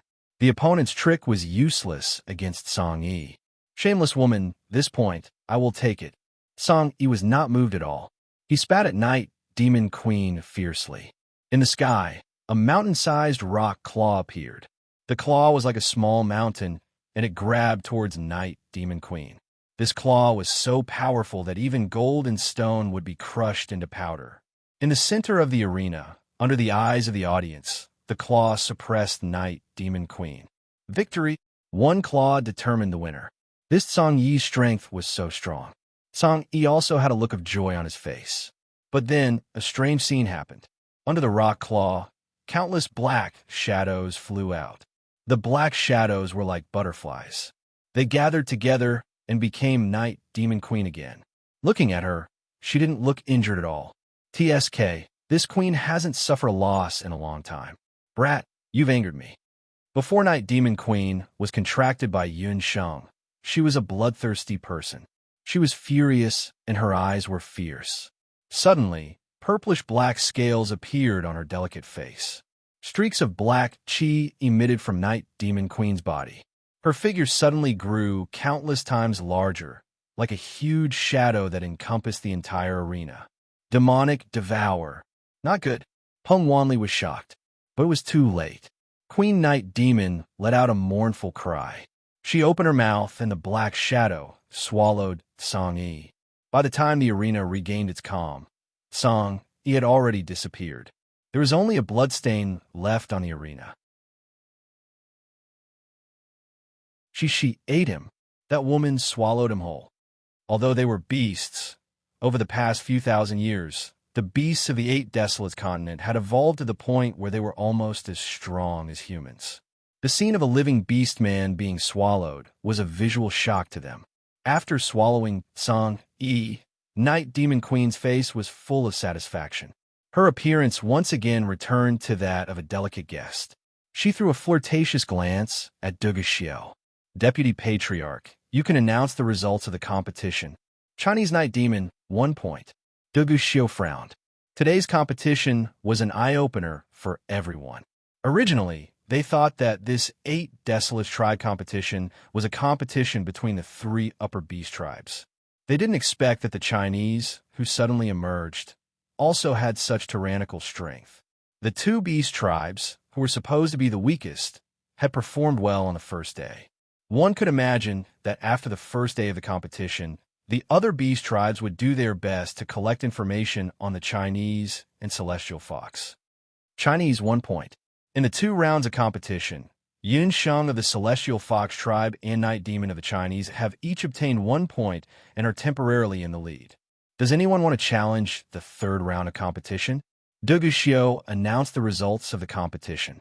After 2 rounds of counterattacks by the Celestial Fox tribe and the Chinese, the other beast tribes didn't dare to find trouble with the Celestial Fox tribe and the Chinese. The following challenges on the first day seem to be much more ordinary. The Celestial Fox tribe and the Chinese suddenly turned from a popular soft persimmon to a smelly stone in the latrine pit. No one dared to challenge them anymore.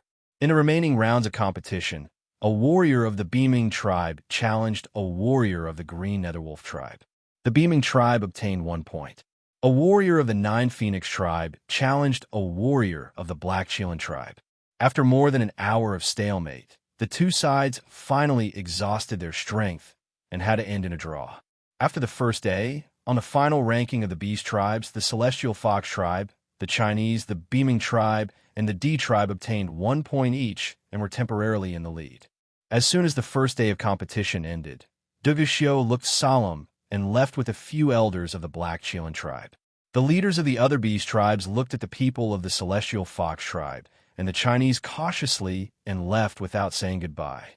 Yin Sheng, you stole the limelight today. I'll definitely surpass you tomorrow. Yu Shang walked past Yun Sheng and glared at her. Compared to the temporary lead of the Celestial Fox tribe, Yin Sheng didn't care about Yu Shang's provocation. No matter how well they performed in the competition, the winner would be decided in the core competition. When the people of the Celestial Fox tribe left the square, Yun Sheng purposely walked behind them. At this moment, the street in front of them was noisy. The sound of hooves was endless. The majestic Black Shilin tribe was escorting a team and walking over. Seeing the Black Shilin tribe's team, the crowd spontaneously moved aside. Clearly, they respected this team very much. Yun Sheng didn't want to join in the fun, but at this moment, a few young men beside her suddenly shouted, "It's the young tribe leader, He Lin Lin. Miss He Lin Lin is still as beautiful as before. If I can marry a wife like her, I'll have no regrets in this life. Dream on. How could the young tribe leader like a toad like you?" In my opinion, the young tribe leader and the vice tribe leader are quite compatible. But I heard that the vice tribe leader and the young tribe leader don't have a good relationship. They don't like each other. Besides, the two of them are biological siblings. Just by listening to the crowd's discussion, Yun Sheng knew that He Lin Lin had a high status in the city. He Lin Lin had just returned from the city. No wonder she didn't see her at the Bahuang tribe competition today. Now wasn't the time to fight with He Lin Lin.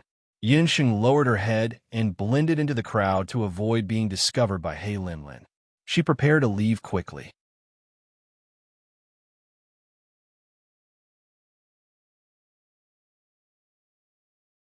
Chapter 1346. Just as Yin Sheng was about to blend into the crowd, she heard another cry. Who is that man beside young chief? How come I've never seen him before? A certain male passerby was clearly He Lin Lin's admirer. His mouth was full of jealousy.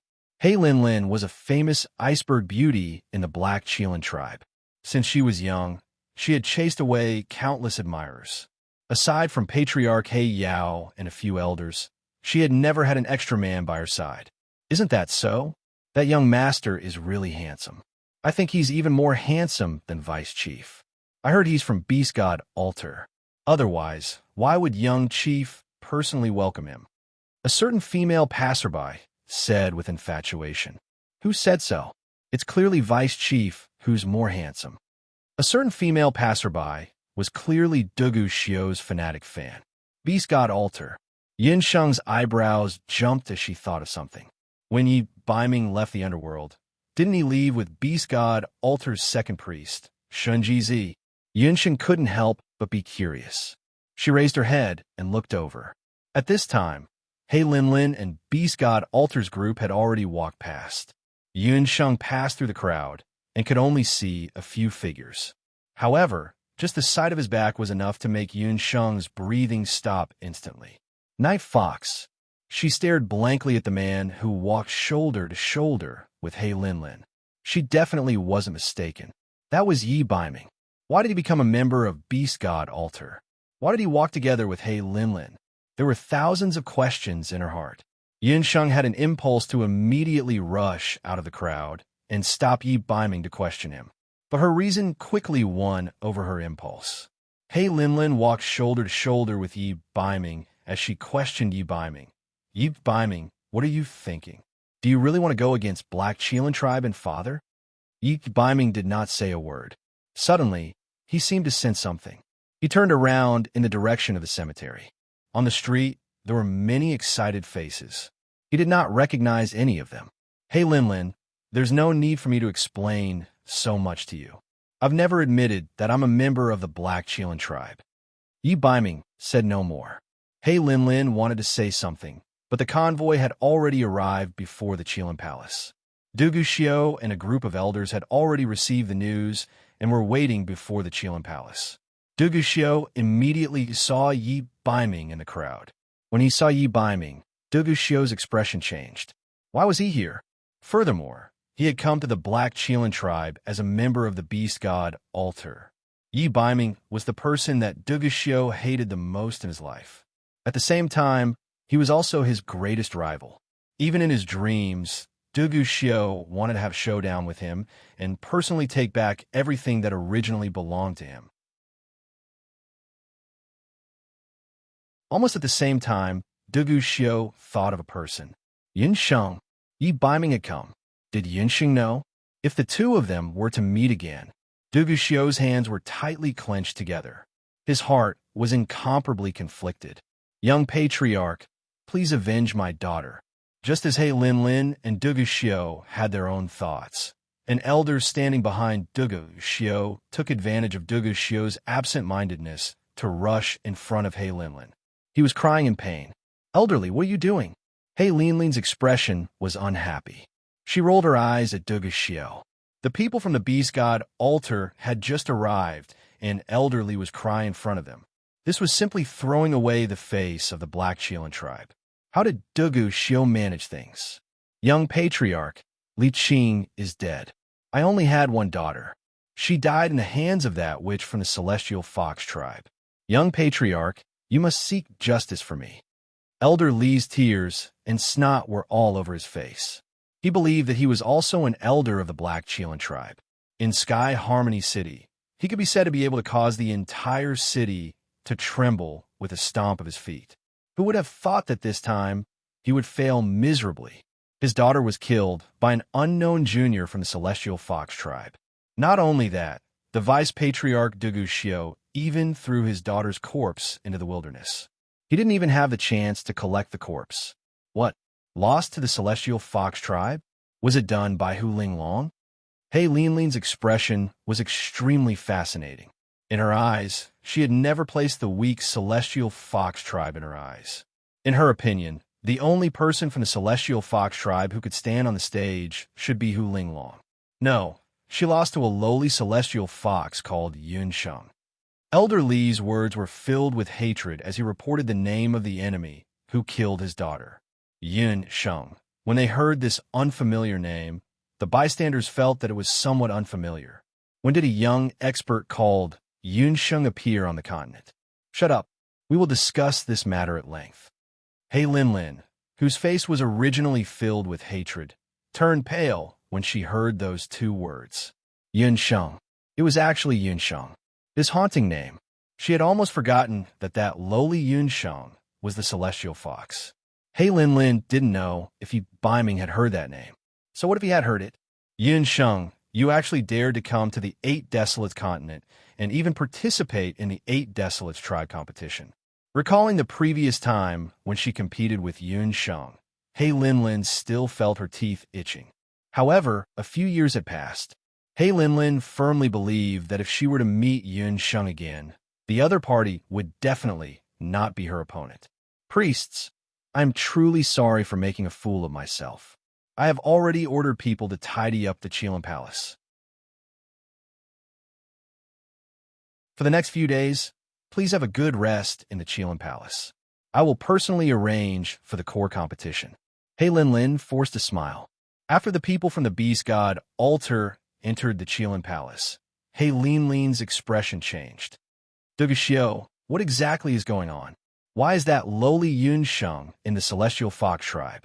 You already knew about it, didn't you? You actually kept it from me? When she thought that Yun Sheng was actually in her territory while she was kept in the dark, He Lin was filled with hatred. That damn Duguxiu. He already knew that Yun Sheng was in the Celestial Fox tribe. That was why he used his official position for personal gain and arranged for the people from the Celestial Fox tribe to stay in the Duga residence. If it wasn't for Elder Li's tearful complaint today, she was afraid that she wouldn't know about it until the core competition. Hey Lin, I should be the one asking you this. Why is Yi biming together with the people from the Beast God altar? Moreover, he is representing the Beast God altar in the competition? If Lord Father knew about this, I'm afraid. Duguxiu sneered. Hey Lin also hesitated. If Lord Father knew that Yi Biming had decided to betray the Black Qilin tribe and represent the Beast God altar in the competition, he would definitely use all methods to kill him. Duguxiu, I know that you have always seen Yi Biming as a thorn in your side. However, don't even think about making a move at this time. Before the core competition, you're not allowed to make a move against him. I will also not make a move against that lowly Yun Sheng. After weighing the pros and cons, He Lin decided to make peace with Duguxiu for the time being. They would work together to prevent Yun Sheng and Yi Biming from meeting.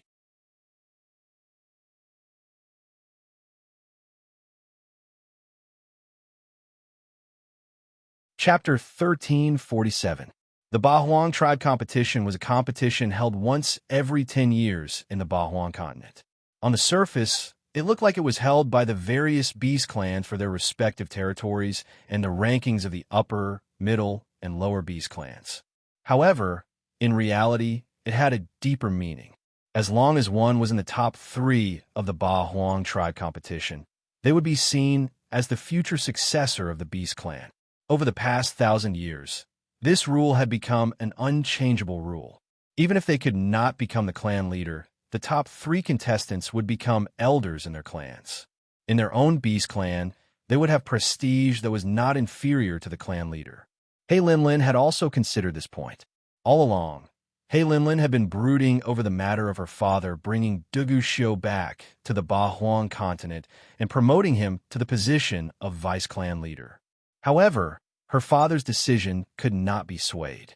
However, He Lin could not accept it no matter what. Duguxiu was the same as her, a contender for the position of clan leader. She would rather let Yi Biming become the clan leader. However, it was a pity that Yi Biming was born with a rebellious nature. Her father, He Yao, and Yi Biming had already broken off their relationship. He Yao had even threatened that he would personally deal with Yi Biming, this unfilial son. If Yi Biming participated in the core competition and shocked everyone in the core competition, even if her father wanted to settle the score with Yi Biming, he would have to give up on account of the Beast God altar and the other beast clans. Yi Biming was now the last disciple of the Beast God altar's high priest. This identity actually had its benefits. He Lin had already made her wishful thinking. If Yi Biming was really in the top 3, she could use the opportunity of her marriage with Yi Biming to bring the Black Qilin tribe and the Beast God altar one step closer. At that time, the Black Qilin tribe and the Beast God altar would undoubtedly dominate the entire Bahuang continent. How could Duguxiu not know He Lin's thoughts? However, Duguxiu's thoughts were similar to He Lin's. Both of them viewed the core competition of the Bahuang clan competition as extremely important. All right, we'll agree on that then. However, this agreement will only last until the core competition. I won't let that kid off in the core competition. Duguxiu had already decided to fight to the death with Yi Biming. The grudges between the two of them had been going on for so many years. It was time for them to come to an end. Don't worry. In the core competition, I won't let that bitch surnamed Yun go. He Lin's eyes were cold, and she left in a huff. Duguxiu took a few steps forward. A person walked out of the bushes in front of them. High Priestess. When Duguxiu and He Linlin were talking, they didn't notice that there was someone nearby. Deputy Patriarch, there's no need to be nervous. I heard everything you said just now. I'm not your enemy. Deputy Patriarch, I came to find you today because I want to cooperate with you. The High Priestess's face was covered by her robe, making it difficult for others to see her appearance clearly. Duguxiu paid attention to his surroundings. After confirming that the people around him were his people, he walked towards the High Priestess. In the Ba Huang continent, there were very few people who could make Duguxiu wary. Other than the patriarchs of the 8 major beast tribes, the High Priestess of the Beast God Altar was one of them. For some reason, when he approached the High Priestess of the Beast God Altar, he had the illusion that he was being seen through. This made the conceited Duguxiu feel very uncomfortable. Moreover, the High Priestess had accepted Yi Baiming as her last disciple, and now she wanted to cooperate with him. Duguxiu didn't trust her at all, not to mention betraying the Black Qilin tribe and cooperating with her. High Priestess, I have no intention of cooperating with you. You should know that He Yao is my father. I won't betray him. Duguxiu decisively rejected the High Priestess. He didn't say anything else and prepared to leave the Qilin Palace. He had stayed in the Qilin Palace for long enough. When Yi Baiming arrived at the Sky Harmony City, Duguxiu became nervous. Deputy Patriarch, I can help you with something. Have you always wanted to know how to break the curse of the ancient Qilin? The High Priestess asked in a loud voice.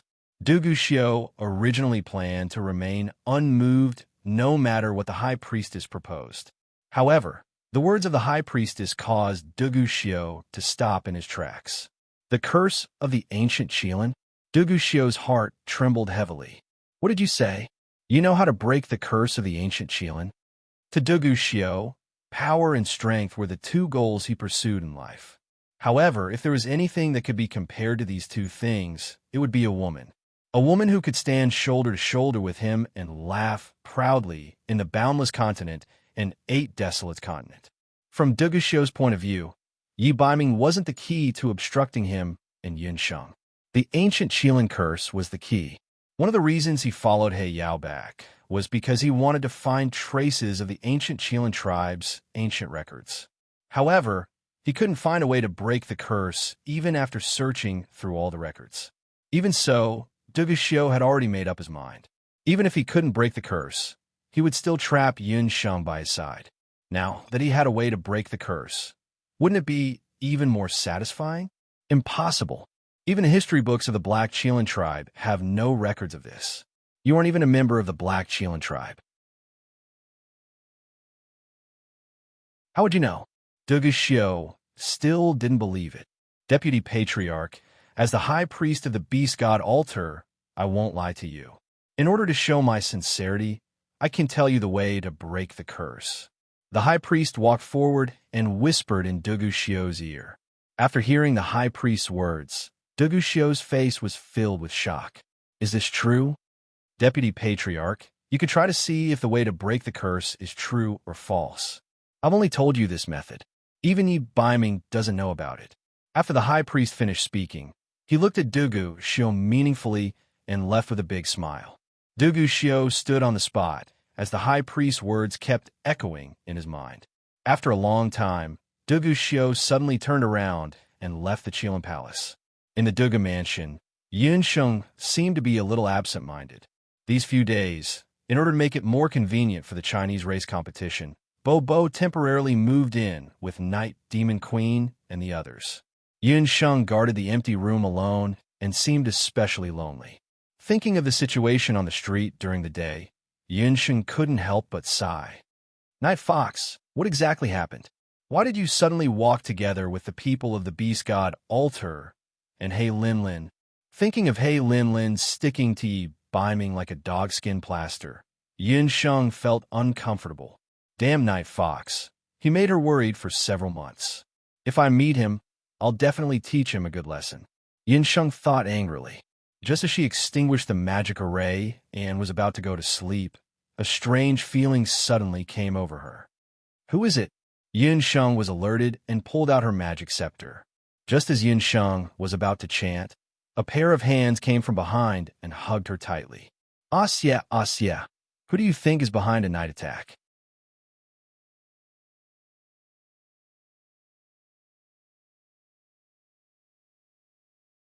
Chapter 1348. After coming to the Eight Wastelands continent, Yin Sheng came into contact with some things that she had never come into contact with in the Boundless Continent. The power of faith and the statue of faith were two of them. Yin Sheng could feel that the Eight Wastelands continent was different from the Boundless Continent. It was very likely that some people from the divine world had already stepped into this place. These people might have left behind items from the divine world in different places in the Eight Wastelands continent. However, why would the beast god Altar also have a statue of faith? Could it be that the beast god Altar was colluding with the beast king? However, when Yi Baiming took out the statue, Yun Sheng realized that the statue that the high priest gave Yi Baiming was not a statue of faith. This statue was very small. Using Shen Nong's eye to check, there was no conversion magic array inside. It looked like a very ordinary clay statue. If it was not a statue of faith, why would the high priest go through so much trouble to get Yi Baiming to put it in the Qilin Holy Land? What kind of medicine was the high priest selling in his gourd? Then, does the high priest really know how to remove the ancient forbidden spell? If Yun Sheng and Yi Baiming wanted to be together, they had to remove the forbidden spell. There's no need for him to lie to me. I'll get the answer after the Eight Wastelands clan competition ends. Yi Baiming was not very sure about this. However, as long as there was a glimmer of hope, he would not give up. Night Fox, if the ancient forbidden spell can't be removed, what should we do? Yun Sheng asked bitterly. She had actually thought of this question many times.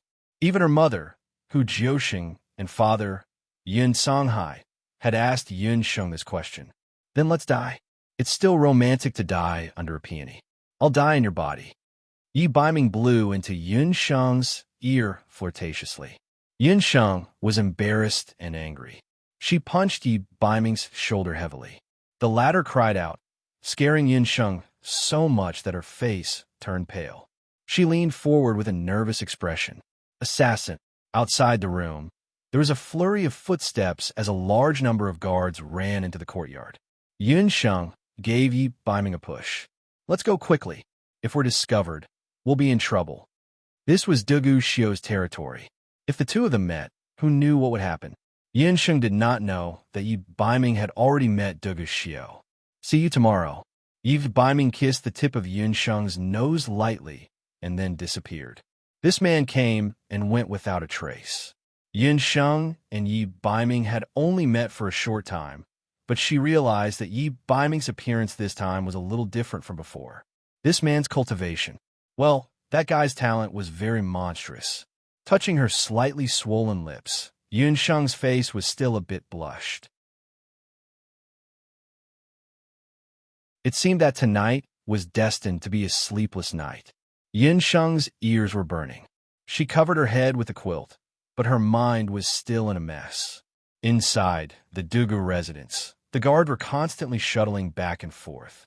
When Yi Baiming crossed the Dugu residence's wall and disappeared into the night, a black figure stood in the corner. The man's fingers were clenched into fists, and his knuckles turned white. His eyes were overcast, as if they were going to swallow everything in the next second. Yi Baiming. Dugu Xiu had already guessed that with Yi Baiming's temper, after knowing that Yun Sheng was in the Dugu residence, he would definitely not let the matter rest. Only the heavens knew how much pain he had felt when he saw Yi Baiming leave through the window in Yun Sheng's blushing and intoxicated face. However, so what if they loved each other? To Yi Baiming, Yun Sheng was a piece of fat meat in his mouth. As long as he didn't know that secret, he wouldn't be able to touch Yun Sheng even if he died. When he thought of this, the high priest's words echoed in Dugu Xiu's ears. Deputy Patriarch, the Qilin ancient forbidden curse isn't incurable. The way to break it is very simple. The forbidden curse is only effective on the black Qilin and celestial fox couples who have intercourse for the first time. The high priest's words were very obscure, but Dugu Xiu understood. The ancient forbidden curse was only effective on the Qilin and celestial fox couples who had intercourse for the first time. This meant that as long as he hugged another celestial fox woman before he had Yun Sheng, the ancient forbidden curse wouldn't have any effect on him in the future. However, the celestial fox woman who had been possessed wasn't so lucky. Only death awaited her. Celestial fox woman. Dugu Xiu's gaze sharpened. His gaze landed on a certain part of the Dugu residence. Dugu Xiu walked towards the residence's garden. The Dugu residence's garden was very large. There were many pavilions and terraces inside. There was also a small gurgling river that went around several fake mountains. Dugu Xiu walked in front of one of the fake mountains. His hand touched a protruding rock. The rock retracted, and a door appeared on the fake mountain. Dugu Xiu walked in. There was actually a secret room inside the fake mountain. The room's furnishings were quite neat. There was a magic cage at the bottom of the room. Hu Linglong was locked in the magic cage.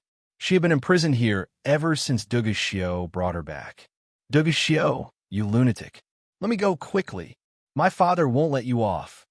Hu Linglong had been locked up inside for almost half a month. Every day, Dugu Xiu would only order a blind and mute servant to deliver the least amount of water and food. As the daughter of the Celestial Fox Tribe's deputy patriarch, when had Hu Linglong suffered like this? Your father. Even the Celestial Fox people's chief, Hu Qinxiu, is a coward, let alone your father. Do you think that the deputy patriarch of the Celestial Fox Tribe is more powerful than me? Dugu Xiu mocked. This woman had the same face as Yun Sheng. She couldn't even compare to a toe of Yun Sheng. Patriarch, the Bahuang clan competition has begun. Is my father here, too? Hu Linglong's eyes lit up. However, she immediately thought that with her current identity, it was absolutely impossible for her to return to the Celestial Fox Tribe. Yu Sheng and the Great Witch Doctor were probably looking for her everywhere. Once she showed her face, only death would await her. In comparison, this magic cage was still safe. Is Green here as well? You promised me that as long as Lu came, you would let me seduce him. Hu Linglong's face was red. Dugu Xiu's purpose of keeping her was very simple. He wanted to use her to sow discord between the Nine Yuan tribe and the Celestial Fox tribe. He said that as long as she could seduce Lu, not only would he let her go, but he would also help her and Lu get married. Do you think that with your little tricks, you can seduce the young patriarch of the Nine Yuan tribe? You and Yun Sheng can't be compared at all. Dugu Xiu did have such thoughts, but he had changed his mind. He thought of a way to better use Hu Linglong and get rid of the thorn in his side at the same time.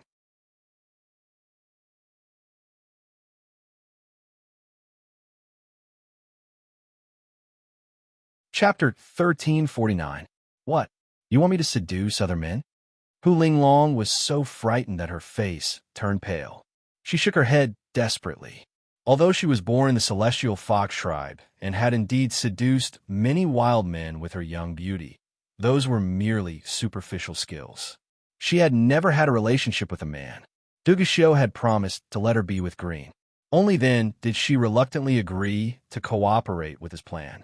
However, he actually wanted her to sleep with someone like a shameless slut. Hu Linglong would definitely not agree to it. I only want Green. I'm not interested in anyone else. Hu Linglong bit her lips. If I were to tell you that the person I want you to accompany is Yunqing's man, and that man's appearance, status, and strength are not inferior to Yunqing's, would you change your mind? Dugu Xiu sneered. He had already seen through Hu Linglong. She said that she was infatuated with Green, but to put it bluntly, she was only interested in Green's identity and status. Hu Linglong's heart skipped a beat. Yunqing's man? Did she hear wrongly? Hu Linglong did have a good impression of Green. However, it was just as Dugu Xiu said. As long as it was a good-looking man with power, she would be happy to seduce him. It was just like when she first met Dugu Xiu. She had also attempted to seduce him.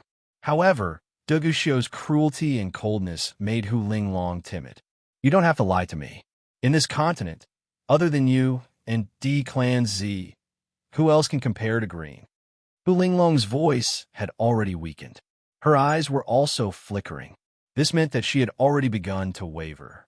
Duguxiu and Zi were not people that Hu Linglong could provoke. Therefore, Hu Linglong did not dare to have any thoughts. That person is the last disciple of beast god Alter's high priest. His name is Yi Baiming. He also has another identity. He is Yun Sheng's husband. The two of them got married in the Boundless Continent. However, due to certain reasons, they have yet to consummate their marriage. Think about it. If you can snatch Yun Sheng's man right in front of her, how would she react? Duguxiu's words made Hu Linglong's heart itch even more. What a good Yun Sheng. It turned out that she was a married woman, but she still dared to seduce Green. However, if the other party was really the last disciple of the beast god Alter's high priest, his identity would be different. Especially when she thought about how she could hold onto Yun Sheng's man and show off in front of her. Hu Linglong wavered even more. But I've never seen that man before. You said that I'm completely different from Yun Sheng. I'm afraid he won't fall for it. Hu Linglong already believed Duguxiu's words. You don't need to worry about this. I naturally have a way to make you sleep with Yi Baiming. Tomorrow night, I will think of a way to get Yi Baiming to come over. Remember, don't try any tricks. Otherwise, I guarantee that you, your father, and your family will all die miserably. After saying that, Duguxiu turned around and left. Hu Linglong had a frightened expression on her face. Damn Duguxiu. Wait until I really hook up with the last disciple of the High Priestess. Then, the first person I'll kill will be you. After a long while, she used her hand to rub her heaving chest and spat out these words. After leaving the rockery, a meaningful smile appeared on Duguxiu's face. The instant he found out about the method to remove the ancient era's forbidden curse, he had thought of using Hu Linglong to remove the forbidden curse on his body. However, he immediately thought of an even better idea. That was to have Hu Linglong pretend to be Yun Sheng and deceive Yi Baiming. Duguxiu remembered that Yun Sheng had once said that the man she wanted was someone who could only be with her for the rest of her life. Even now, Duguxiu still believed that the reason why Yun Sheng did not choose him back then was because he was already married and had a child. However, if Yi Baiming also had a relationship with another woman, and that woman was Hu Linglong, whom Yun Sheng hated, then everything would be different. As the saying goes, love is love. The Yun Sheng that Duguxiu knew was a person who made a clear distinction between love and hate. When the time came, he would bring Yun Sheng to catch Yi Baiming committing adultery with her own eyes. She would probably hate Yi Baiming to the core when she saw the two of them having an affair. Duguxiu could also make use of Yi Baiming to verify whether the High Priest's method to remove the forbidden curse was really feasible. Celestial fox women were everywhere. He could just grab one of them. A mere Hu Linglong could sow discord between Yun Sheng and Yi Baiming. At the same time, she could also remove the ancient era's forbidden curse. This was a good idea that could kill two birds with one stone. When he thought of this, Duguxiu could not wait for tomorrow to come early. On the second day of the challenge, Yun Sheng, who was reunited with Yi Baiming, was in high spirits. She could not help but smile. This made Lu Yunshuang feel very strange. Yun Sheng, you seem to be in a particularly good mood today? Lu Yunshuang wondered. You only won 1 point. What's there to be proud of? Yu Shang watched from the side and sneered. It's better than someone who didn't get a single point. Yin Sheng glanced at Yu Shang. Yu Shang had indeed kept a low profile in this challenge. If it had been someone else, it might have been understandable. However, it was Yu Shang. Something was not right. After today, you'll know that I'll be the first person to enter the core competition. Yu Shang glanced at Yun Sheng contemptuously. That woman is so weird. She's been missing for the past few nights. She seems to be up to something. Lu Yinchuang was unlucky enough to be in the same room as Yu Shang. The two of them did not like each other to begin with. They only treated each other as air out of respect for the tribe leader. However, Yu Shang had been out for the past few nights. Lu Yinchuang suspected that she was up to no good. Don't worry. The Bahuang tribe has many eyes and ears. No matter how capable Yu Shang is, she won't be able to pull any tricks. Yun Sheng and Lu Yinchuang walked into Celestial Fox's tent. At that moment, they both noticed that there was another tent near the Black Chelan tribe's tent near the arena. The tent was not there yesterday, but it had been hastily set up early this morning. I heard that the people from the beast god altar came yesterday. The high priest of the beast god altar brought his new last disciple to participate in the core competition. Hu Chinchio had many eyes and ears. He already knew that the beast god altar had come as well. That's troublesome. If the people from the beast god altar are here, the difficulty of the core competition will increase again. The warriors of the celestial fox tribe complained. Beast god altar? Yushang was still unfamiliar with this name. In the era she lived in, the beast god altar had not yet risen to prominence. The other beast tribes had also received the news and were now in heated discussion. At that moment, He Lin and a few people from the beast god altar walked over.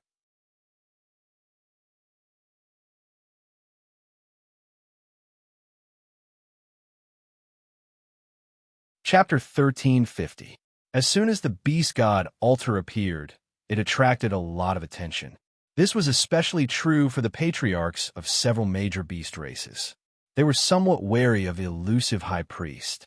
The Nine Phoenix Patriarch, the D-Clan Patriarch, and several other upper beast race patriarchs also came forward to greet him. Several thousand pairs of eyes immediately turned to look at the newcomer. It was rare to see someone from the beast god altar.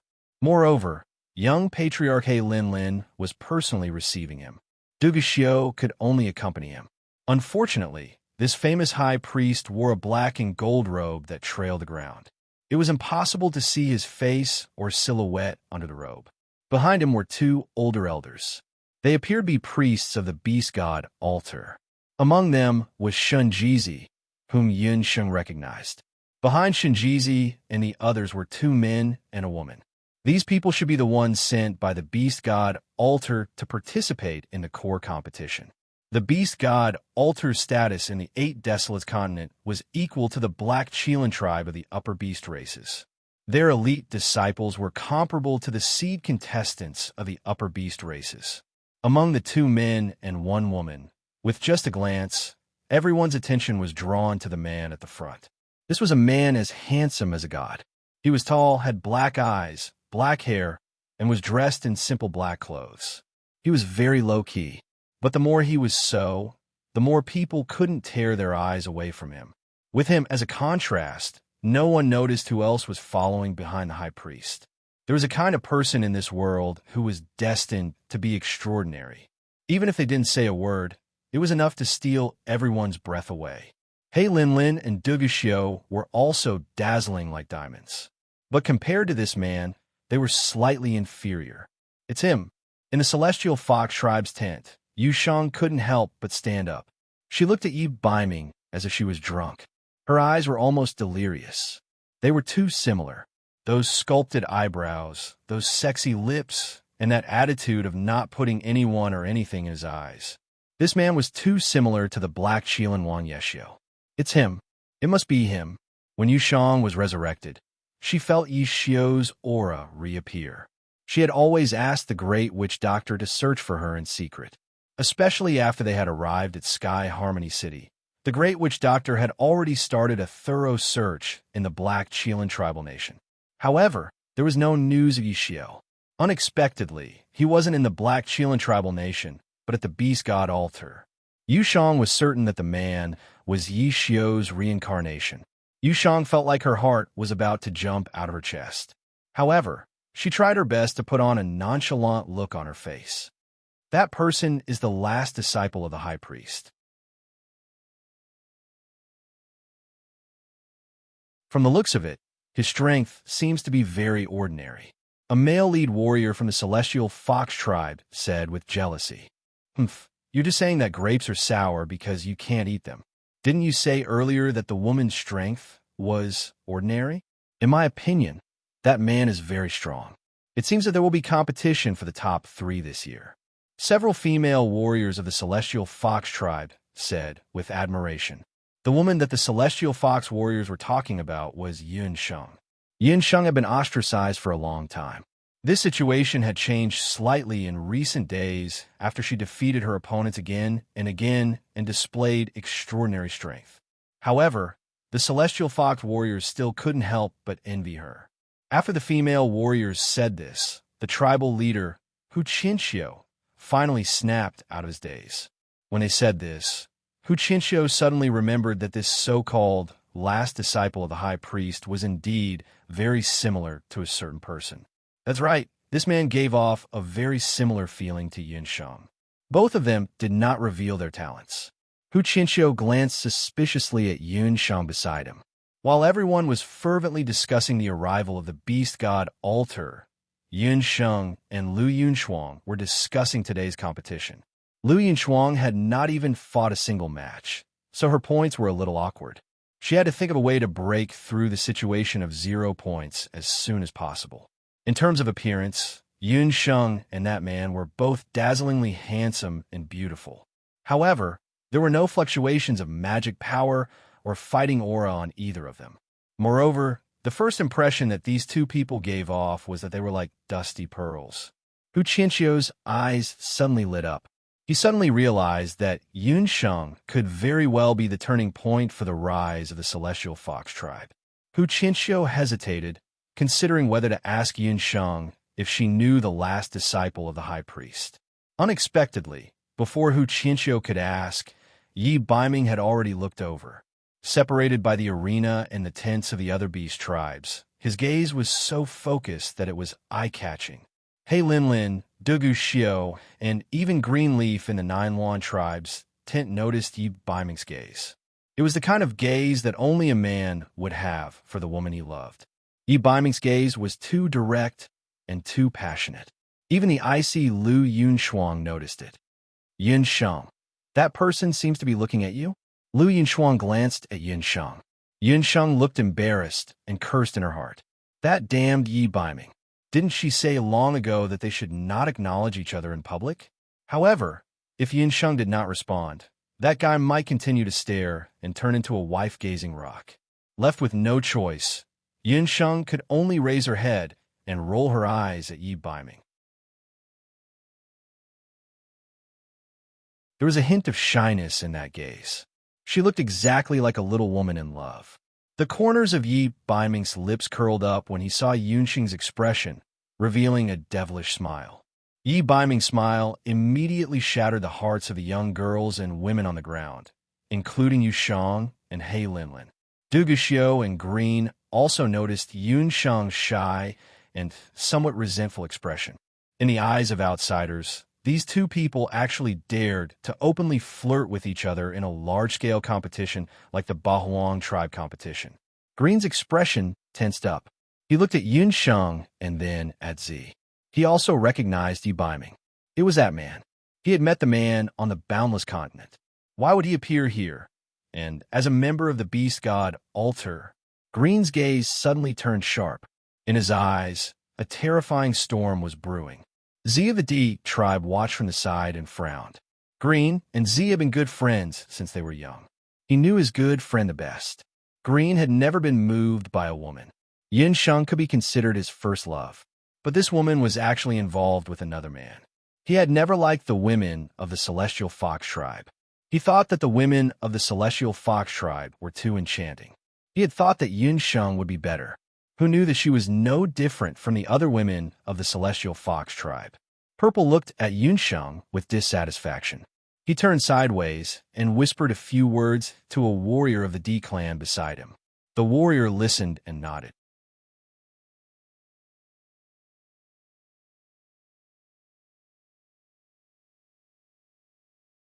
Chapter 1351. Yunsheng also saw the interaction between the two. Her heart throbbed with pain, as if it had been stabbed by a blunt object. Yi Xiao, even though you've died once, you still like that bitch Hu Yin? Hu Yin died a long time ago. This woman merely resembled Hu Yin a little. In this life, I'll definitely make you pay attention to me. Yunsheng retracted her gaze and silently swore in her heart. Ahem, Baiming, the match is about to begin. Let's go into the tents first. The high priest coughed a few times, his gaze sweeping over the Celestial Fox tribe's tents. When he saw Yunsheng, A trace of hatred flashed past under his robes. The second day of the match was delayed for a moment due to the arrival of the beast god Altar's people, but it quickly returned to normal. As soon as Dugu Xiao announced the start of the match, Yu Shang flew up and was the first to enter the arena. "I am Yu Shang of the Celestial Fox people," Yu Shang said, her beautiful eyes looking at Yi Baiming with infatuation. Her gaze was very explicit. When Yu Shang saw Yi Baiming, she was stunned and certain that he was the reincarnation of Yi Xiao. In her previous life, she had been infatuated with Yi Xiao, but because of Hu Yin, she had fallen in love with him. Back then, Yi Xiao had fallen in love with Hu Yin during a match between two Bakura Orcs powerhouses. The two had become friends through a fight and developed feelings for each other. This had always been a thorn in Yu Shang's heart. She had also seen Yi Baiming and Yun Sheng flirting with each other, and her heart was filled with jealousy. She was the first to enter the arena in order to attract Yi Baiming's attention. Hadn't Yun Sheng won a match?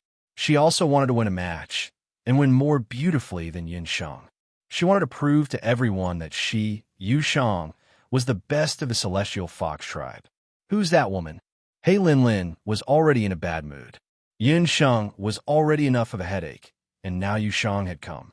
The women of the Celestial Fox tribe were really troublesome. She is from the Celestial Fox tribe. This woman is not simple. I heard that she is a seven-tailed Celestial Fox. She is one of the dark horses of the Celestial Fox tribe this year. The guard beside He Linlin bowed and said. Yi Baiming was completely unmoved by Yu Shang's gaze. Except for Yun Sheng, other women were just creatures with two eyes, a mouth, and a nose in his eyes. "Miss Yu Shang, who is your opponent?" Dugu Xiao asked. "My opponent is him." Yu Shang pointed at a male beaming warrior from the Beaming clan. But then, she raised her finger and pointed at a female warrior of the Green Hellwolves. "What is the meaning of this? Are you trying to humiliate us by challenging two people at once?" The female warrior of the Green Hellwolves and the male warrior of the Beaming clan were both furious. A weak Celestial Fox actually wanted to fight two people at once. This was clearly a humiliation. What? Is there a rule in the Bahuang tribe that forbids me from challenging two people at once? Yu Shang raised her head arrogantly. There isn't such a rule. If the two of you are willing to accept the challenge, there is nothing wrong with it. However, if you win, you will get 2 points. If you lose, the Green Hell Wolves and the Beaming clan will only get half a point. "I'm afraid this is unfair," Dugu Xiao said matter-of-factly.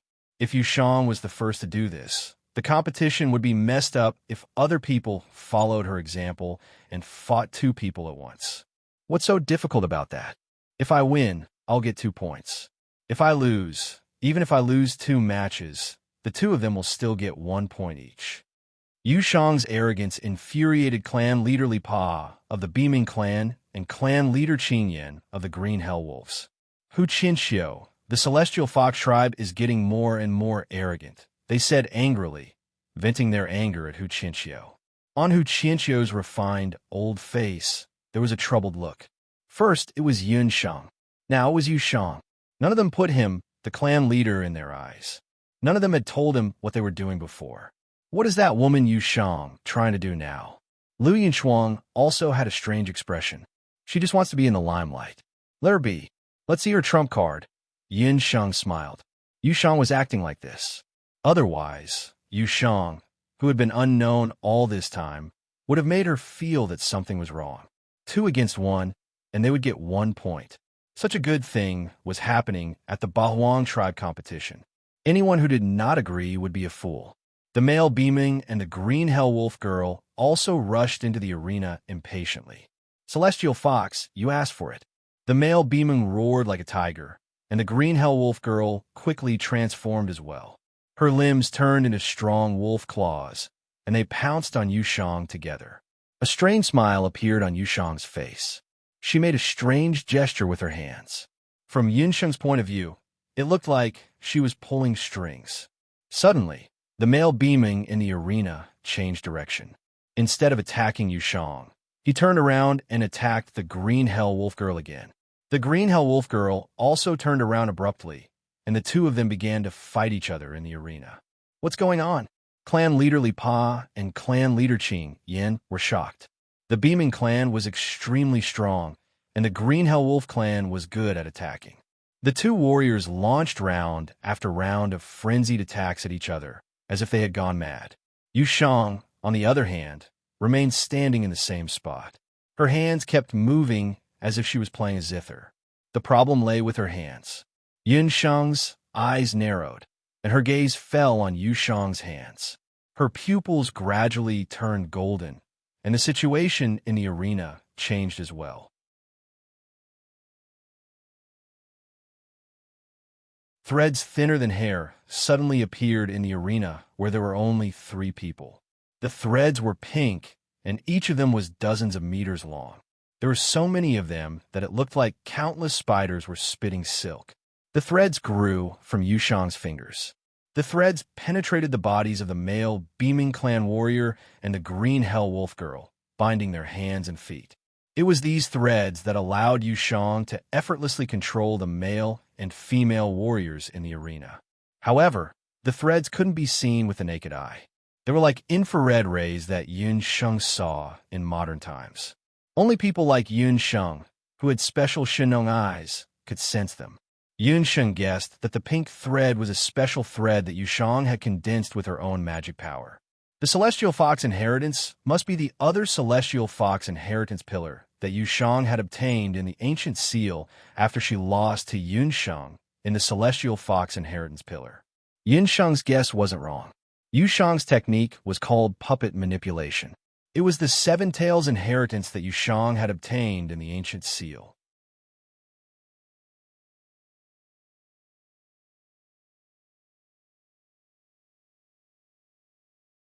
Chapter 1352.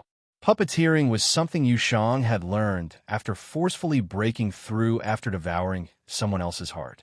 This inheritance was even more domineering than the corpse puppet technique. Yu Shang had seen Yun Sheng use the golden puppet eyes to make a name for herself in the arena. She'd originally planned not to use the 7-tailed inheritance in the challenger competition. She would only use it in the core competition. However, Yi Baiming's sudden appearance had caused Yu Shang to lose her composure. She decided to use the 7-tailed inheritance early in order to attract Yi Baiming's attention. Indeed, Yu Shang's move had attracted a lot of attention. Yi Baiming's eyes narrowed as he stared at the Behemoth and Blue Abyss Wolf Clan's warriors fighting in a frenzy. Although he didn't have Yun Sheng's golden puppet eyes that could see through everything, Yi Baiming's magic perception was even stronger than Yun Sheng's. He could sense a large amount of magic fluctuations gathering in the arena.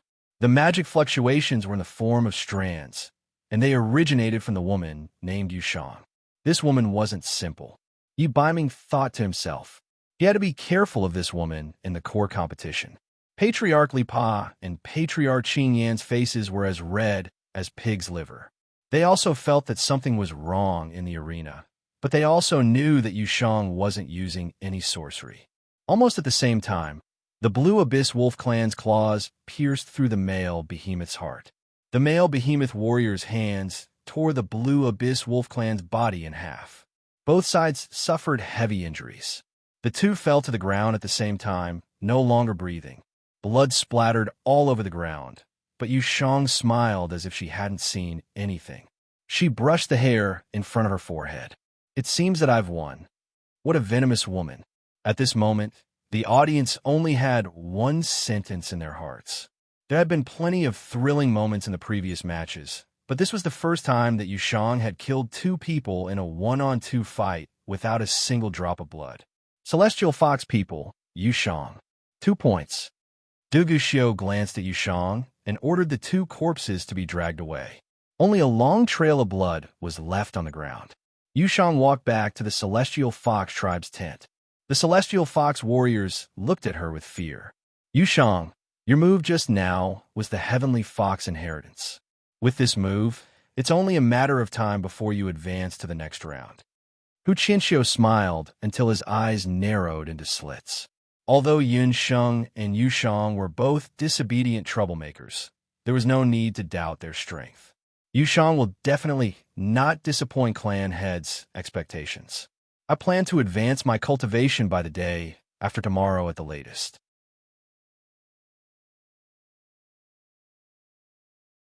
Although Yushang's puppet controlling technique was extremely powerful, it also had a drawback. It required Yushang to use all of her mana. Every time she used it, her mana would be depleted. Puppet Puppeteer was a classic one-off inheritance that could only be used once.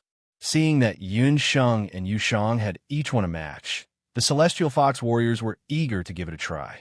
In the next few matches on the second day, a few more Celestial Fox Warriors went up, including Lu Yunshuang. But aside from her, all of them were defeated. As dusk approached, the second-to-last match of the second day's competition was underway. A warrior from the Nine Yuan tribe knocked a warrior from the D clan off the stage. Warrior Yunjie of the Nine Yuan tribe wins 1 point. Du Guxiu had just finished his announcement when someone from the D clan stepped forward. The D clan warrior walked into the arena unhurriedly. He had a pair of clear eyes and a slender figure. His clothes were different from the usual beastkin warriors. There was no trace of hostility. He had short hair and looked like a monk. He's an ascetic warrior called Heart Meditation. Heart Meditation cultivates a special mental cultivation method of the D clan. They travel all over the continent all year round. This kind of warrior has astonishing willpower. Furthermore, they are very proficient in a special kind of attack called Dharma Soul Attack. Hu Qinshou also had some insight as he explained to the few Sky Fox warriors under him. This was the first time most of the Celestial Fox People's warriors had heard of Dermic Soul Attack. Dermic Soul Attack, as the name implied, was not a contest of magic or battle skills. It was an attack of the Dermic Soul. Dermic Souls were crucial to a sorcerer. Warriors on the continent did not have Dermic Souls, but they had souls similar to Dermic Souls. Once their Dermic Souls were attacked, they would either die or become mentally disabled. Therefore, after learning of this D clan warrior's uniqueness, the other major beastkin tribes, including the warriors from the Black Qilin and the Nine Yuan tribe, showed signs of avoidance. Everyone knew that if anyone was named by the D clan warrior, it would not bode well for them. Heart Meditation's cold eyes swept around the ring. Every time his eyes swept across, those who were stared at by him could not help but shiver. Suddenly, Heart Meditation put his palms together and made a saluting gesture. He said in the direction of the Celestial Fox's tent, "I want to challenge Yun Sheng of the Celestial Fox tribe." When Heart Meditation's voice fell, a group of people's hearts were put down. Fortunately, he did not choose them. However, it was strange to say that the D clan was famous for being arrogant among the 3 major beastkin tribes. In these 2 days, the opponents their warriors challenged were from the other 2 major beastkin tribes. How could Heart Meditation, whose strength was not bad, challenge the Celestial Fox tribe, the weakest of the lower beastkin tribes? Purple, did you instruct him? Why? You clearly know. Green questioned Violet. Heart Meditation was Purple's direct subordinate. He only took orders from Purple. He would not challenge Yun Sheng for no reason. He must have been instructed by Purple. Green, I'm doing this for your own good. That woman is not suitable for you. Purple sighed. He and Green had known each other for many years, but they had never quarreled. But this time, when he ordered Heart Meditation to challenge Yun Sheng, he already knew that Green would be angry. It will be best if Yun Sheng is fine, but if something happens to her, I will not let it go. Green's emerald eyes were filled with a bloody light. Violet's heart trembled. She never thought that Green would disregard their many years of brotherhood for a mere woman. Purple could not help but feel a little disappointed. Green, I know you will blame me. I have asked Heart Meditation to hold back. If that woman becomes mentally retarded, perhaps you can stay with her forever. Yun Sheng had already entered the ring. She also bowed to Heart Meditation. Young lady, please be careful. Heart Meditation did not mean to offend you, but the master's order cannot be disobeyed. Looking at Yun Sheng's beautiful face, Heart Meditation thought to himself, Femme fatale. Unfortunately, today he had to play the role of a ruthless executioner.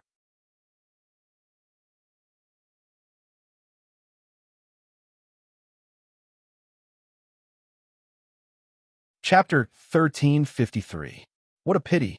I thought I could have a match with her. Looks like I won't have the chance. Hei Linlin smiled when she saw that Xian Chan had found Yun Sheng. She thought that this woman would at least be able to enter the core competition. But now, it seemed like she wouldn't even be able to pass the challenge competition. If she turned into a retard, she wouldn't be able to compete. Intentionally or unintentionally, she glanced at Yi Baiming. She saw that Yi Baiming's expression was calm and did not reveal any anxiety. Could it be that Yi Baiming wasn't worried about Yin Sheng? But the opponent was Xian Chan of the D clan. Even Hei Linlin would have to put in some effort to deal with her. Hei Linlin couldn't help but be confused. She looked at Dugu Xiao. Dugu Xiao looked nervous. What would he do if Xian Chan tried to kill him? Speaking of which, if that woman turns into a retard, the vice clan leader should be very happy. Hei Linlin's words made Dugu Xiao's heart skip a beat. Suddenly, an idea popped into his mind. That's right. If Yun Sheng really became a little fool, perhaps she would accept him. Dugu Xiao's heart was in a dilemma. Baiming, who do you think will win this match? The high priest asked casually. She won't lose. Yi Baiming only said one sentence. He didn't elaborate. Was that she, her, or him? Yun Sheng and Xian Chan stood on the arena. The sun was already setting. The golden light shone on them, making them look like they were plated with a layer of gold. Neither of them made a move. Time passed slowly. They still didn't move. The spectators in the square were even a little impatient. What's going on? Are they going to compete or not? They only know how to stare at each other. If this continues, the sky will turn dark. Suddenly, a strange force attacked him. This Xian Chan really wanted to put her to death. Yun Sheng snorted. She closed her eyes, and a halo like moonlight turned into a crescent moon slash, launching a round of attacks towards Yun Sheng's Dharma soul. So this is a magic soul attack. So Xian Chan is also a light magician. When Yun Sheng saw Xian Chan's attack clearly, she calmly urged the magic soul in her body. Xian Chan's Dharma soul attack had always been very effective. Even the seniors who had been famous for a long time in the 8 desolate continent would find it difficult to take on 5 of his Dharma soul attacks.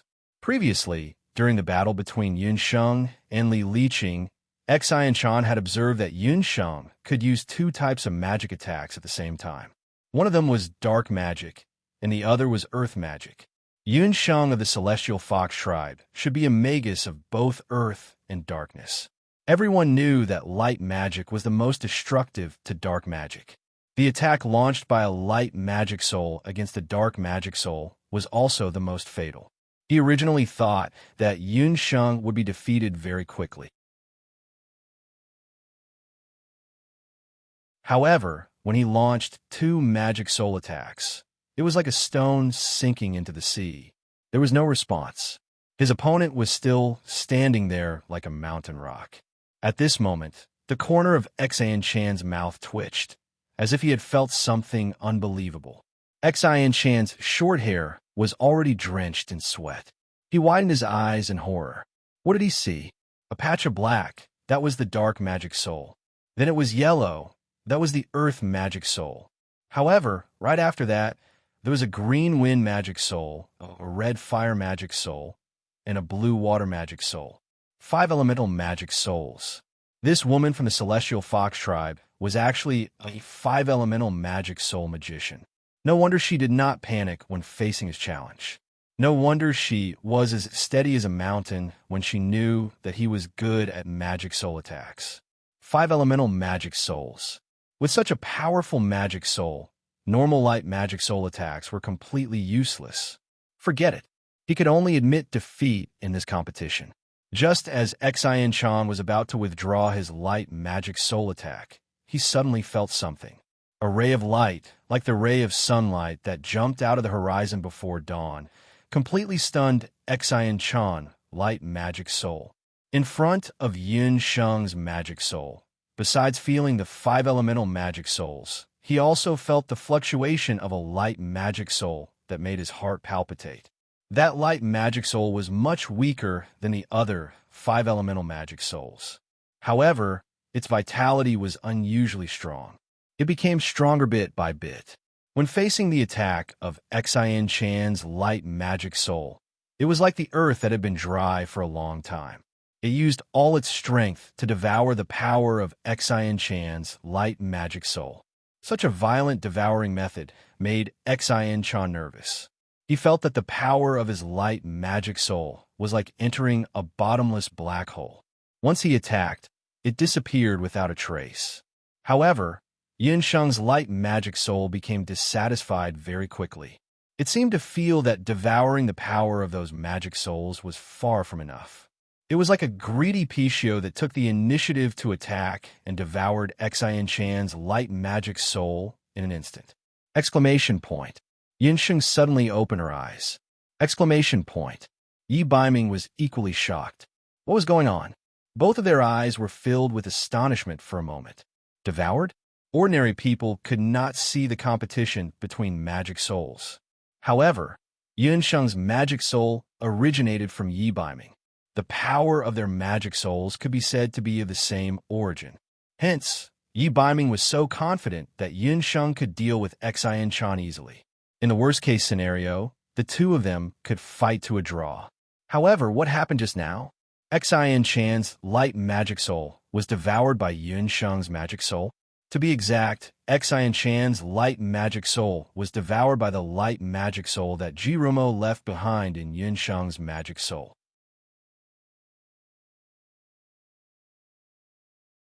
So fierce. Yi Baiming did not like Jirumo at all. However, he had to admit that Jirumo was indeed the continent's #1 genius light magician. Even the light magic soul that he left behind was domineering. When Yunsheng opened her eyes, Xian Chan was like a crumbling city wall. He looked up and fell straight down the arena. Boom! There was the sound of a human body falling to the ground. Shock, only utter shock. This competition was also bloodless. Yunsheng and Xian Chan did not make a move. However, Xian Chan suddenly fell to the ground. Purple's heart skipped a beat. He flew over and was already in front of the arena. He looked at Xian Chan again. His face was as white as a sheet. His pair of bright eyes had become dull and lifeless. His eyeballs were like a dead fish, unable to move. Saliva dripped from the corner of his mouth, as if he was an idiot. Was he stupid? Purple's arm trembled slightly. What did you do to Xian Chan? Xian Chan was Purple's right-hand man. He was very likely to become an elder of the D clan in the future. However, he had become a fool. An eye for an eye. Master Xian Chan's magic soul attack is not bad. It's a pity that he met me, Yunsheng said and jumped down the arena.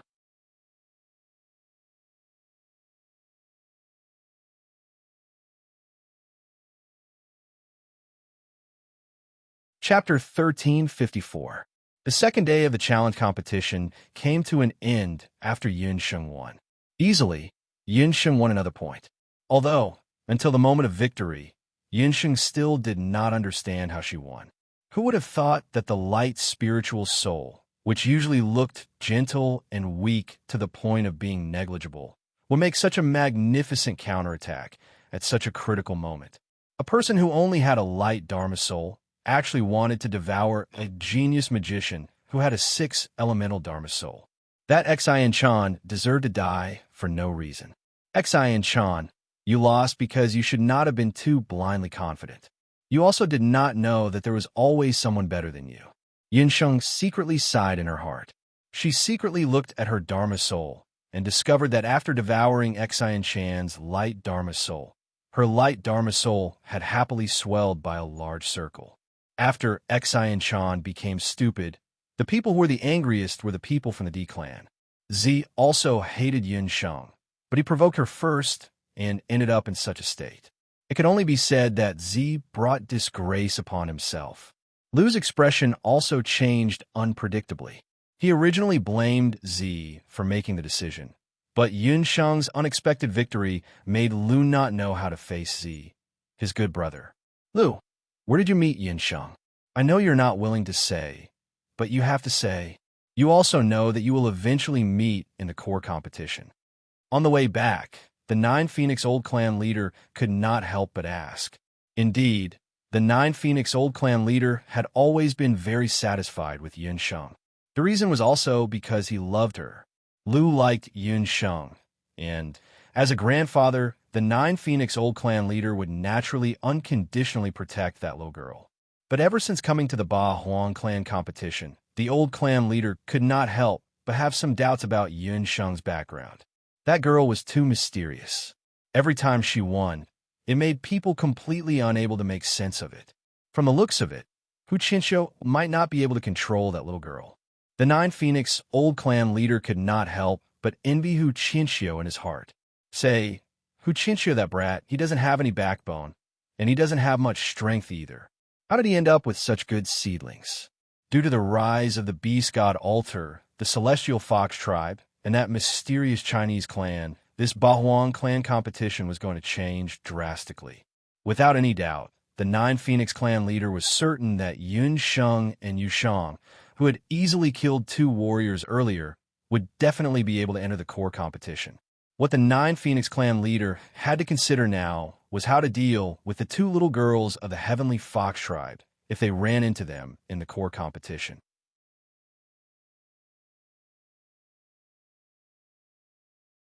Needless to say, this silly boy of his would definitely yield to Yun Sheng. But wouldn't the other warriors of the Nine Wan tribe become cannon fodder? Grandpa, I know what I'm doing. Don't force me. Lu's heart was also in a mess. The longer he knew Yun Sheng, the more he felt that he did not understand her at all. So I forget it. It's all up to you. The new generation excels the old. Our group is already old. The Nine Phoenix Old Patriarch sighed. That night, He Linlin hosted a banquet to entertain the patriarchs of the Upper Beast clans. Including the High Priest, the people of the Beast God altar were also invited. Yi Biming did not have much interest in this kind of occasion. He rejected the banquet and returned to his residence in the Qilin Palace. He wondered if the little wild cat had any changes after devouring Xin Chan's light soul. As Yi Biming was thinking, his door was lightly knocked a few times. Lord Yi, this letter was given to you by a girl called Yun Sheng. A Qilin Palace guard respectfully handed over a letter. He opened the letter and saw the words written on his heart. Biming, come to the Dugu residence for a gathering tonight. It was signed by Yun Sheng. The little wild cat asked him out. Yi Biming frowned as he looked at the 2 words. This letter was fake. After reading this letter, Yi Biming did not have the slightest doubt. He was certain that this was a fake letter written by someone pretending to be Yun Sheng. Although the handwriting on the letter was somewhat similar to Yun Sheng's, his little wildcat always called him Night Fox every time they met. When had she seriously called him Biming? Others would not notice this detail.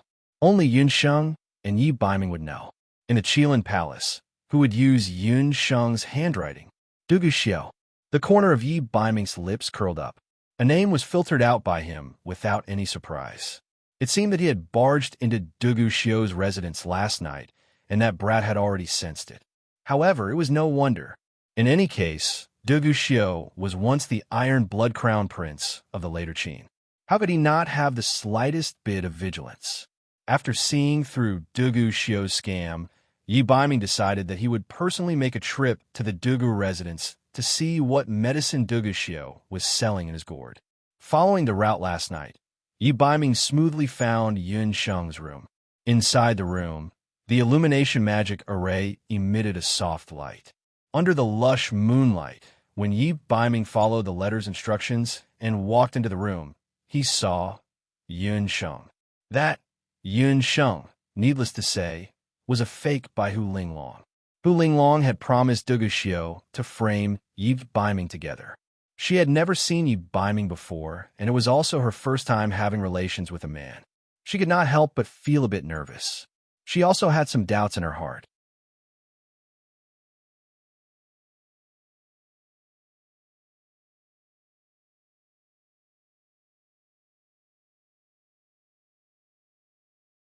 Chapter 1355. This woman, Hu Linglong, was truly crafty and full of tricks. However, evil deeds were doomed to destruction. It was no wonder that Yi Biming would bring her here to eavesdrop.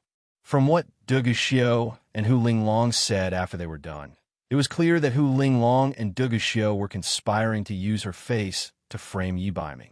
Luckily, Night Fox was cautious enough and sinister enough to turn the tables on Duga Xiu once. These two people were truly not good people. Yin Sheng thought hatefully. She walked in front of Hu Linglong, casually picked up a piece of clothing, and threw it on her. But right at that moment, Yin Sheng suddenly discovered that Hu Linglong, whose head had been smashed by Duga Xiu's palm, was slowly stopping bleeding. Her wounds were also rapidly changing. It was as if something was causing Hu Linglong's body to change. Her soft skin turned green, and her hair turned gray. It looked similar to the rotting corpses that Yun Sheng had seen earlier. Yun Sheng, there's something on her left hand.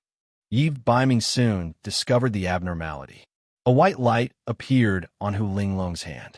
Wherever the white light went, it was attempting to heal Hu Linglong's wounds. However, the white light's radiance was already very dim. It only healed a portion of the wounds and did not revive Hu Linglong. It seemed that because there was not enough power, it was unable to continue healing Hu Linglong's wounds. Yun Sheng naturally did not know that including this time, Hu Linglong had already died twice. She had already exhausted a large amount of shaman power. The source of the white light was Hu Linglong's left wrist. At that moment, Hu Linglong's hand suddenly moved. Her body also started swaying, as if she was about to stand up. Corpse transformation? Yi Biming did not hesitate as his gaze focused on Hu Linglong's left wrist. With a chi sound, Yi Biming dug out something from Hu Linglong's left hand. It was a very small white wizard amulet. If one were to look at it with their naked eyes, they would not be able to see it clearly. As soon as the amulet left Hu Linglong's hand, it whizzed towards Yun Sheng, who was the closest to Hu Linglong. How could Yun Sheng allow it to get close? She quickly used the heavenly thorn cage to trap the white talisman. After losing the shaman amulet, Hu Linglong's corpse could no longer hold on and fell to the ground. Without the effect of the shaman amulet, her corpse quickly turned into a dried corpse. Let's get out of here quickly. Yin Sheng felt that they shouldn't stay here any longer. Yi Biming picked up Hu Linglong's corpse and left the Duga residence with Yin Sheng. Together, the two of them found Popo and the others who were staying in the inn. Yi Biming showed the dried corpse to Popo. Is this a wizard corpse? But this kind of thing has been extinct for many years. Where did you get this shaman corpse?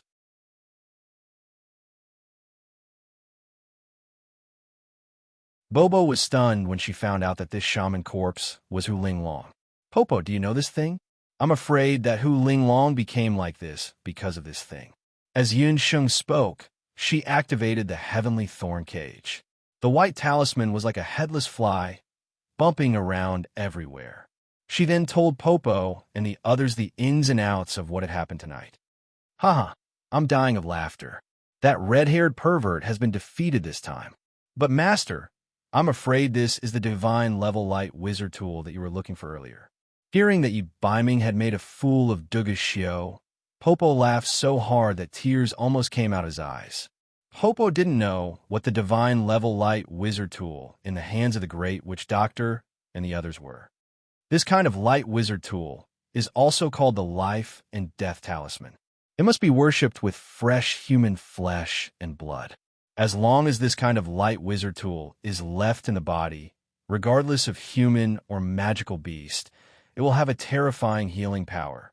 Not only that, it can also use the power of this light wizard tool to heal. I'm afraid that Hu Linglong's miraculous medical skills were made use of this life and death talisman. When Popo was in the divine realm, she had heard some famous alchemists talk about this kind of talisman, but she had never seen it with her own eyes. In that case, this kind of light wizard tool can be called a divine level light wizard tool. Yin Sheng couldn't help but wonder. Master, of course not. The word light wizard is not a good word. The divine realm doesn't allow this kind of life and death talisman because it will gradually consume the person's blood, magical power, and battle chi. When the life and death talisman absorbs all of them, the host will be unable to support it, causing the life and death talisman to break out of the body and become a wizard corpse.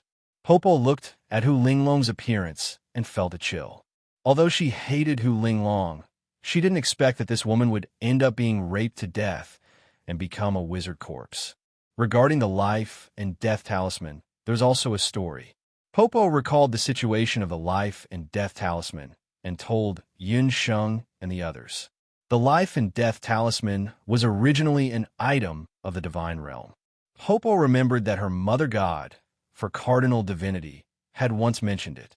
She said that the life and death talisman was refined by a female master god of the divine realm so that she could be together with her lover in the mortal realm forever.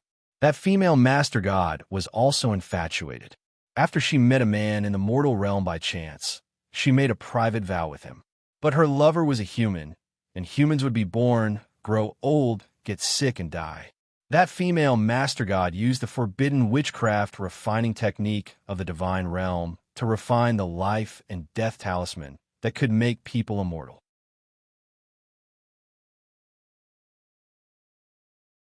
She refined the life and death talisman and implanted it into her lover's body. From then on, the two of them lived a happy life in the mortal realm. But about 100 years later, the matter of the life and death talisman was unfortunately known by the female master god's sworn enemy. That jealous master god reported this matter to the god emperor of the divine realm. If a person in the mortal realm wanted to become a god, he had to go through thousands of difficulties and dangers. He had to walk the path of the gods before he could become a god. This female master god's practice violated the rules of the divine realm. After the god emperor learned of this matter, the female master god and her lover were captured and brought back to the divine realm. Then what happened? Yin Sheng didn't expect that there was such a story behind this bloody life and death talisman. That master god was removed from the divine realm and sent to the mortal realm. Her lover was imprisoned in the divine realm. The master god also turned the life and death talisman into a witchcraft life and death talisman. Every day and night, it lived by devouring flesh and blood. The two of them couldn't be together for eternity. Later, the whereabouts of the life and death talisman was unknown.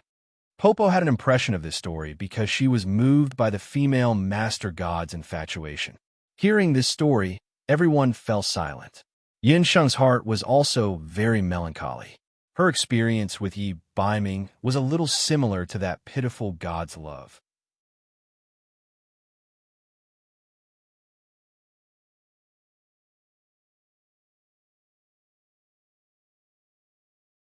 Chapter 1356. They were clearly in love, yet they couldn't be together. She originally thought that the god realm was a carefree place, but she didn't know that the god emperor was heartless and would do such a cold-blooded thing. As Yin Sheng was thinking, her hand suddenly felt warm. Yi Baiming's hand had quietly grabbed hers.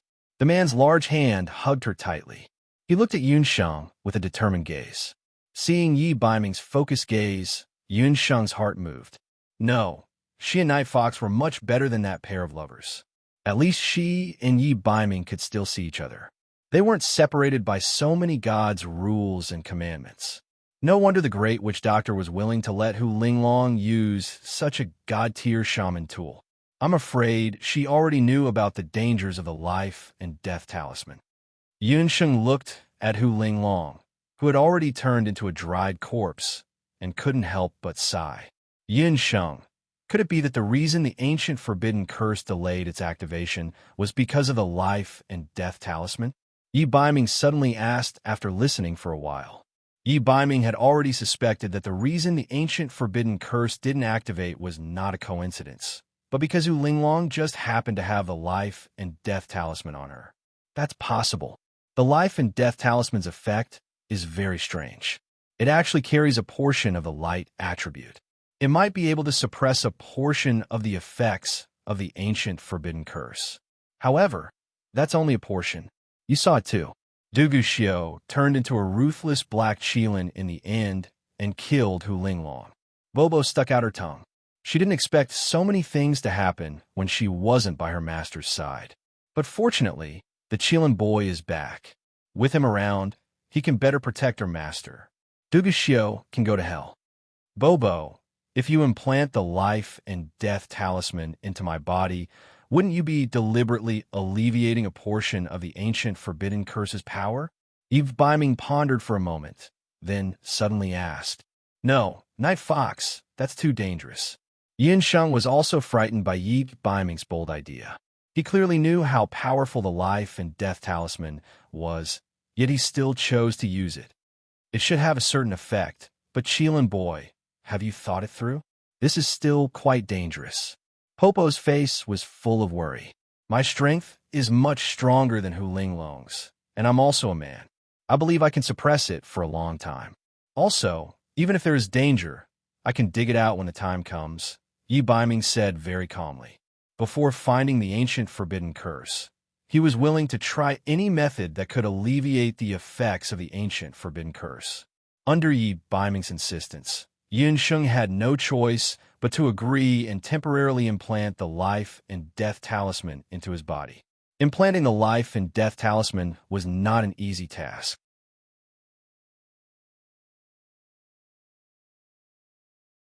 The Master Magus Doctor of the Celestial Fox clan had only learned how to implant the life and death talisman skillfully after years of changing patients.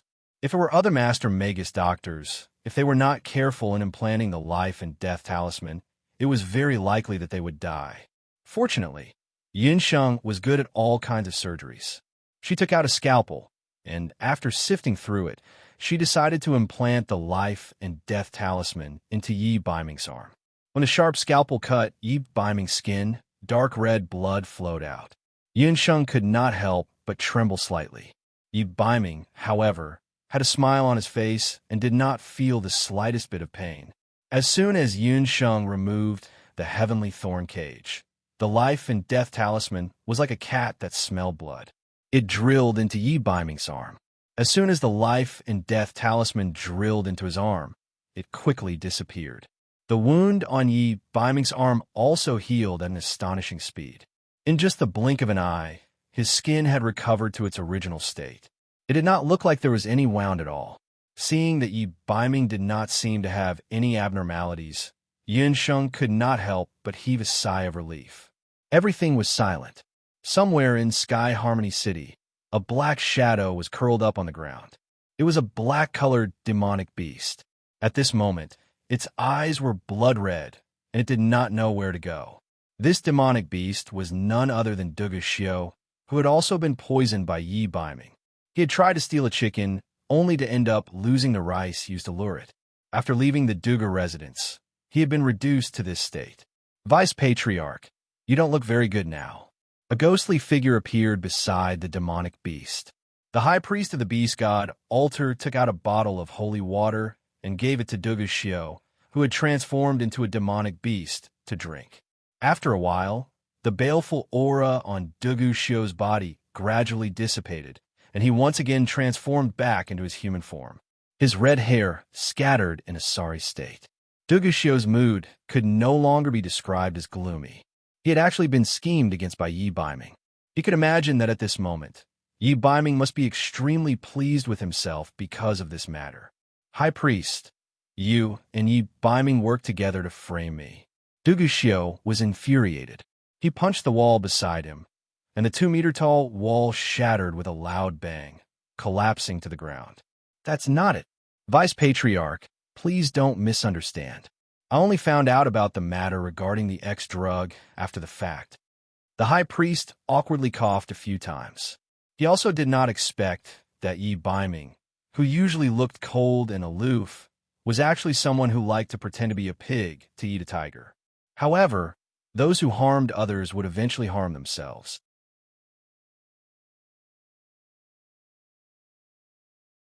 If Dugu Xiu had not harbored evil intentions, Yi Biming would not have had the opportunity to take advantage of him.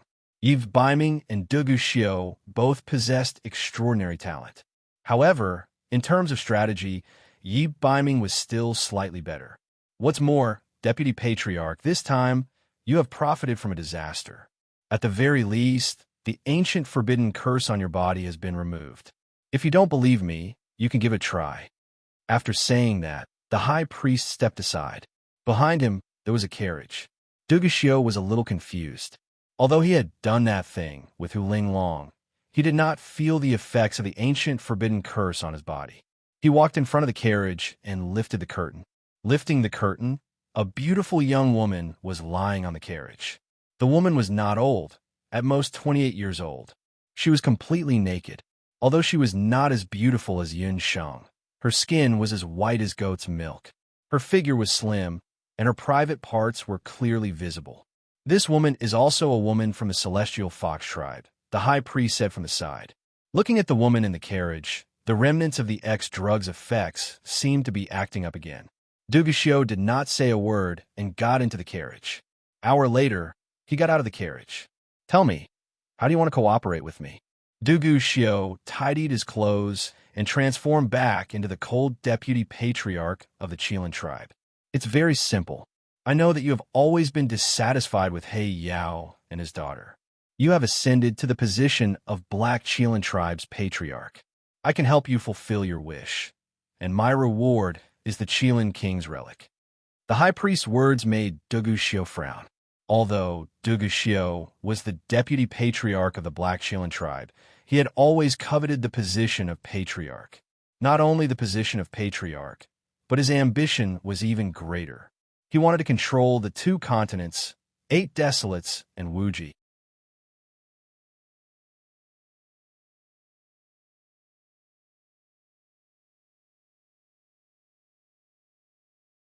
Chapter 1357. Duguxiu had never mentioned the matter of conquering the continent to anyone. But the man in front of him, whose appearance he couldn't see clearly, the beast god Alter's high priest, whom he had only met once or twice, actually saw through him. Just who was he? Subconsciously, Duguxiu wasn't willing to cooperate with the high priest. Even without you, I can still rely on my own strength to become the Black Qilin tribe's patriarch. Although the high priest's conditions were very tempting, Duguxiu didn't agree rashly. Originally, you could.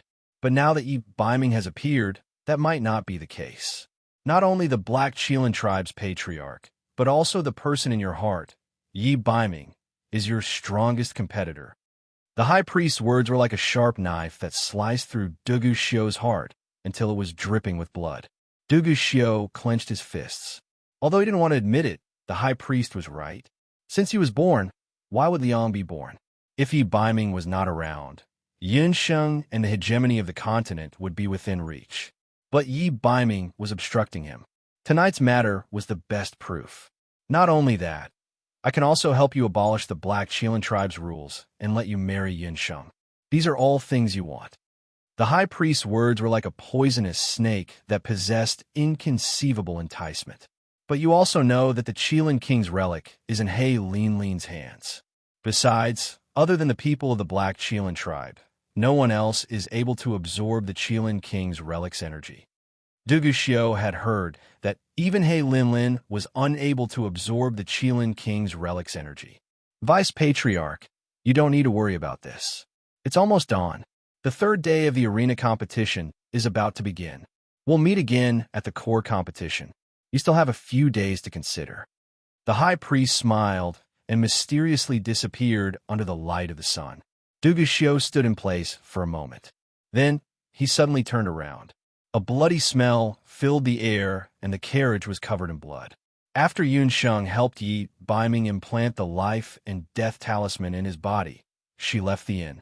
It was already early in the morning. She returned to the Dugu residence alone. When he reached the gate of the mansion, he met Duguxiu, who was emitting a cold aura. Seeing that Duguxiu had already transformed into a human, Yun Sheng suppressed the astonishment on her face. When Duguxiu saw Yun Sheng, his expression kept changing. Something seemed to be brewing in his eagle eyes.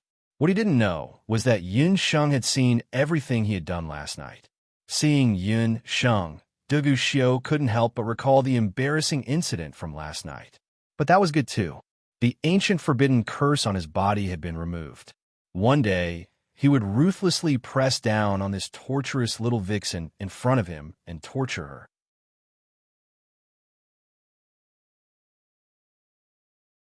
He didn't say a word. He snorted coldly and left without paying attention to Yun Sheng. Duguxiu seemed to be different from before. Yun Sheng pondered as she walked towards her courtyard. Yun Sheng, Thank the heavens you're still here. We thought you'd been abducted too. As soon as she stepped into the courtyard, she saw Lu Yunshuang and the others, as well as Yushang, Hu Qinxiu, and a group of Celestial Fox tribe warriors. They were all standing in the courtyard. What happened? Yunsheng had gone out last night. Things had happened so suddenly that she didn't have time to tell Lu Yunshuang. Looking at the dark circles under her eyes and the weariness on her face, it was obvious that she hadn't slept well last night. The others looked about the same. Song Shui is missing. Song Shui was one of the female warriors participating in the Celestial Fox tribe's competition this time. Last night, she had not returned after going to the toilet. When the female Celestial Fox warrior who lived with her realized that something was wrong, she immediately reported it to Hu Qinxiu. Everyone searched for the whole night, but found nothing. The disappearance of the female Celestial Fox warrior was quickly reported, and Du Guxiu immediately ordered people to search the city. However, there were still no clues until the day before the competition. With one less person, the Celestial Fox tribe had automatically forfeited a spot in the competition. Yunsheng vaguely felt that something was amiss, but she couldn't pinpoint what exactly was wrong. The competition on the third day was held as usual. After that day, no one challenged Yunsheng. Yunsheng randomly picked a warrior from the Green Nether Wolf tribe and kicked him out of the arena with a few moves. On the other side, the Chinese Bobo's tribe had also begun to show their prowess. The disguised Bobo, Boss Pengyu, and Queen Night Charm were like the iron triangle in the arena. On the third day, each of them fought 3 rounds in a row and won all 3 rounds. Yu Shang and Lu Yunshuang also won a round each. In addition, Rita, Silver Rock, Green Fong, and a few other young leaders of the Bakra Orcs also went up and won 3 points each. When the third day of the competition ended, it became the day with the highest number of matches and the highest number of participants in a single day. There were already more than 12 contestants who had obtained more than 2 points. These 12 people were the most likely contestants to enter the core competition. On the fourth day, everything went smoothly. In the last 2 days, Yun Sheng and Yu Shang both won 3 points each. With a total of 6 points, they directly advanced to the core competition. In the Chinese tribe, the Iron Triangle also won 2 points. Lu Yunshuang also advanced to the core competition with a total of 5 points.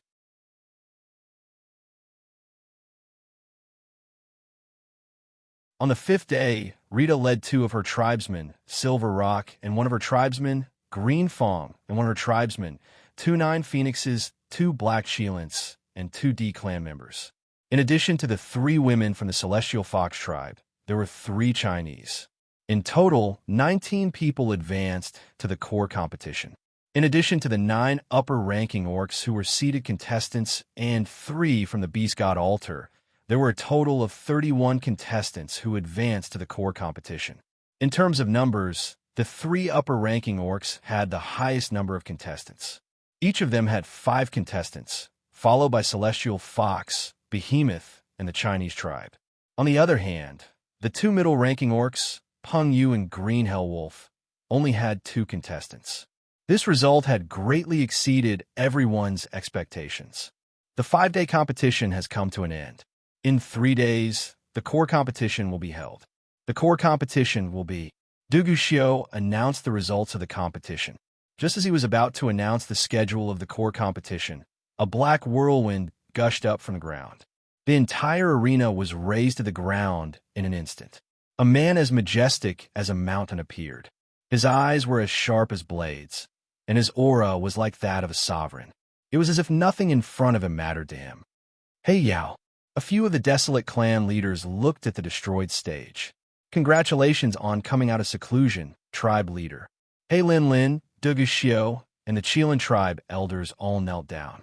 Hey Yao's threatening eyes first landed on the high priest of the Beast God Altar, then on Yi Baiming, then on He Lin Lin and Du Guxiu.